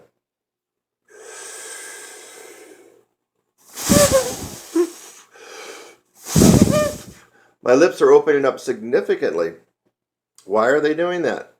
The tremendous amount of quantity of air and the speed of air is causing my lips to blow out just from the sheer force and the sheer quantity of air coming out. My lips can't contain it all. Now, if you're really thinking about this, and you know that you need the most narrow aperture possible to jettison out fast air vibrations for the upper register on any brass instrument, what does that tell you? That tells you that the more quantity of air you try to blow out, especially if this is not strong, you're going to have a limited upper register. Now, even if this is strong, and mine's pretty decently strong, it's the physics. I can't blow as much air out as a lot of these college professors and your own private instructor might be telling you to. And I got a pretty strong embouchure, and I can't hold all that air. Can't do it. What happens if you don't have a very good strong embouchure like I do? Well, then you're even. You got like two strikes against you right there. So we have to use our noggin on this one and realize that it's the compressed air, not the quantity. And that's what, you don't really hear that from university music faculty, compressed air. You hear air, airflow. It's all about the air. Diaphragmatic breathing, that's what you hear, but you don't hear compressed air. So they're confusing a lot of people. The reason is because they can't do it themselves. They don't know what's going on. Okay, so you're going to have to back off on some of the high notes and just let the compressed air do the work. So if I take a big breath, let's see what we got here.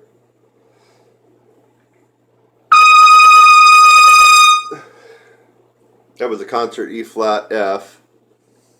I blew some decent air through the horn, but it was mainly compressed air. I wasn't trying to overblow and blow my lips out.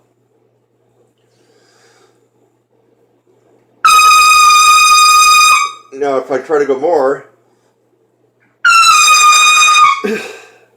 I'm really shoving a tremendous amount of air through the horn, and I start to notice my tone quality goes out the window. The note chips a little bit and dances around. The reason is I'm fighting to contain this narrow aperture with the strength of my chops. And all that air is just blowing my lips out. Remember, as soon as your aperture widens even slightly, we're talking about a millimeter, your range drops. Listen to that again. As soon as you cannot contain the narrow aperture here, and if we're talking about micromillimeters, a millimeter, just a fraction, your range drops. Boom. That's how tight the clearance is right there. So if you're trying to fill up and blow this huge amount of air in the upper register, you're actually fighting the wrong fight. You're making things really hard on yourself. Now, if you're trying to play in the middle register,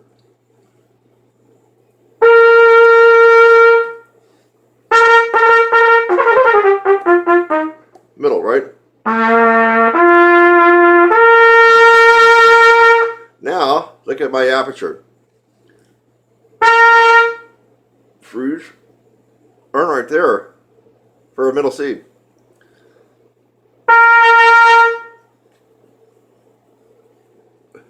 That's like a million times wider than I would use for above high C.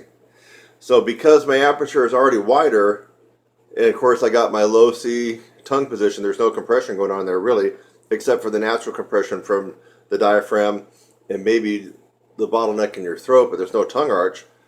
Other than that, there's not really compression. So I am able to blow. That is where the university professors are correct when it comes to your air.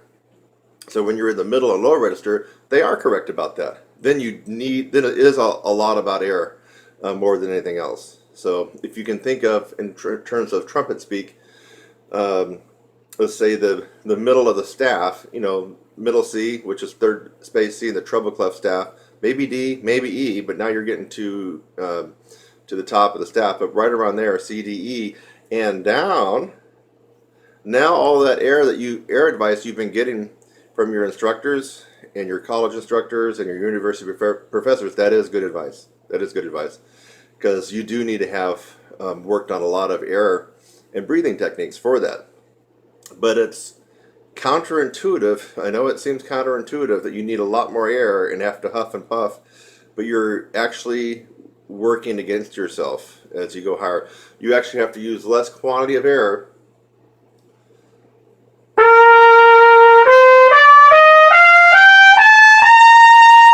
So on a high C, what if I take in less air? Here's a full breath.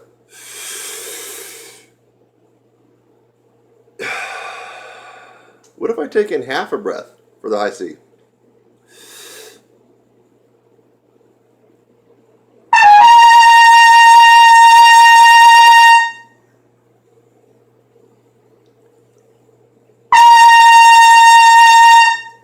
I actually get a lot more vibrancy and brassiness to my tone, and I'm not overblowing it. And it's not going to gas out my chops. That's a high C, so that's the beginning of upper register.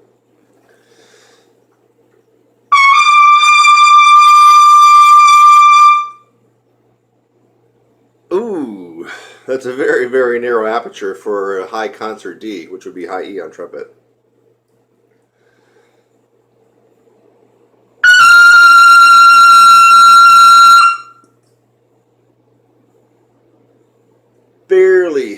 Barely any space in the aperture for that to come out. That was a double high G. And of course, we all know what a double high G is, right? University professors? You got your high G that sits right on top of the staff. And if you double that an octave higher, you got your double high G. See, fortunately, a lot of them don't get that part right either. So that's actually a double high G. A high G is the little G that sits right on top of the staff, the treble clef staff. So know your notes on trumpet, folks. The next one.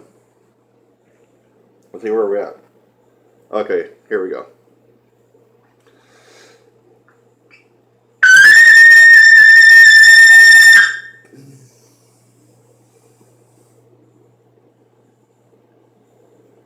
There was probably a pinhole of a space in my aperture for that, what should have been a double C. Let's double check it. Yeah. Try it again.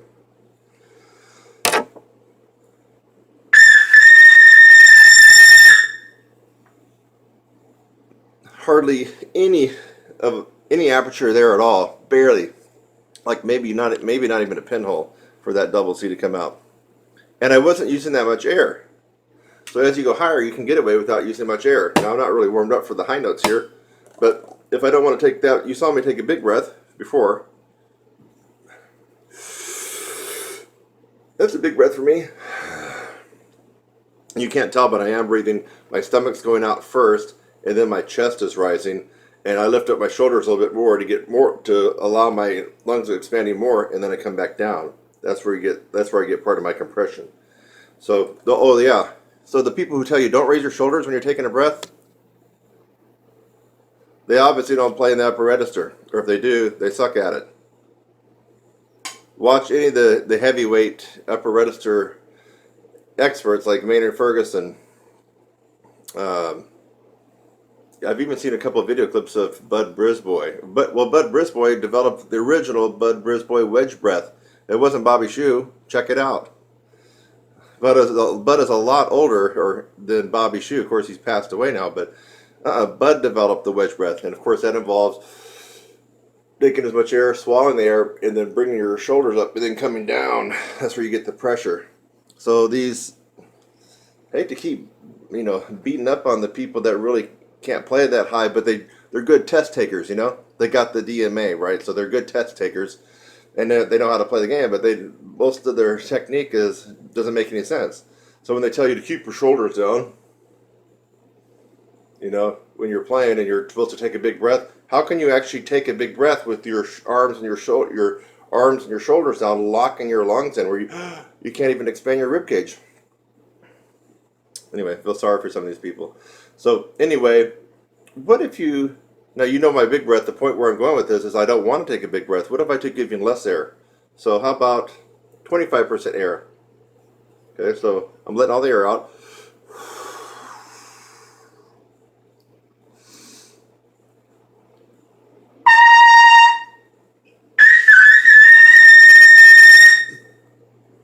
Now I only had 25% of a take of air in my lungs.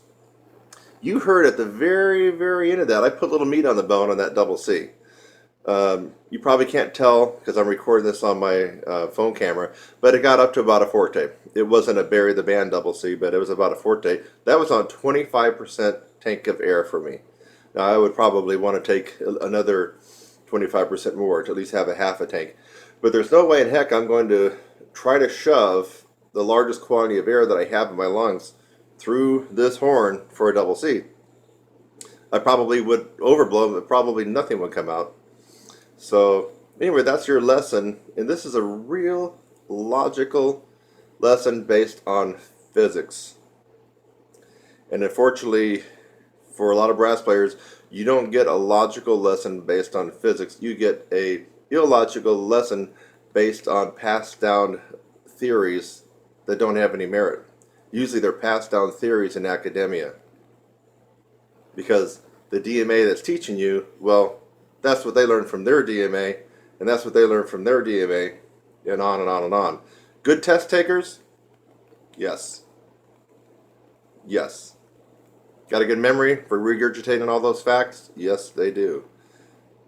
Are they the best players in the world? Almost certainly not. No. And they're not always the best teachers either. Go back and rewind this video. It should make a lot of sense to you. And if it does, you know what to do, baby. Send me an email. Kurt@TrumpetSizzle.com, or just go to my site. You're going to get the real deal at my site. I don't have to kiss any department chairman's butt to be able to say what I'm doing. And I don't have to kiss any contractor's ass either and worry about whether or not I'm going to get a gig. I make my own gigs. I am the contractor. So I say what I want, and I say the real truth here for everybody. I don't have to kowtow to anybody. And if you like that frank, honest, brutal, in-your-face truth, you'll like working with me, and you'll actually like getting results. Until next time. Our glissandos. And if you're not doing those, you're leaving a big chunk out of the apple when it comes to improving your overall trumpet playing, flexibility, range, all range, low range, mid range, high range, facility on the instrument. Here, check out some fun stuff when it comes to glissandos on the trumpet. Hope you enjoy it.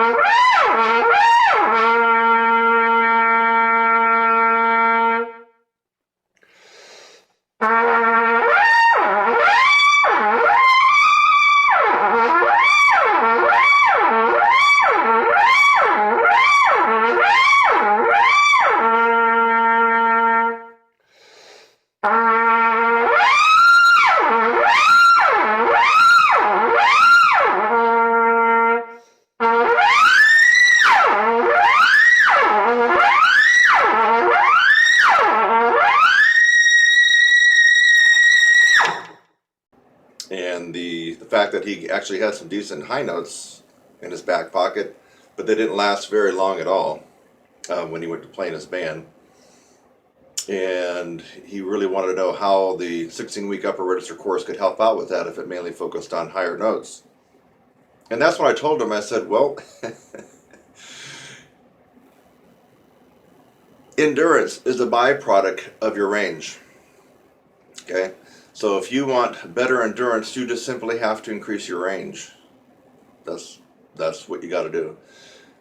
It also goes hand in hand with being able to have more duration on your chop. So let's just give you a quick weird example. Let's just say that you are a trumpet player and you've done very well for yourself and you can just honk out really, really loudly and beautifully a double G, which is the top note in upper register before we go into extreme. Okay? But let's just say that you only practice 10 minutes a day or 15 minutes a day. Okay? Now, typically what I would tell people is take your max range in your practice at home and come down about 4 or 5 notes. And that's going to be the range where you actually have the best endurance in a rehearsal or a performance or a solo. So if he had that double G and he came down to high C, for example, that would be the perfect playing range for him. Now, and also for endurance. Now, based on what I just said, well, you might think, well, then he's going to have tons and tons of endurance. No. Remember I just said this guy is practicing 10 or 15 minutes a day tops. Maybe he's a busy professional, or maybe he's an MD and just doesn't have time to practice. But he does 10 or 15 minutes a day to maintain his double G. A little warm up, he goes up, hits the G and a couple other things, and then he's done. This individual is not going to fare too well, even if he takes my advice with that correlation of 4 or 5 notes below your highest notes at home or in your practice studio. Simply because he doesn't have enough time, doesn't have enough of metal on his mouth outside rehearsals and performances. So even though he has the desired ratio of 4 or 5 notes below, that's the music he's playing, goes up to about a high C, maybe a high D, that would be perfect for this individual, except for the fact he doesn't really practice that much. So you have to have both parts of the equation. Now, here's where most people have a problem. Most people get the second part of the equation. Okay? So most people are practicing, if they got an hour and a half rehearsal that they know they're got to go to, on average, these people are practicing an hour to an hour and a half a day, sometimes 2 hours a day, thinking that by practicing that much every day, they will actually be able to go through an entire rehearsal or a performance. No, because they didn't get the other part of the equation. The other part of the equation is the range. So let's just give an example of someone playing in a community big band. Maybe at your community college, maybe you meet at a church, or maybe it meets after school at a junior high or high school. And you happen to be the lead trumpet player, and you got a really, really, really solid high D at home. And you go up to E flat, it's still decent, not as solid, and E kind of thin out. So you're right around the D, E flat range. And you are practicing 2 hours a day. You're trying to do everything right.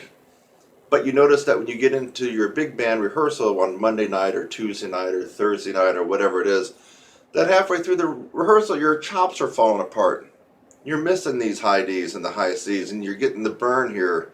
Just feels like you can't hold the note and your lips are blowing out and you're going out of tune. It's just not fun. I mean, you're smashing your lips pretty good with the mouthpiece.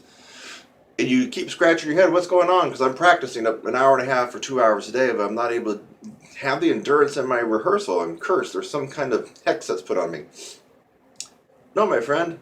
When you go into a big, typical amateur to semi-pro big band rehearsal, most of the high range is going to be up around high C and high D. Yeah, you might find one chart that goes E or F, but basically, you're going to be required to play quite a lot of high C's and D's. And if your range at home is a high D or a high E flat, and let me just excuse myself for a second, for other brass players, trombone players, euphonium, French horn, tuba, whatever, you just have to transpose whatever that is. This story that I'm telling is geared toward trumpet, but really it's geared to everybody, but you would have to transpose the notes and make it your own story. So the problem with this particular individual, he is doing everything right practice-wise. Probably is a really great player. His endurance is being inefficient in rehearsals and performances simply because he doesn't have the other part of the equation down. He needs to be having at least double F sharps and double Gs pretty full and pretty decent at home. At least be able to hit a couple of them at home. Doesn't mean he has to play all day on those, but he has to be able to go up and reach those and tackle them pretty good a couple times in order to balance out this part of the equation. That's what most people are not getting. And in fact, it's not that they're not getting it. I think most people just don't know. Every time I talk to somebody about this, they don't really sync up the fact that your range has everything to do with your endurance. It really does. So I don't care if you practice 4 hours a day. If your range is D or E, you're just not going to be able to play D or E for 3 or 4 hours in a wedding reception big band. You know what I'm talking about? Your big band gets hired to do someone's wedding reception, and they're going to have you play from 9 p.m. until 1 a.m. at night with, you got 4 sets, 45 minutes. You're not going to last. If your range is high D and high E, and you're playing Ds and Es in that particular wedding reception gig, you just are going to fall apart, and you're probably going to have to hit up somebody else in the section to cover some of your lead stuff. It's just not going to balance out that well. Same thing if you're in a brass quintet. That's really, really tough on your endurance and on your chops. And if you're playing some of the easier brass quintet stuff where you just typically need to go up to Fs and Gs above the staff, which is really common in some of the easier stuff, or maybe even just high A right above the staff, and you have a high C, high D range, you're probably going to do okay on that, especially if you've been practicing the right amount. But if you're playing some of the tougher stuff, Empire brass, Canadian brass, that type of stuff, and which we're talking about stuff that goes, routinely high C's, D's, E's, and F's, especially if you have to have your pick out. But even if you don't, I mean, you're still going to be required to lots of high C's and D's. You're going to have all kinds of trouble in that particular group simply because you don't have the range that's way above that. So this is a pretty important tutorial, at the very least, for you to have the light bulb turned on your head so you can go, wait a minute, I've been practicing 3 hours a day, but when I go into my band, I can't even play half of that. Well, it's because of the range thing. And so that's why I get some people say they're not interested in playing high notes and, they want to play music. Well, here's the problem. If you don't develop your high range, I don't care what instrument, I don't care if you just play tuba. I mean, if you don't have any range, low and high range on your tuba, you're just going nowhere musically. And the same thing on the other brasses, French horn, euphonium, cornet, trumpet, trombone, even slide bow. It doesn't really matter. If your range is not well above of what you have to play in your ensemble, you're just going to be out to lunch. You're going to be struggling. So when I hear people say, I don't want to play high notes, I don't want to be that guy, that obnoxious screamer dude. Well, this is not about that. You can do what you want. Once you are able to play high, you can do what you want with it. Okay? If you have a great range, that means you don't have to scream out high notes and hang over and be that obnoxious high note player. What you can do is you can play comfortable and easy in your ensembles and have plenty of endurance, and that will make you feel just a million times better about playing, because this is going to be pretty much rock solid. So let's go back to the original topic in question is endurance. What is endurance?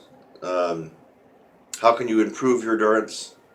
What are some things you can do to improve your endurance? Well, we already talked about the foundation of endurance. I didn't really describe what endurance is, so let's really talk about endurance. Endurance is the ability to do a particular activity over and over for a period of time, usually a long period of time, and still be able to function quite well. So that's the definition of endurance. So let's just take, I was on a site reading about marathoners, and obviously, I mean, this is a no-brainer, right? If you can run 26.2 miles, you got some hefty endurance, right? Your heart, your muscles, your legs, your energy, everything. Well, when I got into how some of these marathoners train, and these aren't just the professionals, just people in general who want to be able to run a marathon and have that endurance, do you think that they run 26 miles every day? And that's how they practice and train for a marathon? No, they don't. They might get in 20 or 26 miles once a week, maybe once every 10 days, but they're getting close to it on the other days. They might be doing some 10, 15, and 20 mile runs. But what else are they doing? They're doing very, very, very fast sprints over a mile. They're doing very, very fast runs for 5K and 6K and 10K. Or sorry, 5K and 10K runs. They're they're doing those very, very fast. And then they're still trying to up their speed on their 15-mile or 20-mile runs. Why are they doing all that? Because they know that if they can have a faster running pace at these reduced miles or reduced distances, that's just going to help them that much more when they go for the marathon. And so let's think about that in terms of playing a brass instrument. The shorter durations, like the mile sprint that a marathoner might do, might be for, well, I'm speaking trumpet, but it could be for any brass instrument, might be that double G or that high F that you're hitting a couple times after you warm up and playing it really, really loud. That's like your mile sprint if you're a marathoner. And if you're doing that, good, you got the sprint. And then the other things would be, like let's just say your 10K run, your 6 mile, you're going to really push the speed on that if you're a marathoner, right? Well, if you're playing a brass instrument, you're going to be doing some etudes and some other phrases that are going to be up around that high C, D, E flat range, okay? And you're going to be blowing those out pretty loudly, maybe even E or F. And so that's kind of how it translates into endurance on a brass instrument. The bottom line is you can't just practice for 3 hours a day. That's like a marathoner trying to do a 26-mile run every day and thinking that they're going to be able to run a 26-mile marathon.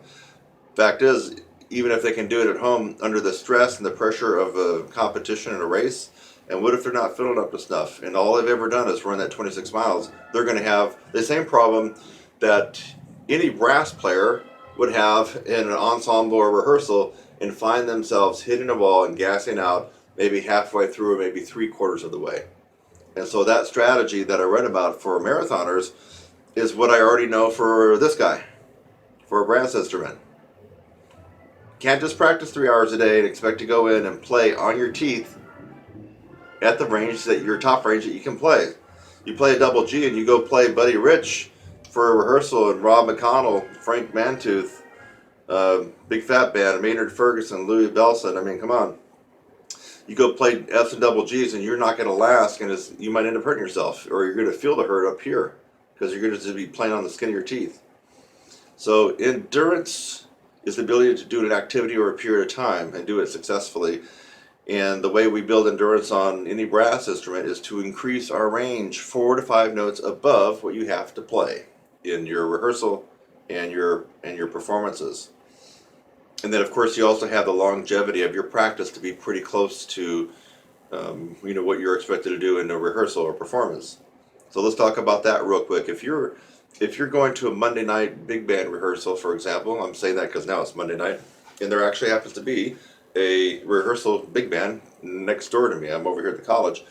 So if their rehearsal goes from 7 to 9, which I think they said it does, 7 to 9, maybe 7 to 9:30, well, you need to be practicing, I would say, at least close to that on a daily basis. An hour and a half to 2 hours a day would be perfect.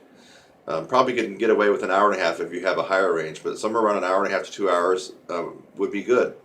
Now, if you don't do that, what you're going to do is you're going to come in, you're going to be like the weekend warrior. You're going to come in and you're going to go to the rehearsal and you're going to struggle and your chops are going to fall apart at the end, and you're always going to hate playing the last couple of songs because you can't make it. And so if you don't mind that, well, that's a personal choice for you. But if you want to come in, sail through the rehearsal, and at the end of the rehearsal, feel like you want to keep playing because you feel good and you're really in the groove, then you actually have to, 1, increase your range 5 steps above your playing range in that particular ensemble. 2, make sure that the longevity and the duration of your practice is pretty close to what you're expected to do when you go into the rehearsal or performance. And how do we increase, what are some ways to increase your range and endurance? Well, I already made another video about that on YouTube. It's called the 3 most popular ways to increase your range. And those three popular ways would be a good way for you to start if you don't have any other resources. That would be flexibility studies, lip trills, lip slurs, glissandos, any type of long tone endeavor or routine. Long tones, anything from Maggio stuff, Stamp stuff, Gordon, and then also taking stuff up an octave. The reason you got to do that is because you have to get your embouchure used to actually playing on you. I mean, you cannot not practice higher at home and expect to be able to go out there and do that in function in a rehearsal or performance. I mean, you actually have to, play higher.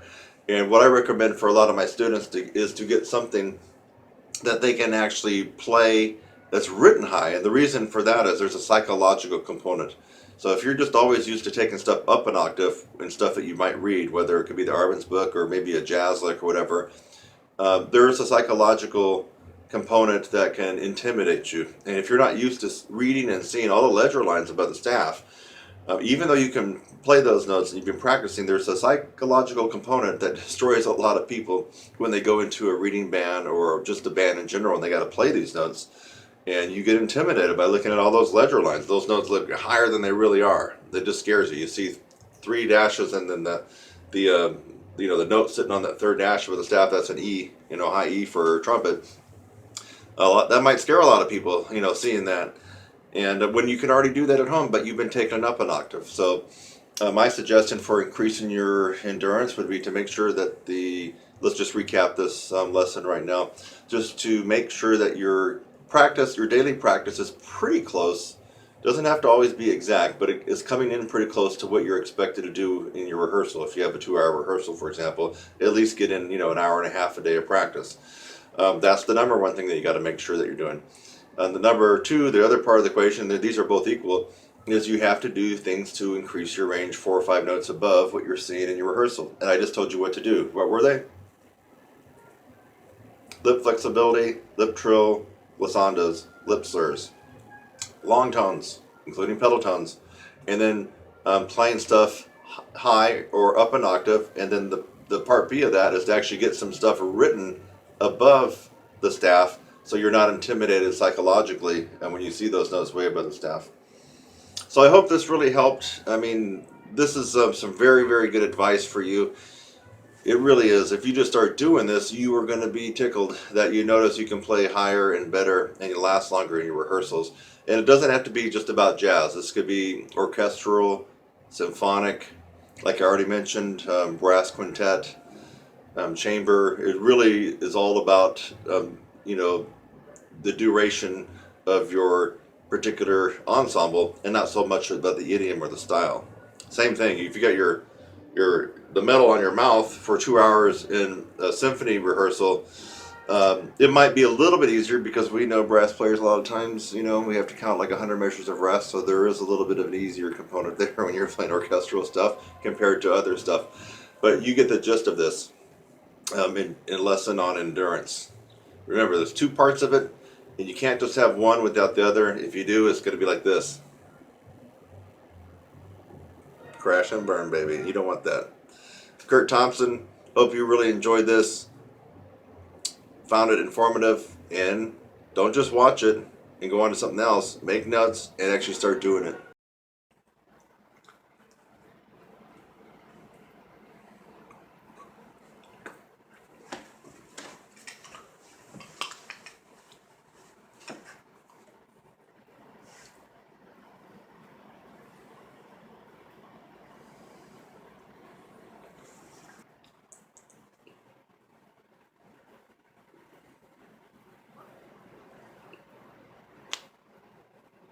Isometrics.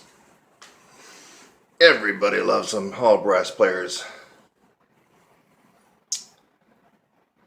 Because you really think that you're going to get quick and easy strength right away. And actually, for the most part, it's true. So I demonstrated the Bud Brisbois tuba mouthpiece exercise. And that's a toughie. Just hold it with my lips. I did the pencil trick on steroids. This is a wooden spoon, and it's much, much longer and heavier than a pencil. And then our friend, the Pete, personal amateur training exerciser from Warburton. And there's a lot of other isometrics that you can do. So for you people who are relying on these isometrics to take up the slack in your practice, because you're not always able to practice as much as you'd want, or you got plenty of time to practice, but you're doing these to supercharge and get your chops on steroids almost. When it comes to the trumpet embouchure and actually the other brass embouchures out there, now here's the problem. Here's the real problem. Okay, so these and other things that you can do will increase your strength. In fact, they'll do so dramatically. If that's the case, then why not just do a handful of these and leave everything else by the wayside? And how come everybody can't play as high as they want to? So what's up? Here's the problem. If you don't do these in just the right way and for a right amount of duration, what happens is you lose the flexibility here in your lips. And in some cases, your lips can get numbed out to where they don't even vibrate that well. So you gain the strength, you feel it. You feel the strength here, lots of muscle, right? So why isn't it working for everybody? The reason it's not working for everybody is this. You're catching a case of lip stiffitis. Lip stiffitis. Ever got a cramp from working out too much or running or biking or whatever? Well, the same thing happens here, but at a slightly different level. And by doing too much isometrics, you're going to increase the brittleness, the stiffness, and unfortunately suffer quite a loss of flexibility. You say, so what? I got strong chops, baby. I'm going to blow right through that. Au contraire, my friend. So yes, you did build up some strong embouchure from these isometrics, right? But remember, trumpet playing and, well, let's name the other instruments. Trombone playing, euphonium playing, baritone playing, French horn playing, tuba playing. Whenever you get into the upper register of each instrument, it's about efficiency, isn't it? It really is about efficiency. So here's the problem with practicing these isometrics. And by the way, they are in my course and I do teach them. But here's the problem. Most people don't understand the concentrated part of isometrics. So you end up building the strength, but your range doesn't really go up that much. Your tone gets airy. You start having trouble with just simple lip flexibilities, simple normal slurs that you encounter in regular music. And so you've lost flexibility. You've got a good case of stiffitis in your lips. And so why can't you blow out those high notes? Why can't you last forever? A lot of people that are really heavily involved in isometrics will tell you that it's a panacea for all-day endurance. One of the methods out there that I went through a long time ago is Carmine Caruso, and I haven't even touched on that method in a long time, but it is heavily weighted for isometrics. So how come everybody's not doing Carmine Caruso? The reason that they're not is because what you gain on one scale, you lose on the other. So you get heavy chops, yes. Unfortunately, you lose the flexibility, stiff, and guess what? You end up tilting it the opposite direction you want to go and you get worse. Why do you get worse? Because when you get ready to blow, think of it this way. You want the best flexibility and the best response. And let's see if I got any response after doing those exercises. Just easy, right?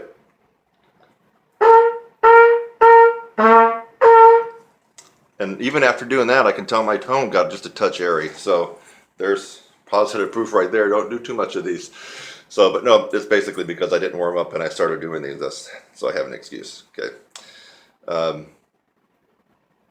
It's about efficiency. So, and response. So if you build this up and can't get your lips to vibrate soon enough, easy enough, and be very flexible, what happens is you're spending a lot of your energy and a lot of your chops almost forcing those lips to vibrate. Through blowing, you have to blow a little harder. You have to maybe use a little bit more mouthpiece pressure. The end result is counterintuitive because you just built up strength. You can feel it. You can really feel when you got good chops, You can actually start to see the muscles pop out. And I'm not a skinny guy, you know? So I got some meat on my bones, but you can still see the muscles popping out when you got chops. So when you got the chops, you feel it, but if you can't get the notes to come out, or your sound is airy, really airy, and you can't do octave skips anymore, and you can't slur and can't lip trill, you should know that you got a serious case of stephitis, and it's likely come from doing too much isometric. So that's the problem. We all want a nice little shortcut, right? Do this and the Pete, and where's my pencil on steroids right here? It's your old grandmother's wooden spoon, isn't it? Look at that. It's you'll find that that's not a walk in the park to do that one either.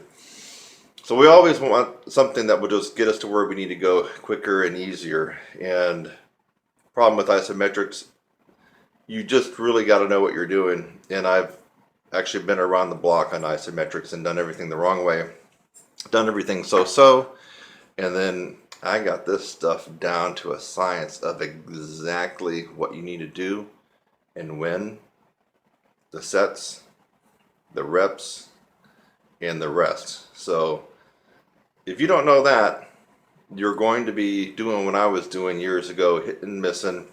And if you do it the wrong way, you might find yourself not being able to play, for a good week or two.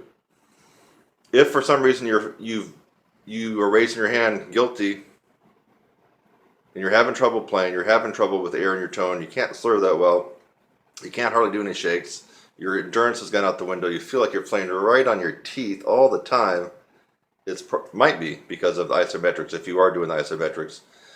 And if you and I never actually speak in person, I would just tell you this, you're going to have to bite the bullet and quit playing for a week, maybe up to 2 weeks, and start back and gradually kind of get in the groove. Don't do any isometrics.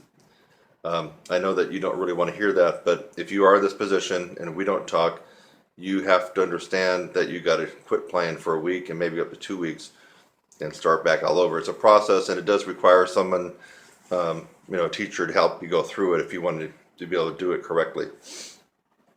So anyway, there you got it. You got your answer. You're looking at all these isometrics and you're seeing maybe even some celebrity players playing, right? And you're going, dang, they can play that good. Maybe I should get it and start doing it, but you start getting worse. And that's the reason. You got the chops, you've lost the flexibility, and you're just blowing hard and you're being inefficient, and all of a sudden your endurance goes out the window. You don't got any range because you burn everything up. It's just like those hot rods, that go a quarter mile and 300 miles an hour, but they're not going to go for 1,000 miles. They blew their wad after a quarter mile, and that's what you're doing. You're blowing it all up, and you're done. So take my advice. This, I think, was a very valuable trumpet lesson, and I consider it a brass lesson for everybody else. Do the isometrics and you do it too much in the wrong way without the proper guidance, and not only will you not gain range and endurance, you might actually find yourself worse than before you ever started. So, Kurt Thompson, hope you enjoyed this trumpet lesson about the embouchure, or trumpet embouchure, brass embouchure, and the isometrics that we can do that we carefully have to be involved with. And I hope that maybe you might consider hitting me up. It's my job. It's my job to help you get better. If you can recognize that, then give me a shout at kurt@trumpetsizzle.com. Cheers. Hey, did you just get braces on? And now you're a freshman in the marching band, or maybe you're a junior in the marching band, and you play trumpet, French horn, or trombone. Those, especially the trombone, that's a little bit easier if you got braces. French horn is even harder, but French horn, you're typically not trying to get up into the loud crashing waves of sound that the whole marching band trumpet section might have to do. So, is there a way to get yourself back to where you were, maybe even better, without crushing your lips into those barbed wires of your braces on your teeth? Yes, there is. For many, many years now, more than a decade, I've been using this one awesome technique. I guess it's a little known technique because I don't hear about other people doing it. Extensive practice in the tier 2 range of pedal tones, using your tongue arch like you would if you were playing above the staff. So I guess it's not common knowledge.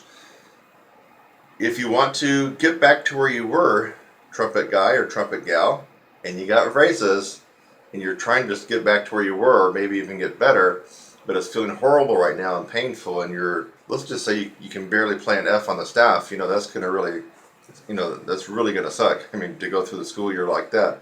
So, you practice this, and I guarantee that you'll be able to get either close to where you were, or maybe even a little bit better than where you were. And the reason is practicing extensively in the tier 2 range of pedal tones is like practicing a high C to double G, almost.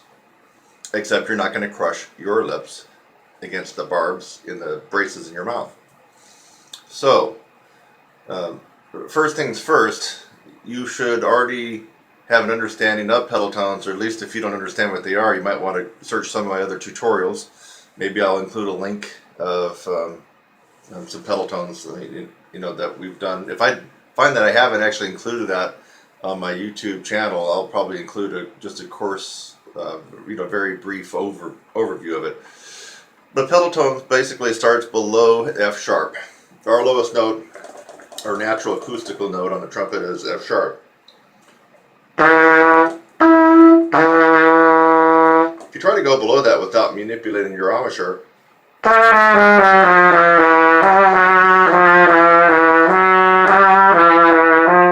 you can't. You can't go below that note unless you do something with your lips, your air, your tongue. And that's what we're doing with pedal tones. Pedal tone is a manipulation of those things I just mentioned. So tier 2 pedal tone notes. This is the heavy-duty, heavyweight contender of the pedal tones. It is the most difficult. So this is not a walk in the park. The technique I'm telling you is actually somewhat advanced. You'd be better off to be working with somebody like me or another specialist in range and endurance, taking you through this. But this is just to get you started, or let's just say you don't have the extra cha-ching right now to have one of us brass coaches work with you. At least you can be doing something on your own and making some kind of progress. So here it is. To still be able to increase your range on your trumpet, even though you got braces, you're going to be practicing the notes in the tier 2 range. What are those notes? Pedal C. And the easy way to do it is just to do octave tester notes. You would play the normal low C on the horn, open, down an octave. That's pedal C. B, natural, to pedal B.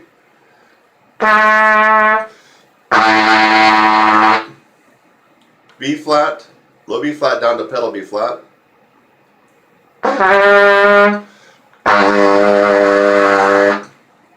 Low A down to pedal A.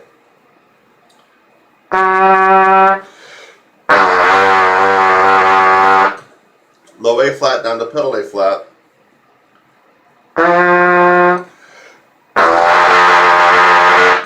Low G down to pedal G, and you must play it 1 and 3 both ways, folks.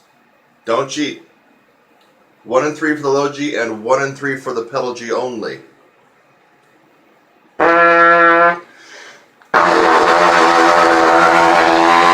And finally, the last pedal tone in the tier 2 range of pedal tones is the G flat or F sharp. So here's the low F sharp G flat. Drop it an octave.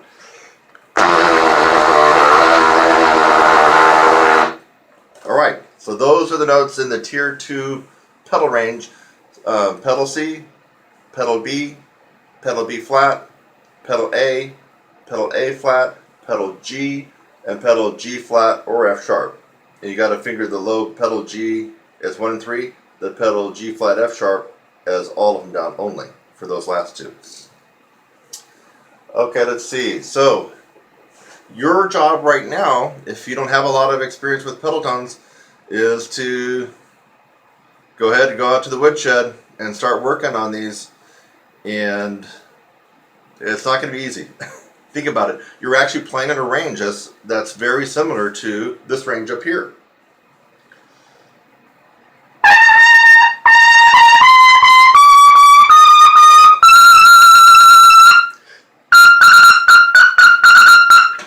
So I just play the notes in upper register on trumpet. High C, high D, high E, high F, and double G. Those are what most would agree on are considered upper register. If you go above the double G, then you get into at least what I call extreme upper register. So when you're practicing in the tier 2 of pedal tones, amazingly enough, is just almost as if you're practicing and killing yourself.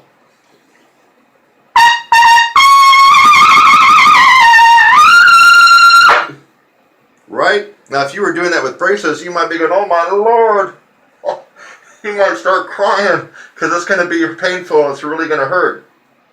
But with my technique and the trumpet exercise I just gave you for practicing tier 2 pedal tones, it is a life-saving moment because you can really still continue to increase the embouchure, the strength, and even some of the compression. You won't be hurting your lips hardly at all in the tier 2 range of pedal tones. Now, there are some other tips and tricks to enable the tier 2 pedal tones to come out, and that's where people like myself or other people that might have an expertise in range and endurance can help you out. But at least right now, if you want to do it on your own, you at least got something that's going to help increase your range and endurance on the trumpet, even though you got braces. See you next one. I'm Kurt Thompson. Hi, I'm Kurt Thompson and welcome to my channel. That's youtube.com/your brass instructor. Thanks for just watching the video that you did. Maybe it's the first one that you've watched, or maybe you've watched tons of my videos. In fact, as of June 2016, as a brass player and trumpet player, I have the most tutorials free on the planet. I have over 600 videos on my YouTube channel currently, all free. So again, thanks again for watching this video. I hope that you got something out of it. Sometimes I make a video just to make you laugh. A lot of times I make a video to educate you on something and maybe even help solve a problem. So I hope something like that occurred for you in this video. And while you're at it, again, subscribe, click on my website link, and go on to the next video. It's lovely out here. Have a great day.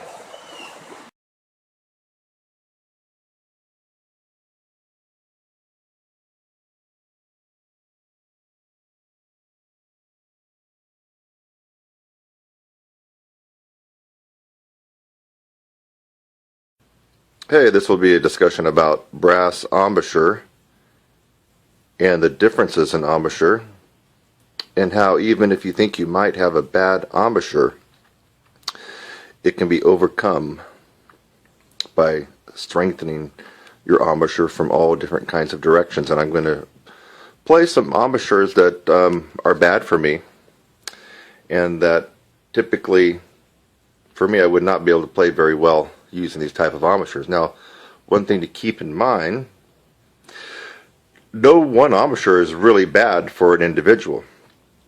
And so what that really means is what might be bad for me and I sound horrible on might be really good for you.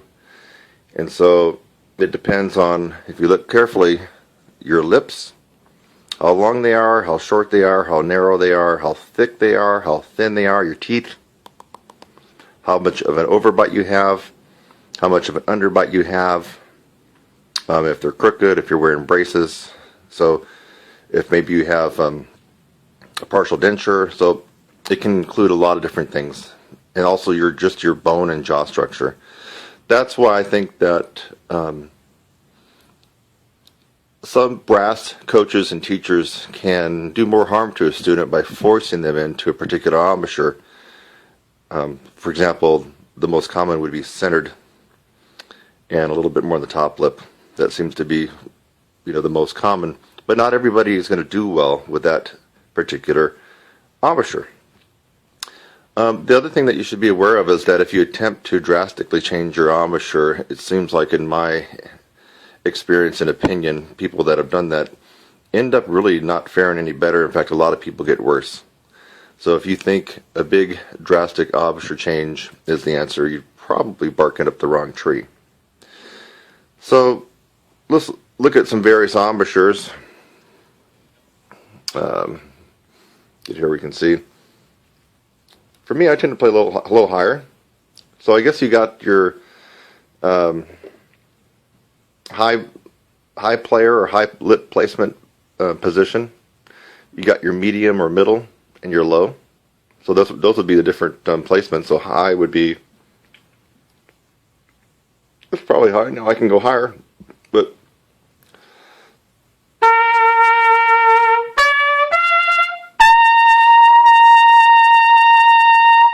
that's probably close to where I normally would play. Now, what happens if I wasn't playing that way and I was using an embouchure that was bad for me? Let's try something. Let's drop it way down. So I'm up here. Let's go on way down. Way down. Hear the difference in tone quality?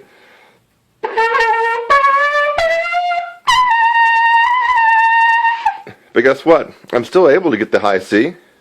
I'm still able to play, but it doesn't sound that good, but I can still do it. Let's go maybe medium. So normally I play here. Let's go down just a little bit.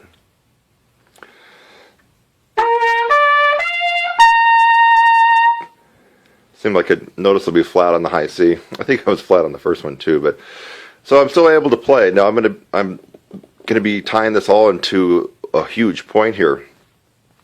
Okay, so now let's talk about angles. So I can use my normal embouchure here. What if I bringled it up? Because I see people playing like this.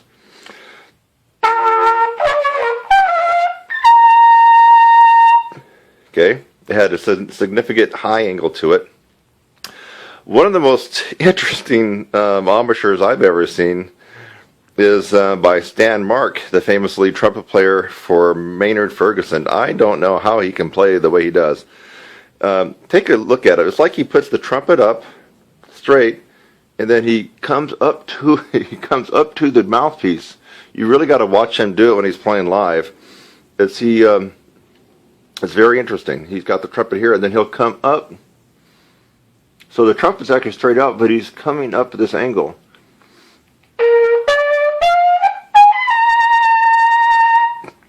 So now most of the embouchures that I'm showing you are ones that I really couldn't play on. In fact, if I was playing on them, I might be just like you are right now. If you have a particular question about your embouchure and then it's not working for you, well, if my trumpet teacher long ago had said you need to play like this, like Stan Mark, so I got the horn out, I'm coming into it like this. Well, I mean, if I was using that embouchure all along thinking that was how it was supposed to be, I would be having a lot of trouble, and I would be wanting to look at a video like this to change my embouchure or do something about it. So, okay, so now we had the upper angle like that. Did we do this one yet? Well, I think that's kind of more like Stan Marks, isn't it? Yeah, it's more of a, he's coming into like that, but you can still go downwards.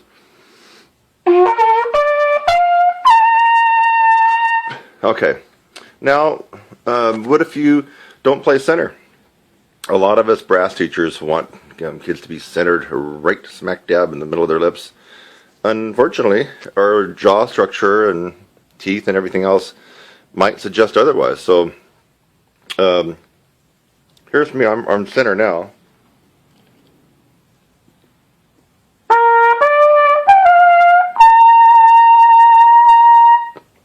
I'm a little bit off center, I guess. It's kind of difficult to do this too while I'm playing, but I wanted to get the camera up close, so I needed to be holding the camera. Okay, so here's kind of where I normally play.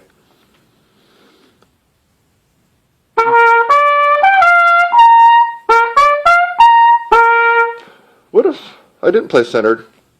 I played off.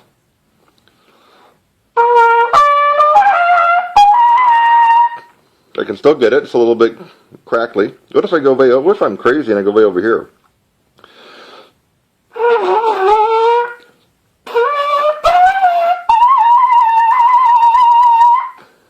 That's a real screwed up embouchure, isn't it?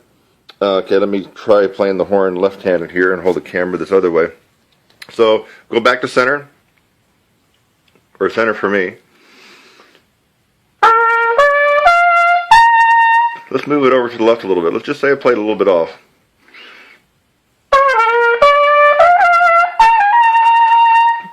Okay? That's kind of wacky, isn't it? But some people play in all these different positions. Now, no, I've never seen anybody really play out here. But what if we go over here? I'm going to go crazy. Look at that.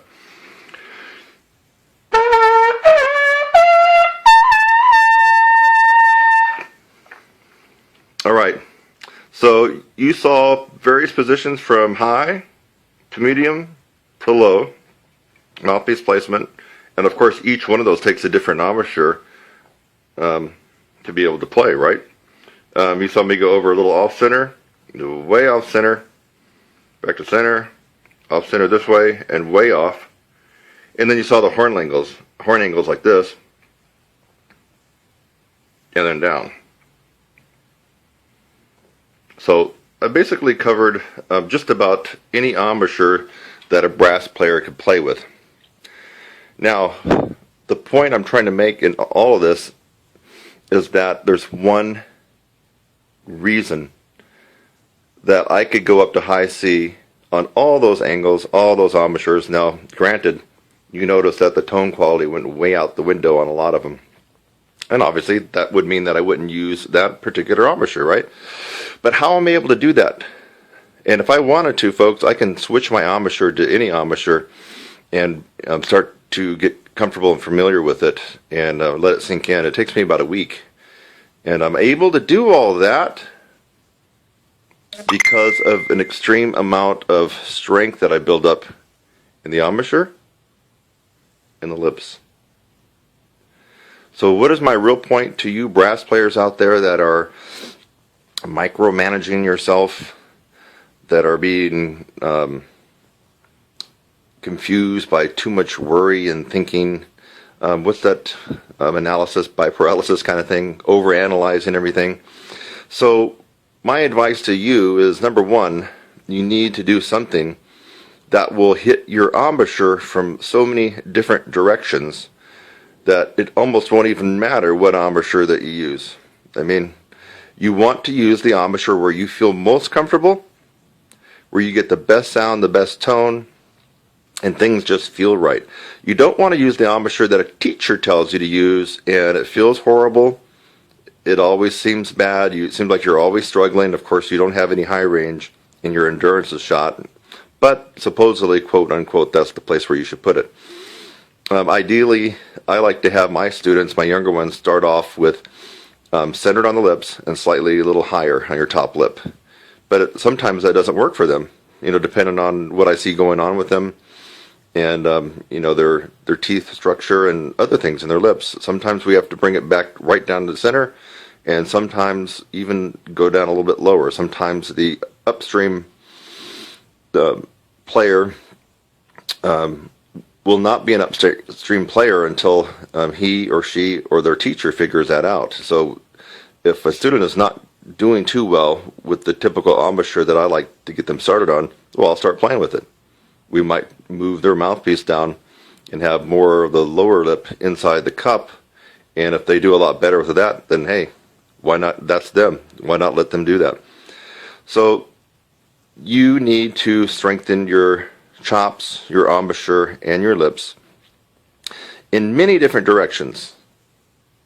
So what did we learn? We learned that not one particular embouchure is suited for everybody, and you may find that playing on an embouchure that supposedly does not look good to other players but works for you, that may be the embouchure that you need to be using. You got to play where it's comfortable, where you're sounding good, and if you're a little bit off center, and if the horn angle, like for Stan Mark, look, you got to Google him and watch him play. I mean, he's got an extreme angle that he's coming at I don't know how he does it, but it works for him. And there's other people that play with the horn at an extreme up angle, and then there's people that play off the side of the center of their lips. So you got to find the sweet spot for you, not the sweet spot that your teacher thinks is for you.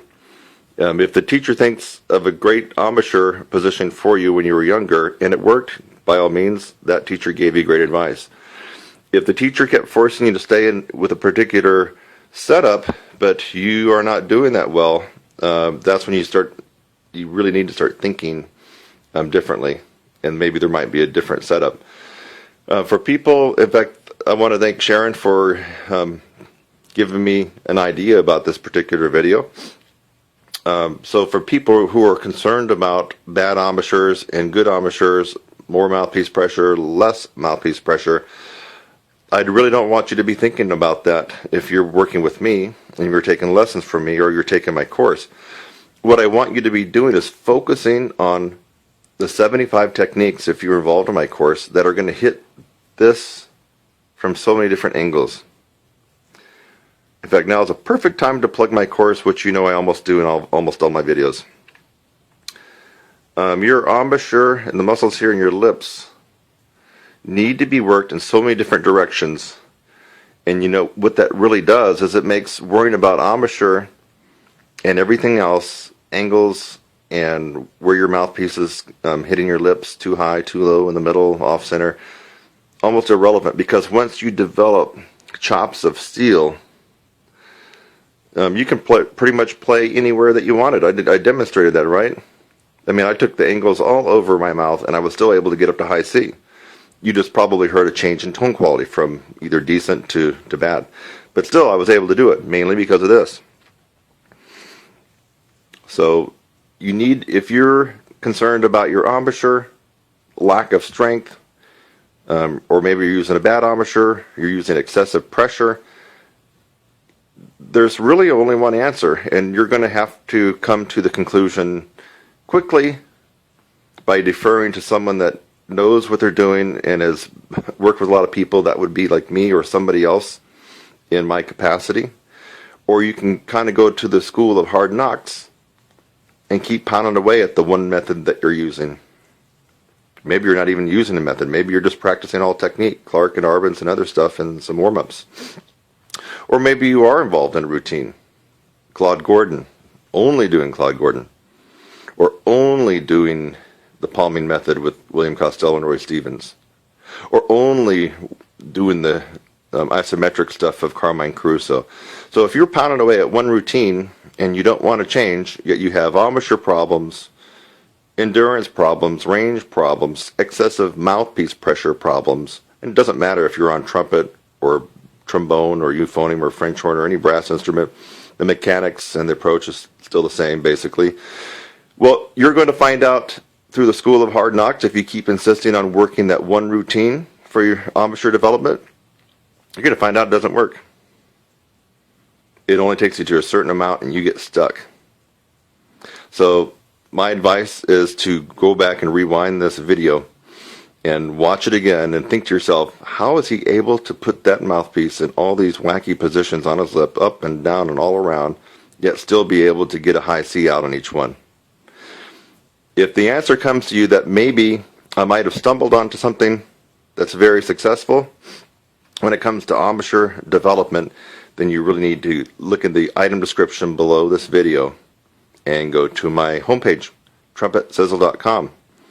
And I'm mainly addressing people that have embouchure problems, that have problems with too much mouthpiece pressure, that maybe play off to the side or too high or too low, or maybe need to experiment. The 75 techniques in my course almost is an auto correction mechanism for minor embouchure problems. In other words, it's hard to go through all 75 techniques and get those down after 4 months and not have had some kind of shift in your embouchure.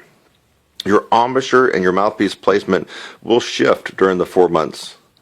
For some, slightly, and for some, noticeably, because you'll need to be able to accommodate those various techniques.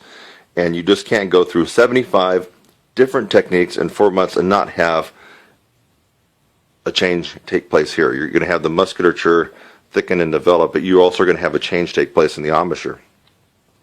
So, if you don't recognize me by my lips, I'm Kurt Thompson. You may have thought this was somebody else the whole time, but I am Kurt Thompson, and I wanted you to get a close-up of my jaw, my lips, and hopefully got close enough on those different embouchures. So don't let embouchure scare you or wear you down. You focus instead on building embouchure strength from all kinds of angles, and from my point of view, 75 techniques with the different angles that we're going to hit you at in your embouchure is just the holy grail to upper register and endurance improvement. Well, now that you got to know my lips really good and my embouchure, I'll see you in the next one. Take care. Bye-bye.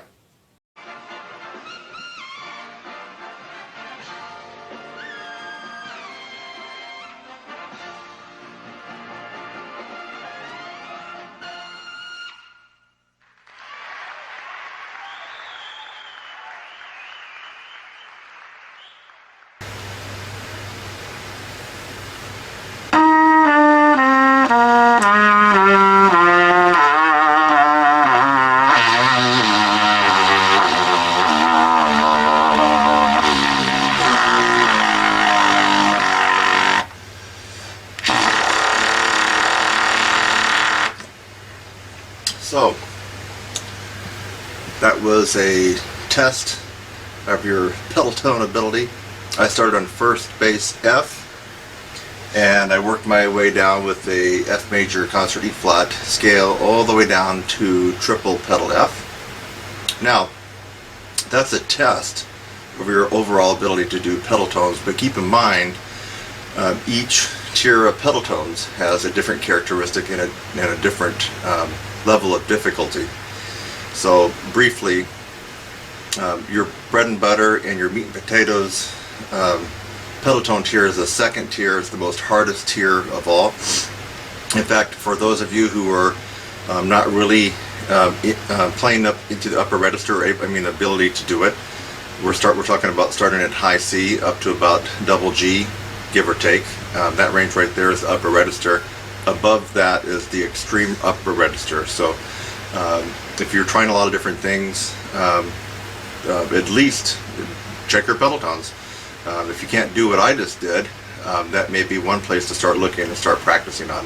Now, to be efficient and focused with your time, when it comes to gaining strength in your embouchure and a big round sound, especially in all registers, you really want to pay attention to the second tier. So the second tier is the hardest of all pedal tones to play.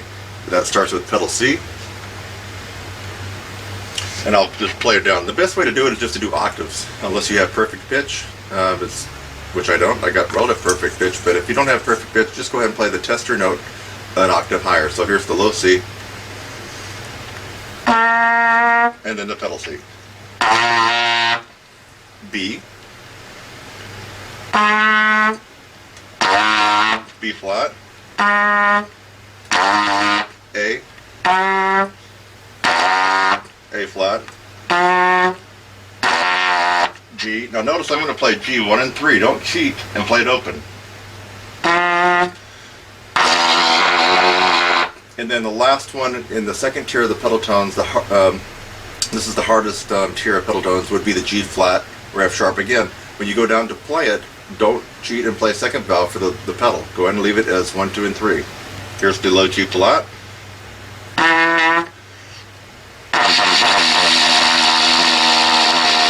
Okay, so that's the hardest range. Now, let me just describe the different levels of pedal tones. The first tier is from F to D flat, E, E flat, D, then D flat. Okay, so you'll probably be able to get most of those. That's what I consider like a medium difficult level of pedal tones. So the first tier of pedal tones, which I just did, is the medium level of difficulty for pedal tones. That's pedal F down to pedal D flat. And you already heard me do the most difficult level of pedal tones, which I consider your meat and potatoes. That's where you're going to get a lot of bang for your buck as far as your practice time. especially if you're shooting for upper register and power. You're going to get it from the second tier, which is the most hardest. That's pedal C all the way down to pedal G flat. Don't cheat when you get down to pedal G and pedal G flat by playing those open and 2. Make sure you play pedal G 1 and 3 and play pedal G flat 1, 2, and 3.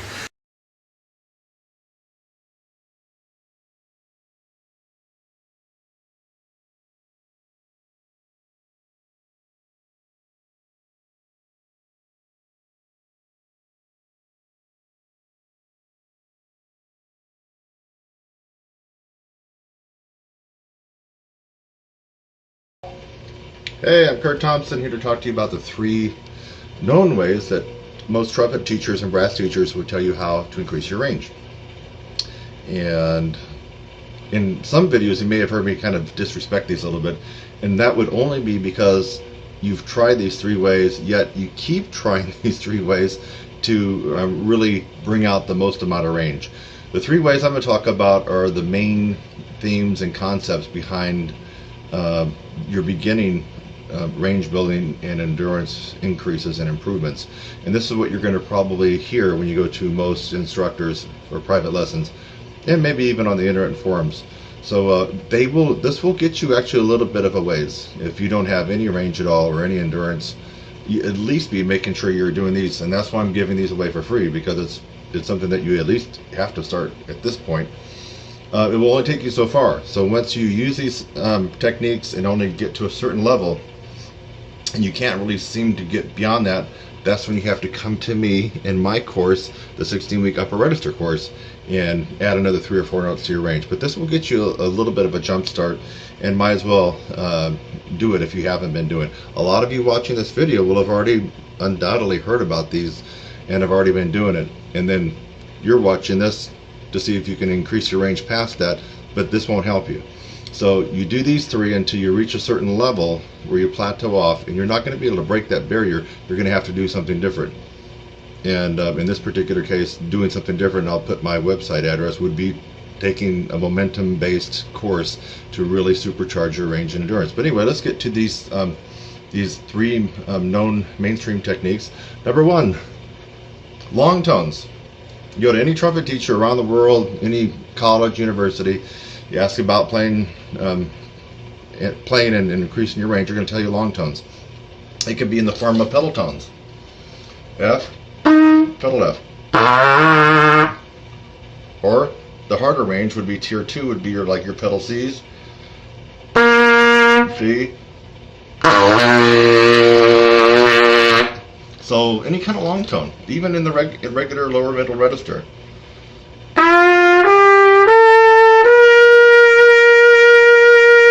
Or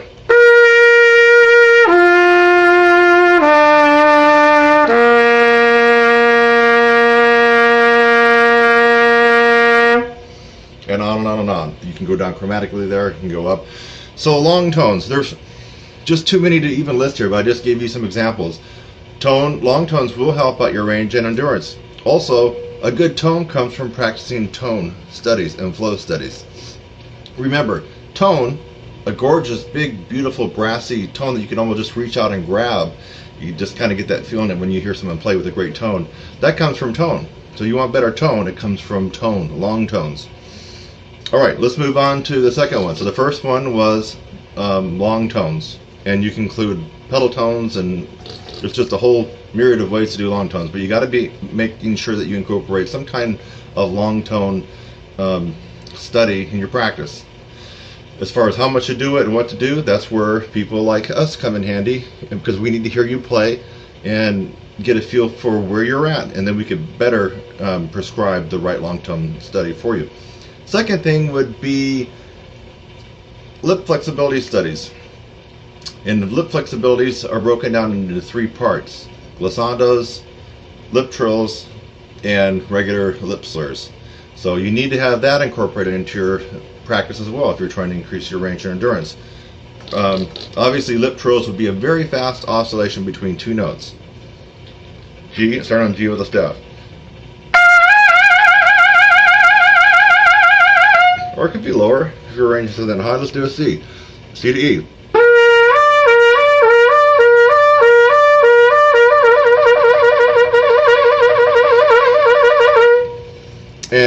that's an example of lip trill. Of course, there's a lot of different books out there that have all kinds of interesting exercises to do your lip trills on. My favorite right now, my favorite right now is Dr. Charles Colon Advanced Lip Flexibilities for Trumpet. It's a big red book with white lettering. I swear by that book. I love that one.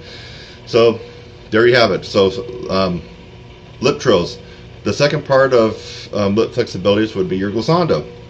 In fact, I remember reading Roger Ingram's book, and if my memory serves me correctly, he really swore by practicing 1-octave glissandos. I think that's his claim to range fame, if I remember what he said in his book. Now, don't quote me perfectly back, because I read it a long time ago, but he really swore by 1-octave glissandos.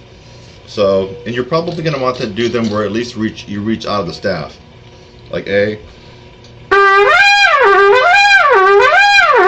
or even high C. And then you can start at an octave.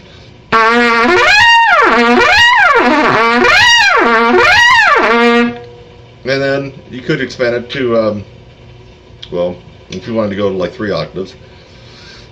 Low A.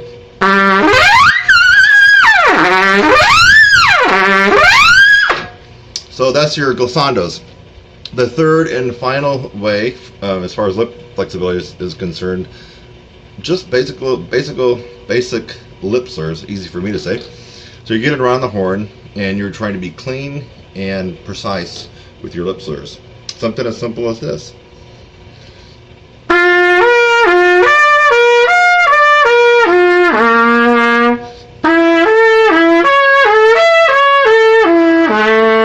Or even simpler.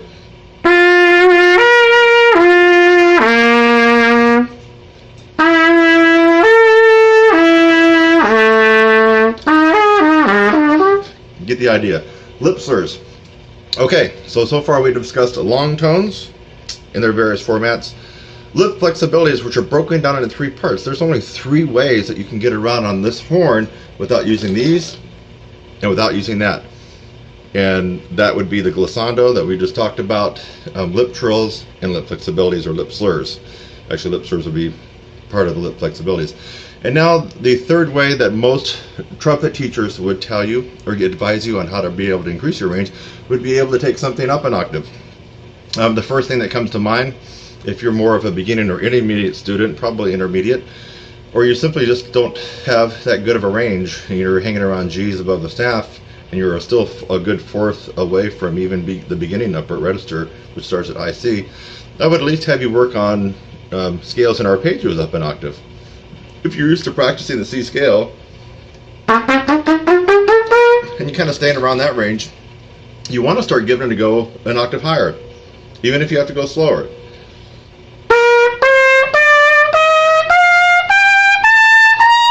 Or arpeggios.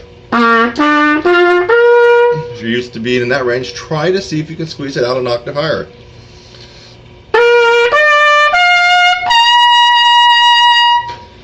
Those are some examples there. Of course, you don't have to just stay on the C major. We're talking about anything from a chromatic.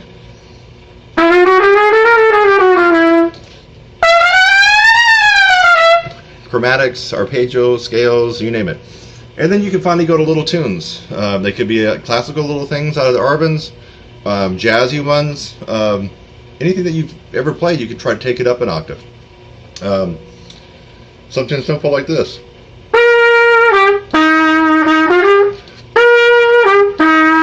Take it up an octave.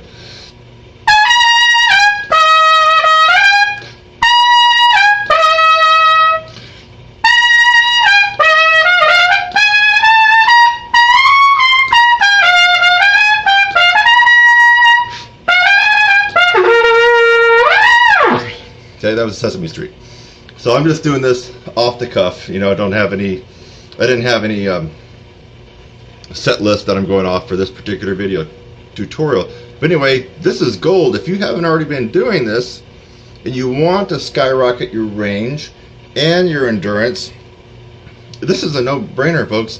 You got to be doing at least the 3 things that trumpet teachers around the world would tell you to do, even if they really can't play that high in the upper register or they don't specialize. They're going to tell you these 3 things.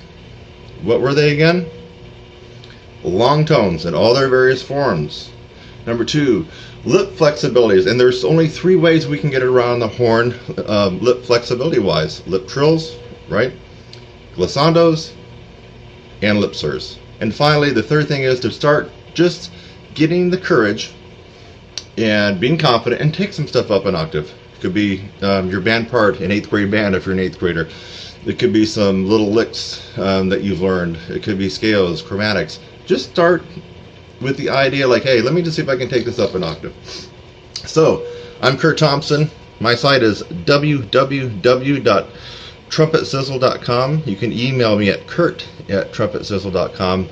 Now, you're going to use these techniques, and they're going to take you a little bit of the way up. But you're going to find at some point you get stuck. Everybody gets stuck, and that's why they come to me or other people that teach and kind of focus on the power side of the horn, the physical part, the volume, the tone, the sound, the range, the endurance.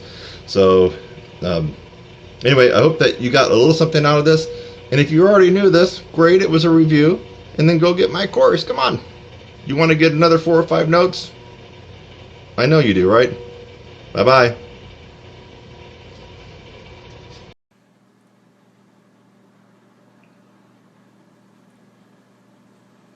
Hi, I'm Kurt Thompson, TrumpetSizzle.com, TrumpetSizzle.com. I wanted to give you a little bit of a direction when it comes to using the PETE, the P-E-T-E, Personal Amateur Training Exerciser. And in this particular video, this is a free video, the advice that I have to give you is that the directions that you get with the PETE, regardless if it's a little plastic one like this, or you upgrade and you got the nickel silver, or you went way over and you splurged and you got the gold one. The directions give you 2 things to do, and I'm going to advise you not to do either of them, except for maybe a little bit of the second one. First, they give you a little variation on the old pencil trick. You know, you shut your teeth, you put this in between your lips, and you hold it. So this is too short, it doesn't have enough weight, and although you're going to be getting a little isometric contraction, and likely you're going to end up doing this isometric contraction too long, and what's going to happen is your lips are going to get stiff in here. It's good for the chops, yeah, good for that, but the lip tissue, which is a little different, if you ever look at the human body, especially like a cadaver, this tissue here in your lips is different than the feather-like muscles that surround. So this will be made stiff. You'll lose your flexibility, your tone will become airy, and you'll lose your accuracy by doing this. So ignore that when you get the PETE. Now, I have another thing that, at least in my program, that we substitute for that. But especially doing any kind of isometrical contraction for minutes at a time, or until you fatigue out, is really, really bad for you. So anyway, that's that. Now the other thing they told you is shut your teeth and put it in between your lips with the big end, like the nail part of it. Shut your teeth and then put your lips over the big flat head and pull. So that's not too bad. I actually kind of like that. So I would say go ahead and do that. Now, the purpose of this video is to really give you a heads up on how you can really get the absolute best out of using the PETE. And I've spent quite a number of months, actually it's going into years now, and I've also had other students input on some really marvelous techniques that even I didn't think about. I mean, these are pretty interesting. So I want you to take a look at the description below, and there's going to be some links. One link is really cool. It's a link to my Facebook page for a brass improvement email series, and it's all free. So there's lots of free information there that will really help you. And I'm also going to include a link for the video tutorial that you can actually purchase for a nominal amount. And the tutorial will give you all the techniques, and I'll be demonstrating those techniques. You're going to be pretty amazed at some of the things that you can actually do with the PETE, and I'll prescribe exactly how you're supposed to do the PETE at that point. So thanks for checking out this video here, and you didn't have to pay anything for it. There is some good advice if you just follow it, but the real meat and potatoes of the PETE and all the cool techniques that you can do with it that don't come in the directions that you got will be in my video tutorial. Just look down at the description and look for little hyperlinks, and you'll be able to figure it out. And my best for you with the Pete, one word before we do anything. When in doubt, less is more when it comes to Pete or any kind of isometric exercise that you can do. So if you're going to have to make an error or make a mistake, do it on the side of the minimum side, where less is actually more. So Kurt Thompson, TrumpetSizzle.com, TrumpetSizzle.com. See you there.